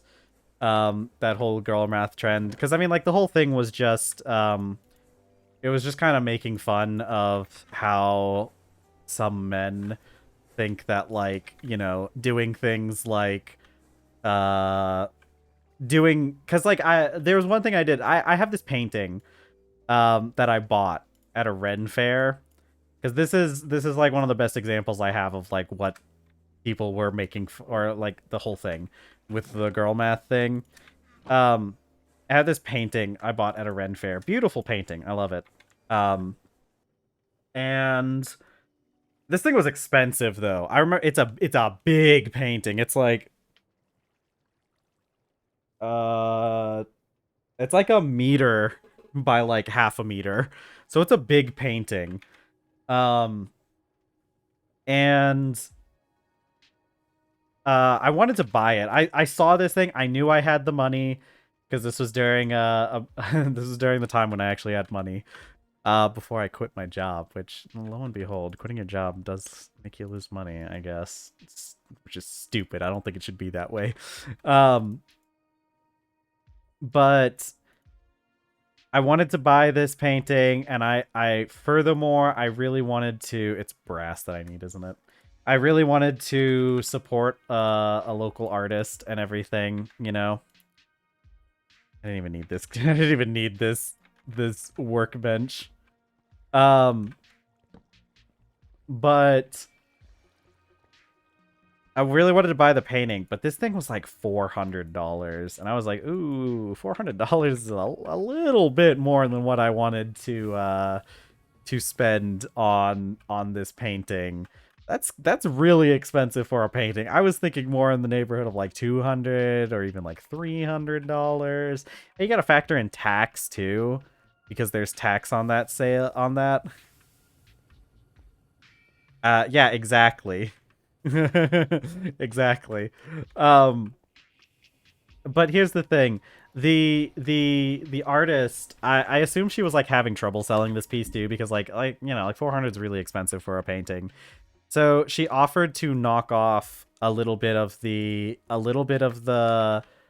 price, so that it was only she said to knock off 50, which like that's tax right there, right? Like 50% or like $50 off of the $400 order. That means I don't have to pay tax essentially, right? That covers the cost of tax. So I'm like, oh, you know, that's actually a pretty good deal. And also, she threw in an extra painting, a smaller painting, or a print. I guess we didn't get a painting. We got a print. One of her smaller prints, which is easily like a $50 value. So like, really, I only spent like $300 on this painting, you know? And, yeah, it's one of the most expensive things I know. I have not financially recovered from that decision. But it was worth it because I made a local creator happy. So that's what I tell myself. Why aren't you working? You have to be set to a special thing. Yeah, a 3.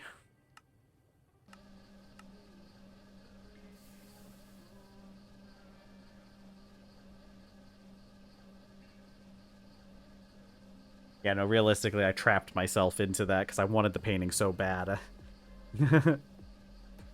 Yeah. No, it's okay.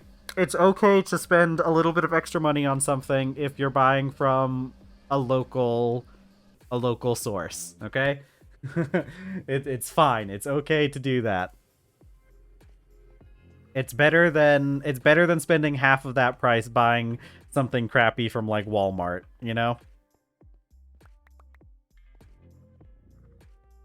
There we go. Okay.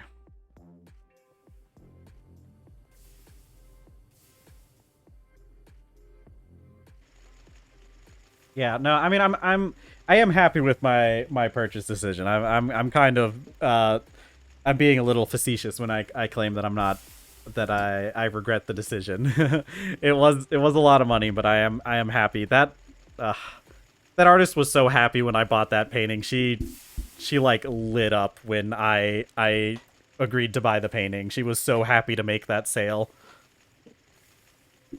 And that was well worth the slightly higher cost than what I intended on paying. Also, my partner, I let my partner pick out the print, the extra print that I got. So my partner got a cool print to go along with it, one that they were really eyeing in the first place. So it all worked out. Also, that was the only thing I bought at that Ren fair. My partner spent a little bit of money on some other stuff, but I only bought the one painting because, yeah, I wasn't gonna buy anything else after dropping that much money on a painting. Um, no, I'm really blessed that I was in a position where I was able to do something like that comfortably at the time. What was I doing? Pipe. Pipe. Pipe. Pipe. What if I just centrifuged it back out? I can just... Oh, what's this? Like, oh. That's cool. Can I do that? Why is this still a thing? I thought I got rid of these recipes. Can I do that? Is that... No, it has to be low voltage, so I can't use these, right? Oh my god, it does work. Huh. I mean, oh. What? It's only for a couple recipes that... What? Okay, whatever. I'm not gonna think about it too hard.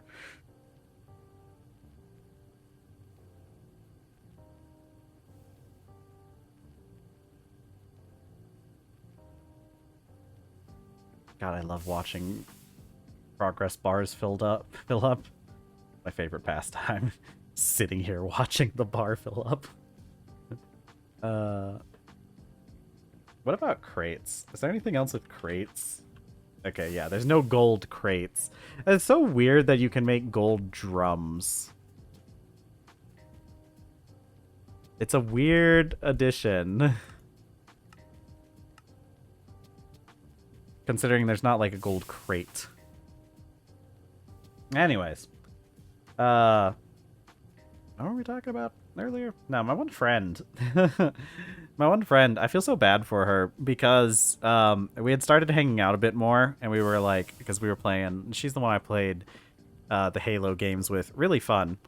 Yeah, but I think you could also put it items in there. I feel like if something can hold fluids, it can probably do a decent job at holding solids as well, as long as you're not like, you know, putting anything sus in there. So, but my one friend, we had been hanging out a bit more, and she's one of like she's like the only friend that I use like internet lingo with. I mean, I use it a little bit here on stream just because, you know, obviously we're online. But I still use like internet lingo with her because she was always into like watching streams and everything. And like, I know she really liked that one guy, Moon was one of her favorite streamers for a while. Like I've said before, I never got into watching streams so much. But but my friend, because like when we were playing, like we were playing games together, sometimes I would throw out a pog or poggers. And I mean, like, sometimes I say that stuff a lot with her when I was, actually, it wasn't even when we were playing games. It was just when we were talking more on Discord. Not, like, even voice chat, just, like, on, because when we were just talking through chat. Because, like, I don't know, my friend she'll sometimes send me something, and I'll just be like, ha, poggers. Just as an expression of mutual like enjoyment for something, you know. And my friend, she mentioned recently, and I don't think she didn't mention it in this way, because she said like I guess she kind of did. Now she let me know that like some of her other friends like made fun of her for saying stuff like that, because like she had been hanging out with me, so she like started like saying, you know, she started using that kind of vernacular with her other friends, and she told me her other friends were making fun of her for saying poggers, and I'm like, man, that's kind of shitty. I didn't say that to her, actually. I probably should have. I probably should call out her friends a little bit more often. But, like, yeah, her friends just, like, made fun of her. And I'm like, man, that kind of sucks.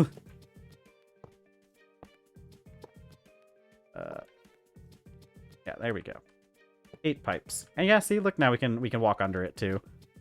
That'll be nice. I need another crate, though. Because this crate can go up here. My friend got me to say pog unironically. I think it's fine. I think it's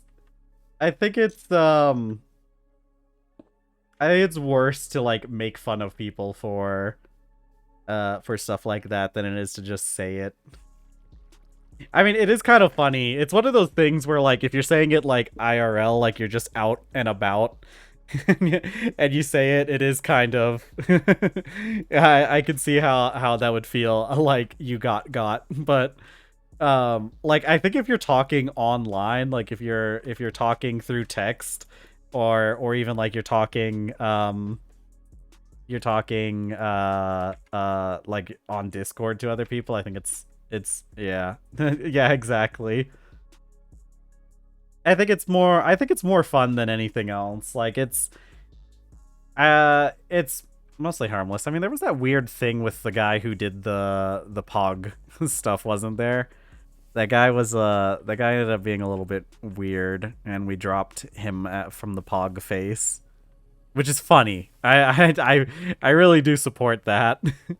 I think it's really funny when these people end up being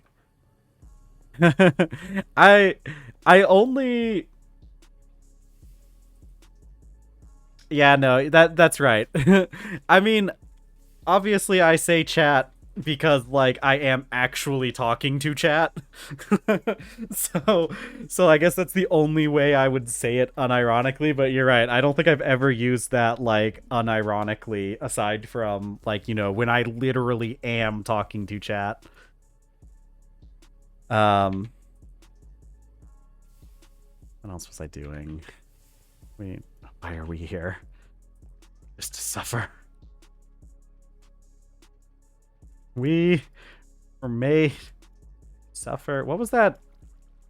What was that one guy? The one that was the really bad autism representation? Um, I am a doctor.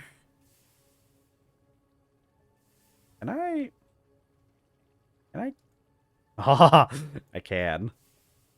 Oh, on.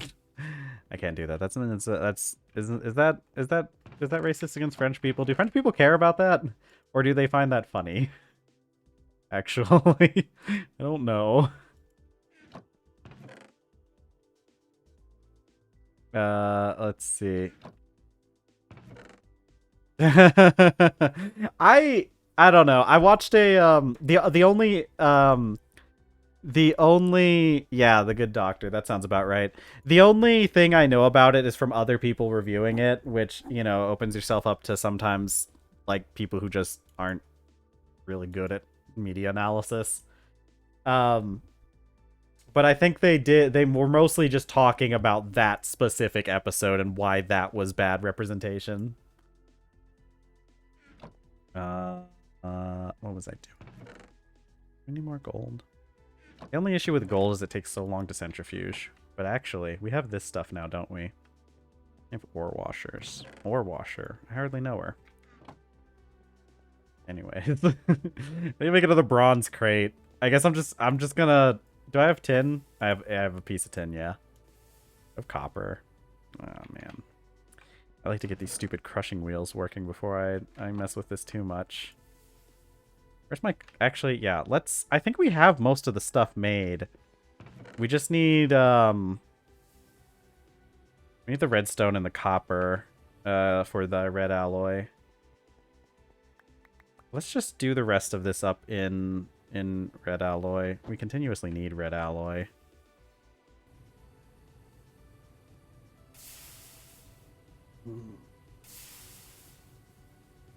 I don't know.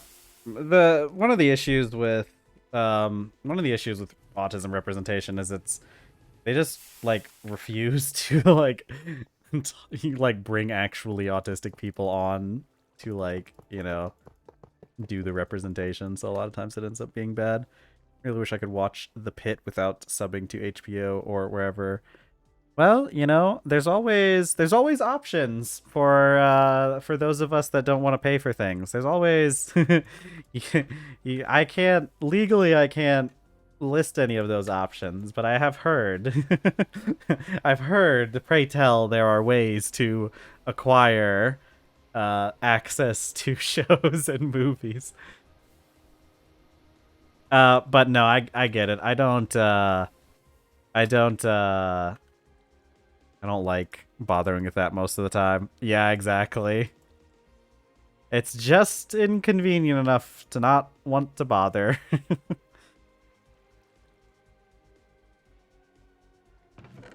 We need to do more glass. Is there a better way to make glass panes now, or are we still stuck doing it the same way we've been doing it? We don't have a chemical bath. We don't have a cutter. Well, that settles that problem, or that settles that. That's good. I mean, the good thing is that nowadays they're getting better about stuff, you know? They're definitely doing a better job. Oh, that's right. I can... Oh, yeah. I forgot about this. Do we need quartzite for anything? Or actually, quartzite sand's really easy to make, isn't it? Oh yeah, it's literally just sand. Can I get this by... Yeah, Macerate. Okay, cool. I'm gonna do that. I don't wanna... I don't wanna do the stupid glass pouring thing. No, I'm glad they're starting to get more representation. For like all stuff in general. I've been watching, there's this one person who does videos analyzing like different trans episodes. They had to step away from social media for a while after being bullied for stimming. Yeah, that's annoying. Because like, I don't know, I feel like stimming's such an easy thing to understand. Like, are you telling me there are people out there who like don't who don't like have to shake their leg from sitting too long? I don't know. I feel like that's a common experience, but what do I know? Maybe that's just me. What was I doing? Sand. Sand. Yeah, exactly. Lily Simpson. Yeah, that's their name. Yeah, because they just put out an episode. She just put out an episode yesterday about Johnny Bravo. Yeah, I've been really liking her videos. I saw her video about Bob's Burgers first, I think. I actually may have seen one of her other videos before that, but that was the one where I started like paying attention, I guess. But I saw her Bob's Burgers video recently, and I've been kind of watching some of her other stuff because I need something to watch, and nobody else is putting out anything decent. No, I really like her videos. Really, really well put together. And, very interesting videos that she has. Okay, what do I mix this with? Flint dust. Flintaroo, Dustaroo. How do I make you? Grinding up flint? I can do that. There.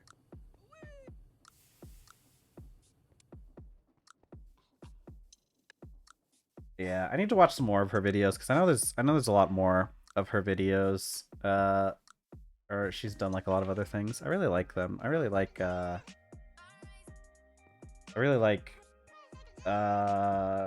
seeing those kind of perspectives. One of those things, you know, I think I like I feel like more people should do this. Like, you probably should be doing doing stuff like this just in general. But I do tend to kind of go out of the way to find content creators who have different lived experiences than my own, so that I can get more information about, you know, other people. Because I watch a lot of I also watch a lot of like African American content creators or black content creators. I think they actually want to be called black, to be fair. But they are African American as well, because I'm pretty sure all the black content creators I watch are from America.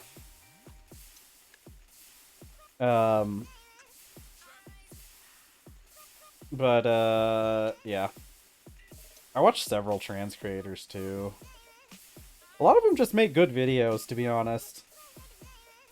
I find, well, I mean, it's also one of those things where I feel like when I watch a lot of other content creators, it can be, sometimes they can end up being a little sus. Anybody watch Noah Samson? I watch him sometimes. He's fun. I like, well, okay, maybe his most recent stuff hasn't been what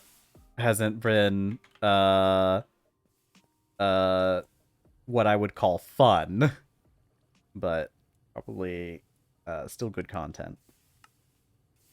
Oh, right, small piles of flint dust. Give me... I don't know if I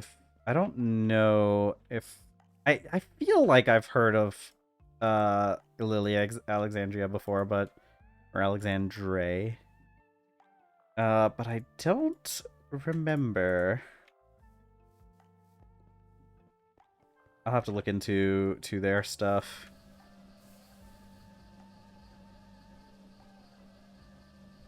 Yeah, glass dust. Let's go. That's good. I'll have to. I'll keep an eye out. I'll keep an eye out, especially if she pops up in my feed sometime. I don't know. I've been. What have I been watching? I don't know. I should probably watch some more. I've been watching a lot of media analysis stuff recently. Hazel for niche anime stuff. I'll keep that in mind. Anime is I do like watching me some anime review stuff.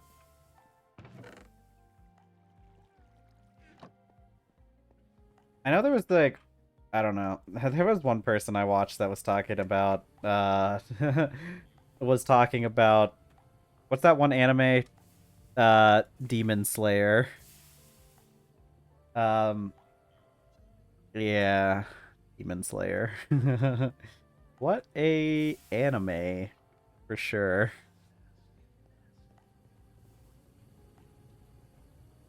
Let's see. What else do I got going on? I got more wires. Her enter video on America's Greatest Otaku. Those do sound like really interesting topics. I might have to see if I can find them at some point, or find her at some point.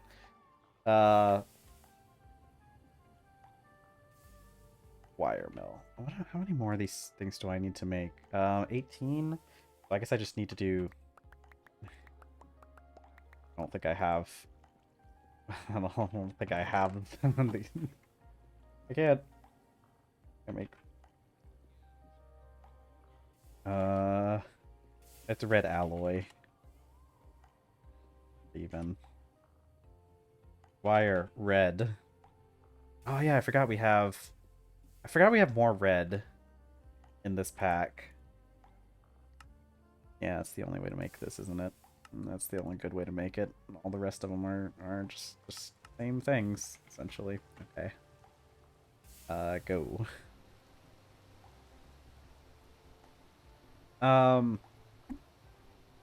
But those do sound like really fun videos. I don't know. I watched this one guy did a video on. Oh yeah, okay. Here's the thing, I watched Game Champ 3000 long before she started going by she her pronouns. I actually it's kind of funny because like I didn't. From my perspective, she just started. From my perspective, she like just started going by she her pronouns one day, and I was like, oh, huh, okay, cool. um, yeah, because I remember watching. I've watched a lot of her videos back in the day. I haven't watched too many of them recently. I probably should. I should get caught back up on her videos because she makes really good challenge videos. I was watching like I remember like her series on like all the Mega Man games. Those ones are really fun. And her Kingdom Hearts series are really good as well.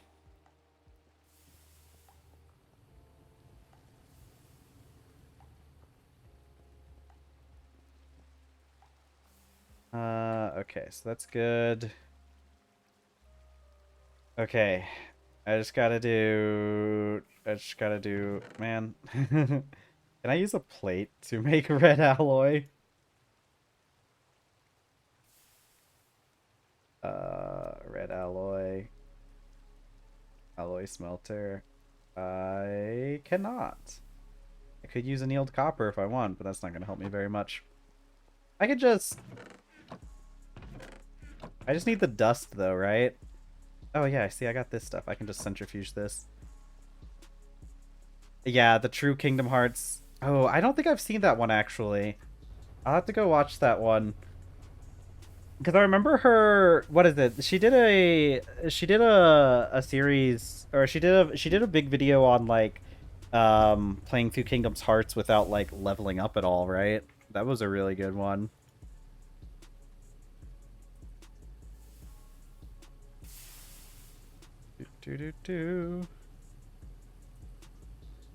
Yeah, which I really liked her Kingdom Hearts videos because I never played Kingdom Hearts, so it was fun getting to learn about how that, game is.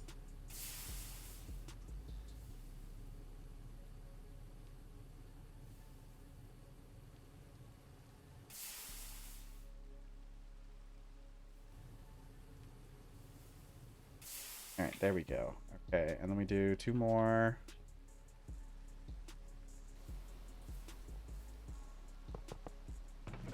Put up this flint to dust. Flinty dustu. Into dusteru.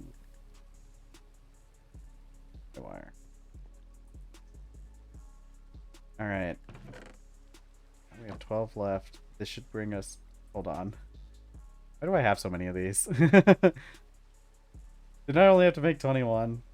I feel like I needed these. I needed these for something else. I know I needed these for something else, but the life of you, I can't remember why I have so many of these things right now. I'm just gonna take these. We might be able to use these elsewhere. Elsewhere, like the place where the Khajiits are from. Mechanical crafter. Now we have to make these stupid brass casing. I guess this isn't going to be that difficult, though, is it? It's literally just brass sheets. But that does mean I'm going to have to do a little bit more processing before I can get the what do you call it? Before I can get my crushing wheels.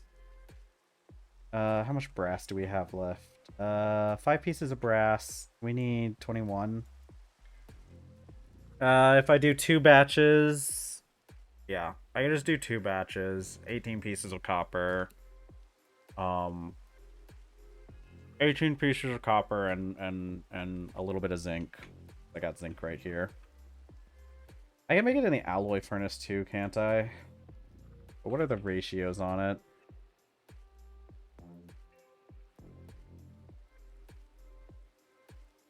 I mean, it's not bad ratios. But for a huge batch, it would probably just be easier for me to do. We have tons of zinc though. Yeah, we do have a lot of zinc. I probably will just do it this way.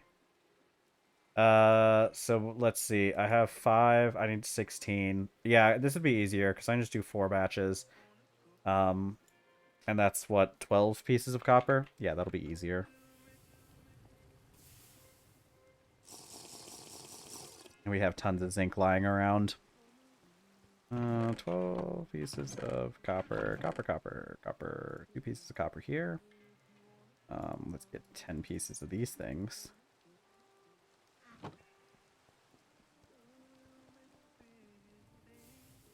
Let's see. Okay, forge hammer first.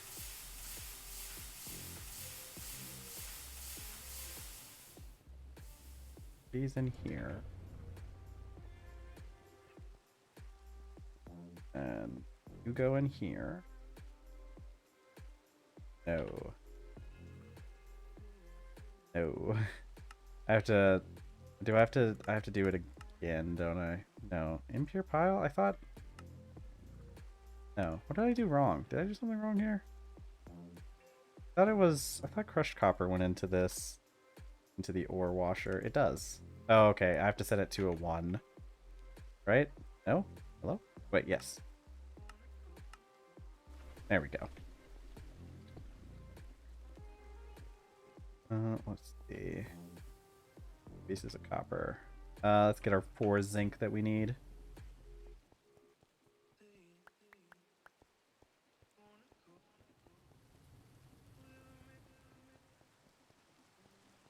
Okay. Alright. It looks like we're not doing so popular right now, are we? This extra hour hasn't had too many people. We're gonna collect more data next week and see if we can, if it'll be better for us to do to do the later streams. If not, I'm just gonna start earlier. I'm gonna start with the normal time I typically do, because it doesn't matter. There's no point in me going later and changing my schedule up. I'd rather do it earlier rather than later. Ooh, cobalt dust. Yay. There were a lot of people earlier today. Which was nice, but pretty typical for Fridays. It just means that we're going to... it's just going to determine whether or not I stay on when I do. I could also do like half. No, that's silly. The silly stuff. We're going to do the 5-hour stuff next week, though, just to get some more data points on the viewership. I think the issue is I'm starting to reach satiation on for like TerrafirmaGreg. We're getting small trickles of people coming in, but it's not as much as when we first started. So I think we're starting to reach a lot of the viewers for TerrafirmaGreg. I think the biggest thing that's going to help us out is just doing some other stuff for a couple streams. Which is why I think it would be a good idea to do that thing, to switch over to do Tuesday through Saturday. Because if we do those extra streams on Saturday, I think we could probably get some more people in. And we get to do all sorts of fun stuff. Oh my god, you know what would be fun? You know what would be such a fun playthrough? We could do Pokemon Mystery Dungeon. Wouldn't that be so much fun? That would be such a fun game to play on stream. Use the Mech Crafter for the second time. Oh, yeah. Dude, yeah, right? Yeah? Pokemon Mystery Dungeon? Those were some fun games. That would be a really fun time. Yeah. I'm going to be getting a DS emulator eventually anyways, so I can do, like, 4th gen. Oh, man, we could do a Pokemon Heart Gold Soul Silver Nuzlocke. That would be so much fun. Yeah.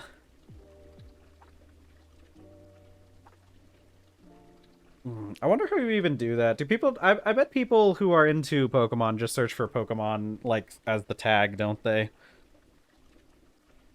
Since there's so many different Pokemon games that people could be playing at any given time. I wish Twitch had slightly better ways of, like, you know, finding those people that you finding more interesting content. I don't know. I haven't used the search functions.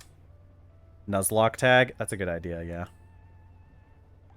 Well, because the thing is like you have to set up your stream for like what game you're playing, and I know like there's like a recommendation if you're playing more esoteric games to just do the just chatting tag. What do I use this for? What does this get turned into? Macerator. Hardly know her. What is this? What? That's a... Yeah, that's probably a good idea. Okay, if we just send this to a Macerator or a Forge Hammer. We do need a low voltage one. So don't get the extra chance, though, until we get the later stuff. Probably just Forge Hammer until we get... Yeah, I guess I should put an electric Forge Hammer back here, shouldn't I? So we can just... No.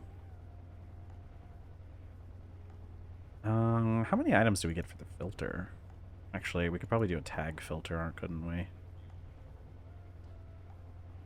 But we are getting little extra bits. Look at that gold dust. Just what we needed, chat. More gold. Totally don't have tons of that lying around.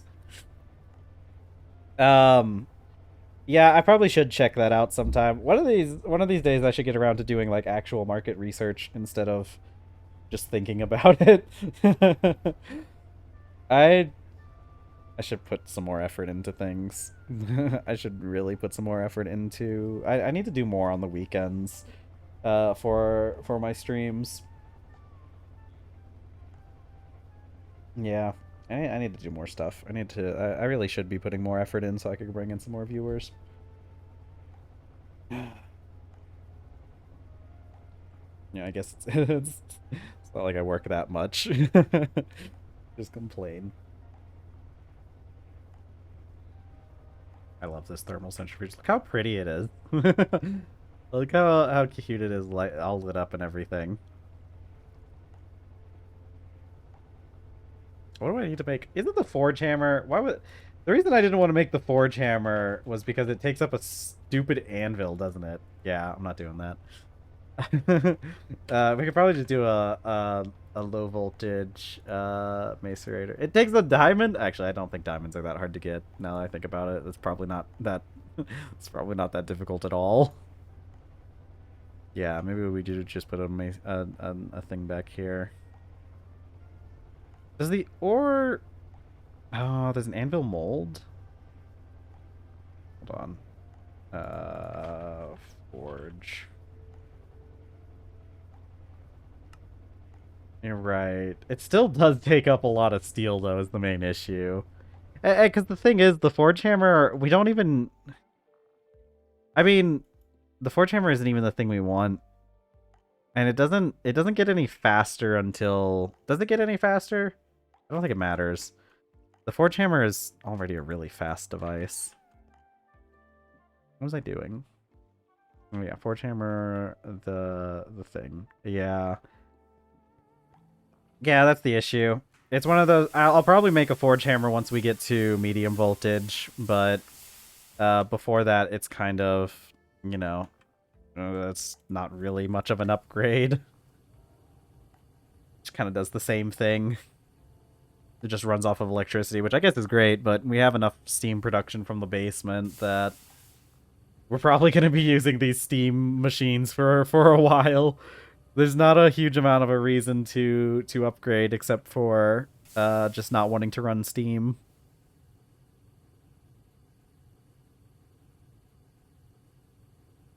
Go Power Rangers. Yeah, let me go grab the rest of the brass.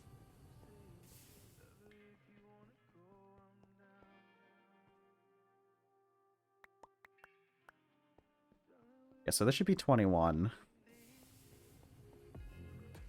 Yeah. Bender on a 1. Double check to make sure it's making plates. Yeah, okay. Hello, bees. I do like the bees. I know we don't really use them much, but I really like having them around. I just think they're neat. Vegetables.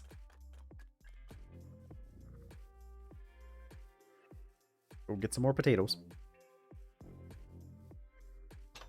I like bees. I'm actually low-key, I wasn't gonna originally mention this because I haven't gotten around to this yet.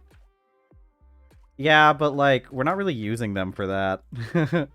We're just because the only bees that are doing any work are these guys in here. In the greenhouse. And they're not even actually doing anything. Are you guys stuck in here? These bees might be stuck in here, actually. They might not be able to come out of the top. Huh. Because, this stuff has no... Well, these ones have some fertilization, but that could have been from before. Yeah, I think my bees are stuck, actually. Okay, we'll have to unstuck the bees. They might not be able to come out if the sides are blocked. I thought they could come out of the top, but maybe they can't. It's a good reason, a good excuse for us to finish making the beekeeping outfit, though. Because how much of that do we have? Where did I put my beekeeping outfit? My parts of my beekeeping outfit that I made. Yeah, okay, yeah, we have... Okay, what is it? What is it we need to make these things? 2 burlap cloth and wood ash. We can make burlap cloth real easy now that we have the assembler. Let's do 3 potatoes and 2 pieces of rice. God, our greenhouse is so nice, though. This thing keeps us so well fed when I remember to plant everything. Where's my burlap cloth? I know we have jute. My God, do we have jute? Just process of... Wait, can I make jute fiber? I can make jute fiber in the mixer. Hog. That's really nice, actually. But I have the burlap cloth on me, so we'll probably do that later.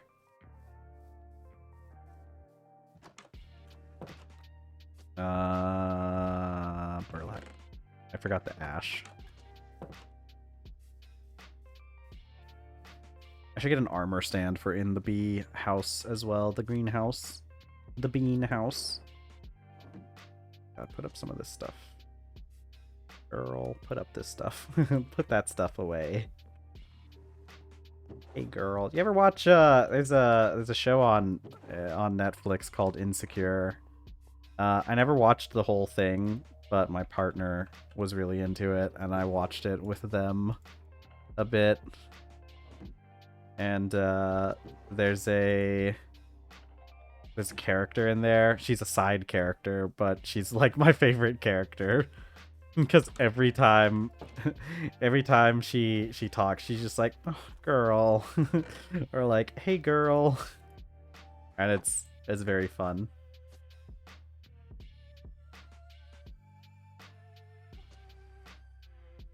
There we go, beekeeping outfit.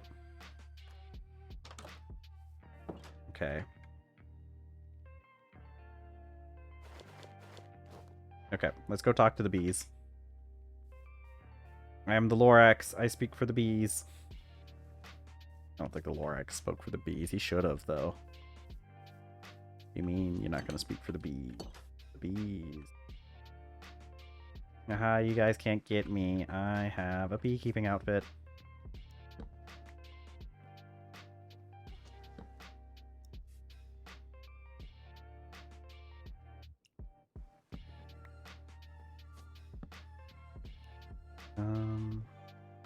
You know what I could do?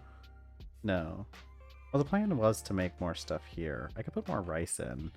These pineapple ones, we haven't even harvested them for a long time. There are two types of people who use Hey Girl, the sweetest person you'll meet. Yeah, no, this... Oh, wait, you can't... Yeah, it's blocked. Oops. I guess we will put this over here for now. Yeah, this one was just an office worker. I don't think she would have been in an MLM, but maybe. I don't know. It was just, she was a really good character, I feel. She was a very fun character. She was she was just an office worker. That was kind of it. I mean, she did appear in some other things even after the office stuff, but she was like the secretary of one of the characters' love interests. I don't even know if they lasted that long. I don't remember much about the show. I mean, I actually do remember a lot about the show, and I remember most of the plot points, I guess. I don't know why I said I don't remember it, because I kind of do. But not enough to, like, tell you off the top of my head. I could, like, talk about the show, but, like, I couldn't, like, talk about the show. Like, I can't tell... I could talk with somebody who'd watched the show, but I don't think I'd be able to, like, explain the show to someone else. Let's see. What's I doing? More plates. It's a show about... It's made by Issa Rae, a prominent black actress. Actor, I don't know. If you want to keep things gender neutral, you know, just call them an actor because they are an actor. And it's basically just a show about a bunch of like this community of black people, and like I think they're in LA. I'm not 100% sure. I don't remember. They're in California. And I mean, like, the main character is Issa Rae's character. But she has, like, her other friend, Molly, who's, like, a office worker type person. I think she works for a law firm, actually. She's probably not even actually... Calling her an office worker is probably not right, because I'm pretty sure she actually works at a law firm, now that I think about it. I mean, office worker as in she works in an office, but not like, you know. But like Issa Rae's character, which I think is just named Issa. I don't remember. I think she does just use her actual name in the show. Um, but it's just all about like a bunch of drama and like the social life of these people, and it's just all around a pretty good show. It's like a slice of life show, I guess, would be the best way to put it. A little slice of life anime, you know? Right now I need these things.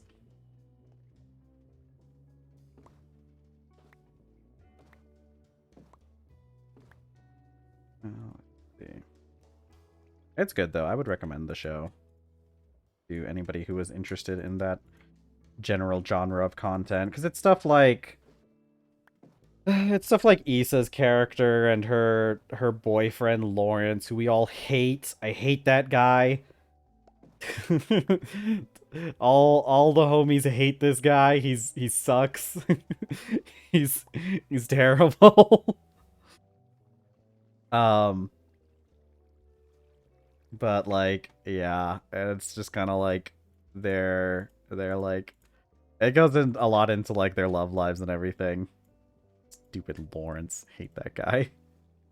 This guy keeps showing up, messing up Issa's life, you know, being a general nuisance and complaining because nobody likes him because he sucks. Oh man. Alright, I got mechanical crafters now. By the way, if it's easy to set up, you might want to put the chat window on the screen so VOD heads can keep up. You know, yeah, I've thought about it. And you're probably right. I probably should. It's not that hard to set up. The only reason I haven't been doing it is because, like when I was first starting out, I didn't want anyone to feel like, I didn't want people to like feel like they're on the spot because they're appearing in the video as well. But now that we're more established, it probably would be a good idea to start putting up chat, especially because I especially want to do that for the Nuzlocke as well. So I was kind of thinking about doing that in general. Was setting it up so that we had chat for the Nuzlocke, and then just keeping chat as a thing after that. Yeah. Yeah, that was kind of my plan that I had. Okay, let's see. 1, 2, 3.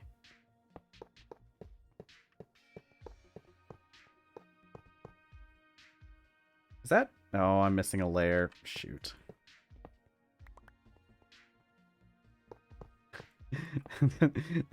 this stupid this stupid thing. Okay. I have to remove the stupid roof for this, aren't I? Okay. Yeah, I mean that's what I was thinking. That was my opinion and why I haven't been doing it previously, is just because I don't want people to feel like that, especially since I'm a smaller creator, and especially before I got. No, it's okay. I'm tearing this down as soon as we make as soon as we finish making it.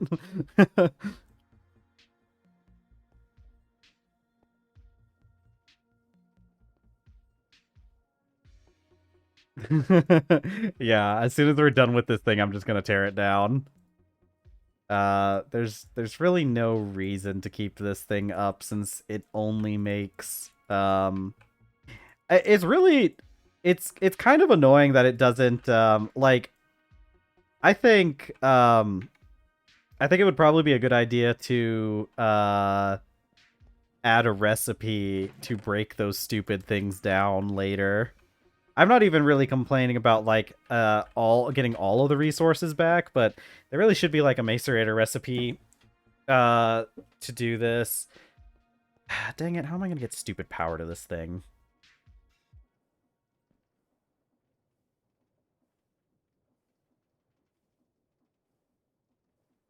Alright. Where are my cogwheels? I want to finish this. I know we're like right at the end of stream, but I want to get this made. Want to get these stupid crushing wheels made, and then next week we can set it up. What's it? All around the world. And then what? Hello? I have more, right? That would probably be... Yeah, I used up... Okay, that's fine. We have more iron lying around. It's not really that big of a deal. We need the electron tubes later anyways.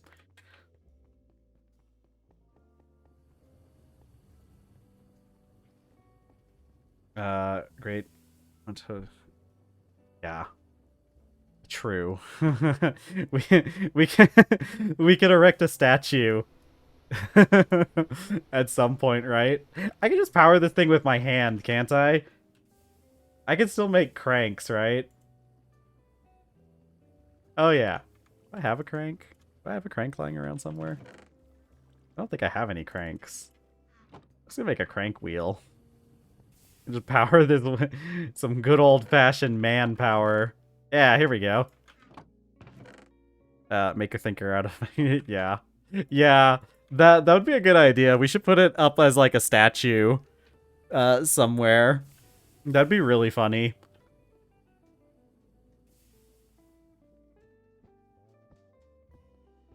Okay. Planks. Then I just need a piece of granite, which I kind of doubt we have lying around, but I know we have boulders out here somewhere. I'm pretty sure there's a granite boulder in this direction. Should probably just make the extra pieces in the rock crusher. Yeah, I think I'll do that. Where's my granite boulders? I think there's actually I think they're in the other direction. I think or is there... Wasn't there one on this pathway out here?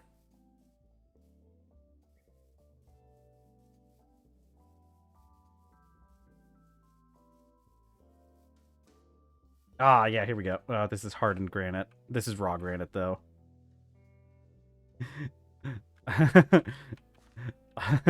No, I'll put up supports. I'll put up supports. The intrusive thoughts almost won with that one. Let's see. Okay. Do.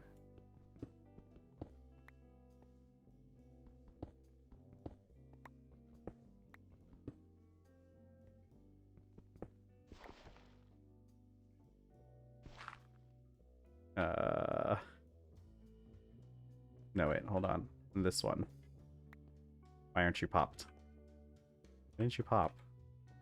I know the supports don't stop the pop. Why aren't you popped? You're supposed to pop. You're supposed to pop when I do that. Okay. I guess the supports did in this case. Maybe the last time I did this, I just wasn't actually supporting... supporting it. Okay. I'm gonna make more granite in the rock crusher, though. I'm not doing this again. Considering that thing's so stupid fast. I really was not expecting the rock crusher to be so fast. You know, judging by how this game goes most of the time, I was legitimately expecting the rock crusher to take like a minute to make a single piece of rock.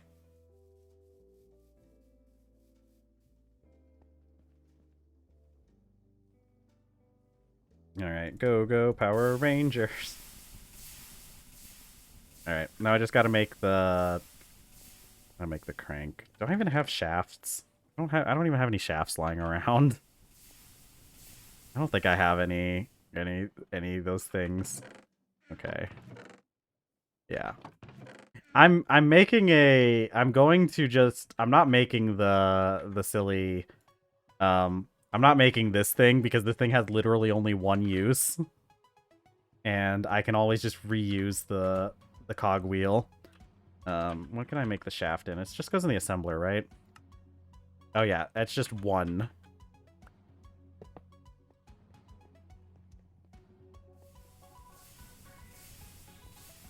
Assembler.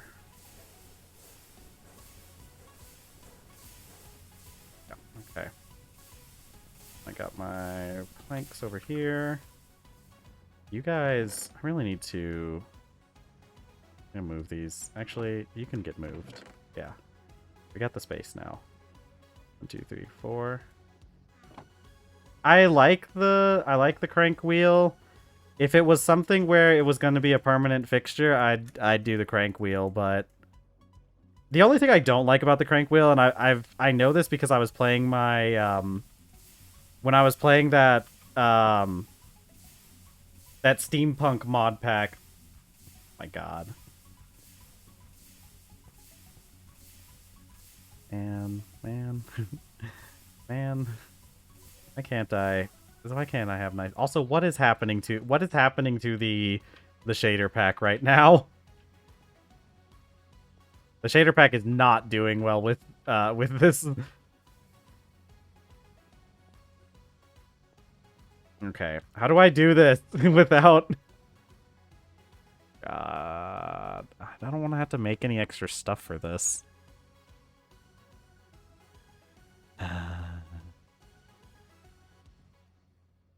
Yeah. Hold on. I can do this. Yeah, I can do this. I just need to move it forward one, don't I? Give me that. Let me go put up these rocks. But yeah, the wheel, like it doesn't place right. Like it's really hard to get it to like place right. And like if you try to right click it to rotate it, it just wrenches, which maybe it's just that version of the mod that does that, but like it's a little annoying. So it might not be something that's even an issue in this mod pack, but that's just what my experience with it has been like in other mod packs.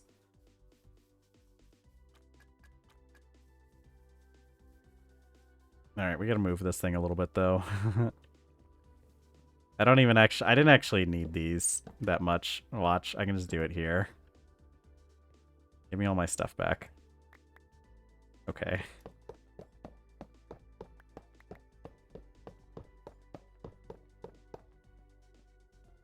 Did I get all my stuff back? More of my stuff up there? Okay.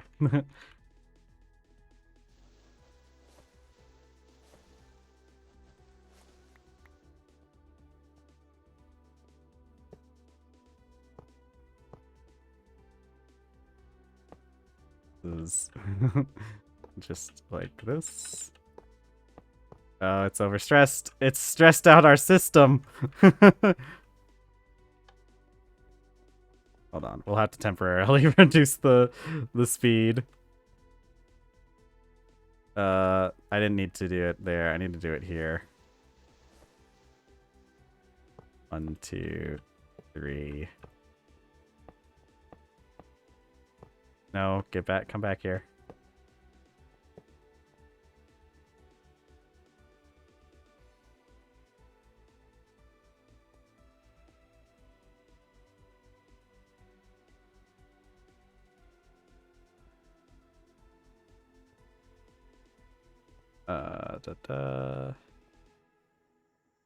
Doot. Okay. What happened to all of my... Oh, wait, no. I didn't need... It only takes 12 for this thing, doesn't it? Or 16. Oh, no. I just miscount when I was calculating this before. I think I just miscounted.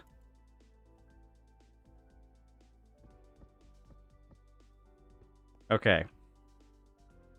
All right, let's go turn down the speed a little bit.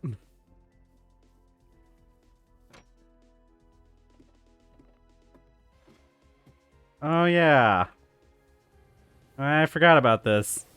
This is the area where we want to, we need to put glowstone in these things. These things running out. Okay. The issue is this spinning... It's so hard to tell when this thing is spinning so fast. Is this spinning clockwise or counterclockwise? Because we gotta make sure we have it set to the same thing. It looks like it's spinning counterclockwise. Let's just do... Heck, let's just do 32 for now. Ow, my legs.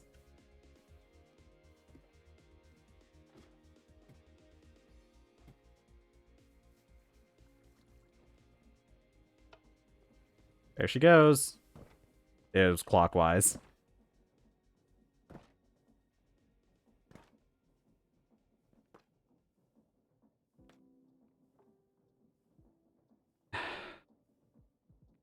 Well, does it just not see the... It probably doesn't see the barrel as a valid output, does it? Can I just do it without an output? Will it just drop on the ground?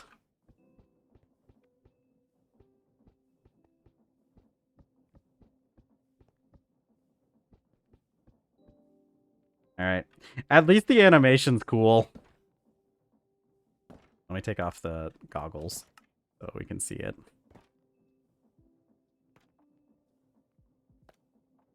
I hate this. Why does it require a proper output like that? Okay. Yeah, I know, right? What do I need to output this stupid thing into? Okay. I guess I just have these logs on me I can use, right?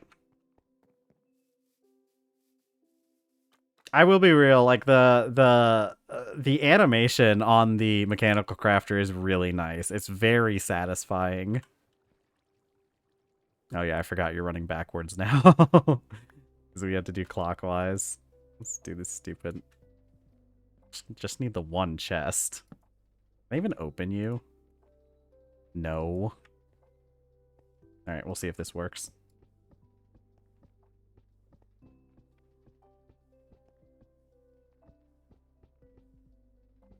Alright, we get to see the cool animation again. Yippee. See, look, isn't that cool how it all comes together? Conk. Jerkonk. Okay.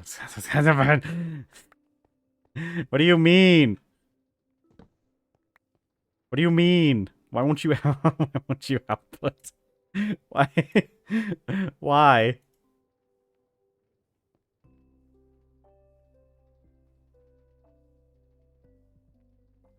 I'm putting you in a chute if you don't if you don't cooperate.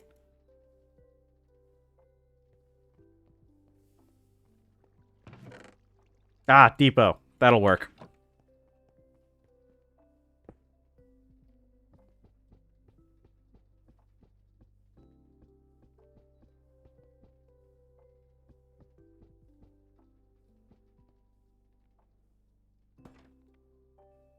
Unless I'm just doing the recipe wrong, which would be a really funny conclusion to this, wouldn't it?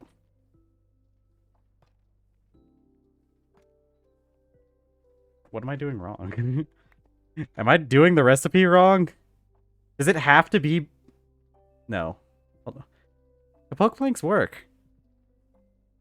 Why is this not... What am I doing wrong? Oh my god. It needs to be hardened granite. Where'd my granite go? Not raw granite. How do I make hardened granite? I think you make it out of raw granite. Yeah. This is stupid. It's a good thing I made more.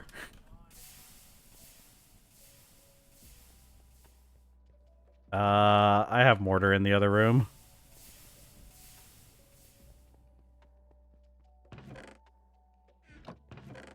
What happened to my mortar? Did I put it all up at... The one time I needed it over here, I put it up in the proper place, didn't I? Yeah, okay. Well, whatever. It's only 15 minutes late. I'm only 15 minutes over. Yeah. But what a time to... what a time to put it in the proper place. What do I need? 5 pieces of mortar? Or 5 pieces of granite? 5. 1, 2, 3, 4, 5, 4. All of that for 2 pieces of this stuff.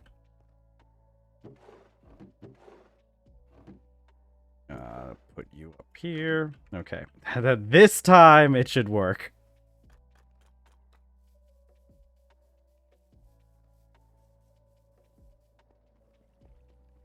Okay. 2, 3. 16. Doot, doot. And bam. All right. One more time.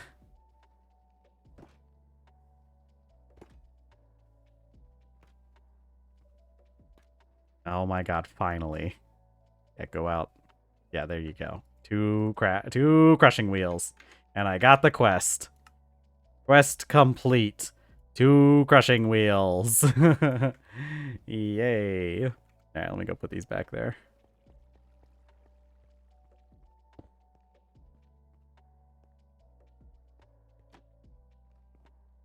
Alright, we just gotta figure out a way to hook these up next stream. Yippee! And then I gotta put the shafts in here. And then, like that. Actually, these can be closer, can't it? Yeah, yeah, woo, woo, yeah. Yeah, we probably will use 2 gearboxes eventually on these. We probably will use those. That. Yeah, yeah. Look how cool it is. Woo. Okay. Can I get a poggers chat? All right, let's go. I'm gonna let me take all this apart and put the roof back on.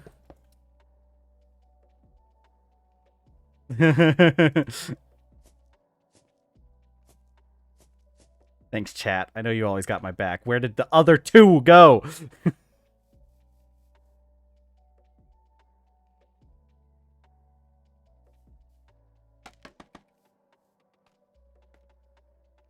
My god, what even happened to them? Okay, whatever. Doesn't matter. I'm fine. I'm okay.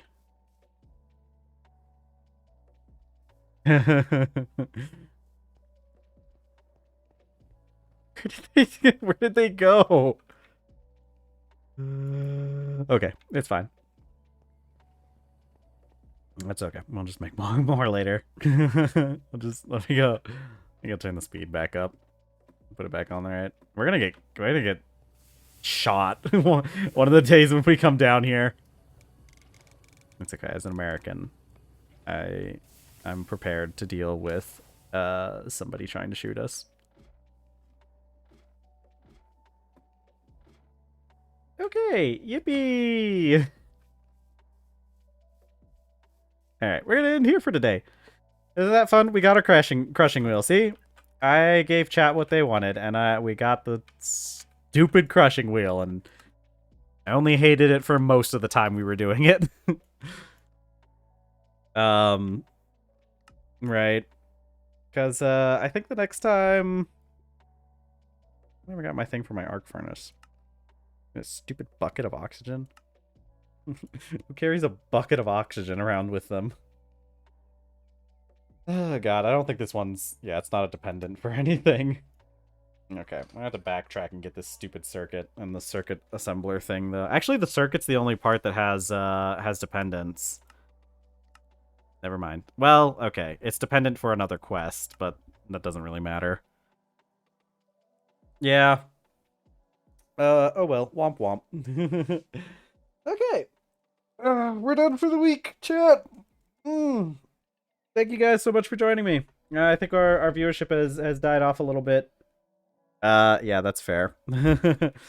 No, that's a valid way to do things. I think next week I gotta finish setting up the gas production. I gotta put a roof over that thing. I gotta remember to put a roof over it so it doesn't explode. We'll probably set up the gas production, and then it's probably time for us to start working on batteries next, I think. We'll do the batteries so that we can run the electric blast furnace, which is probably what we're gonna do next. I'm thinking electric blast furnace next week. Yeah, but like you guys are supposed to show up to streams on Friday. You guys aren't you guys aren't supposed to have things to do. Like come on. we play Minecraft. Nobody has anything fun to do to do on a Friday. I don't know. We'll see so remember I need to make a Blue Sky post about this. I need to actually remember to do it this time so that people don't get confused. I need to we're not going to be meeting on Monday, okay? Everybody cancel the meeting for Monday. So but plan to show up. Actually, we're not doing Saturday next week either. We're not doing stream on Monday. We're going to do 5-hour streams for Thursday through Friday. Okay? So everybody's clear on the schedule. Let me do my outro. Thank you all so much for joining me. I love you all. I love having you guys here so much. I am so appreciative of everyone who shows up. So happy that you guys like spending time with me so much. It makes me feel so warm and fuzzy inside. Yeah, you're right. I need to not forget to Blue Sky that because I have people who actually who actually would be confused about like I keep forgetting I have people who purposefully show up here. One of these days I'll get used to streaming. It's only been like 2 months. All right. I'll get the schedule probably sometime this weekend. I'll make a post about it. So thank you all for showing up. Speaking of Blue Sky, I have it linked below. I have YouTube linked below. Another VOD going up. Should have just gone up like an hour ago. So check that out if you want to. Other than that, I think I'm done. I think we're good here. This was good. We made a lot of progress. We have been making a lot of progress recently. Bye everyone. Have a good weekend. Take some time for yourself to relax and all that good stuff. Have a wonderful weekend. I will see you guys on Tuesday. It's gonna be so much fun. We're gonna do the electric blast furnace sometime next week. Next week, electric blast furnace. Woo! All right. Love you all. Bye everyone. Bye.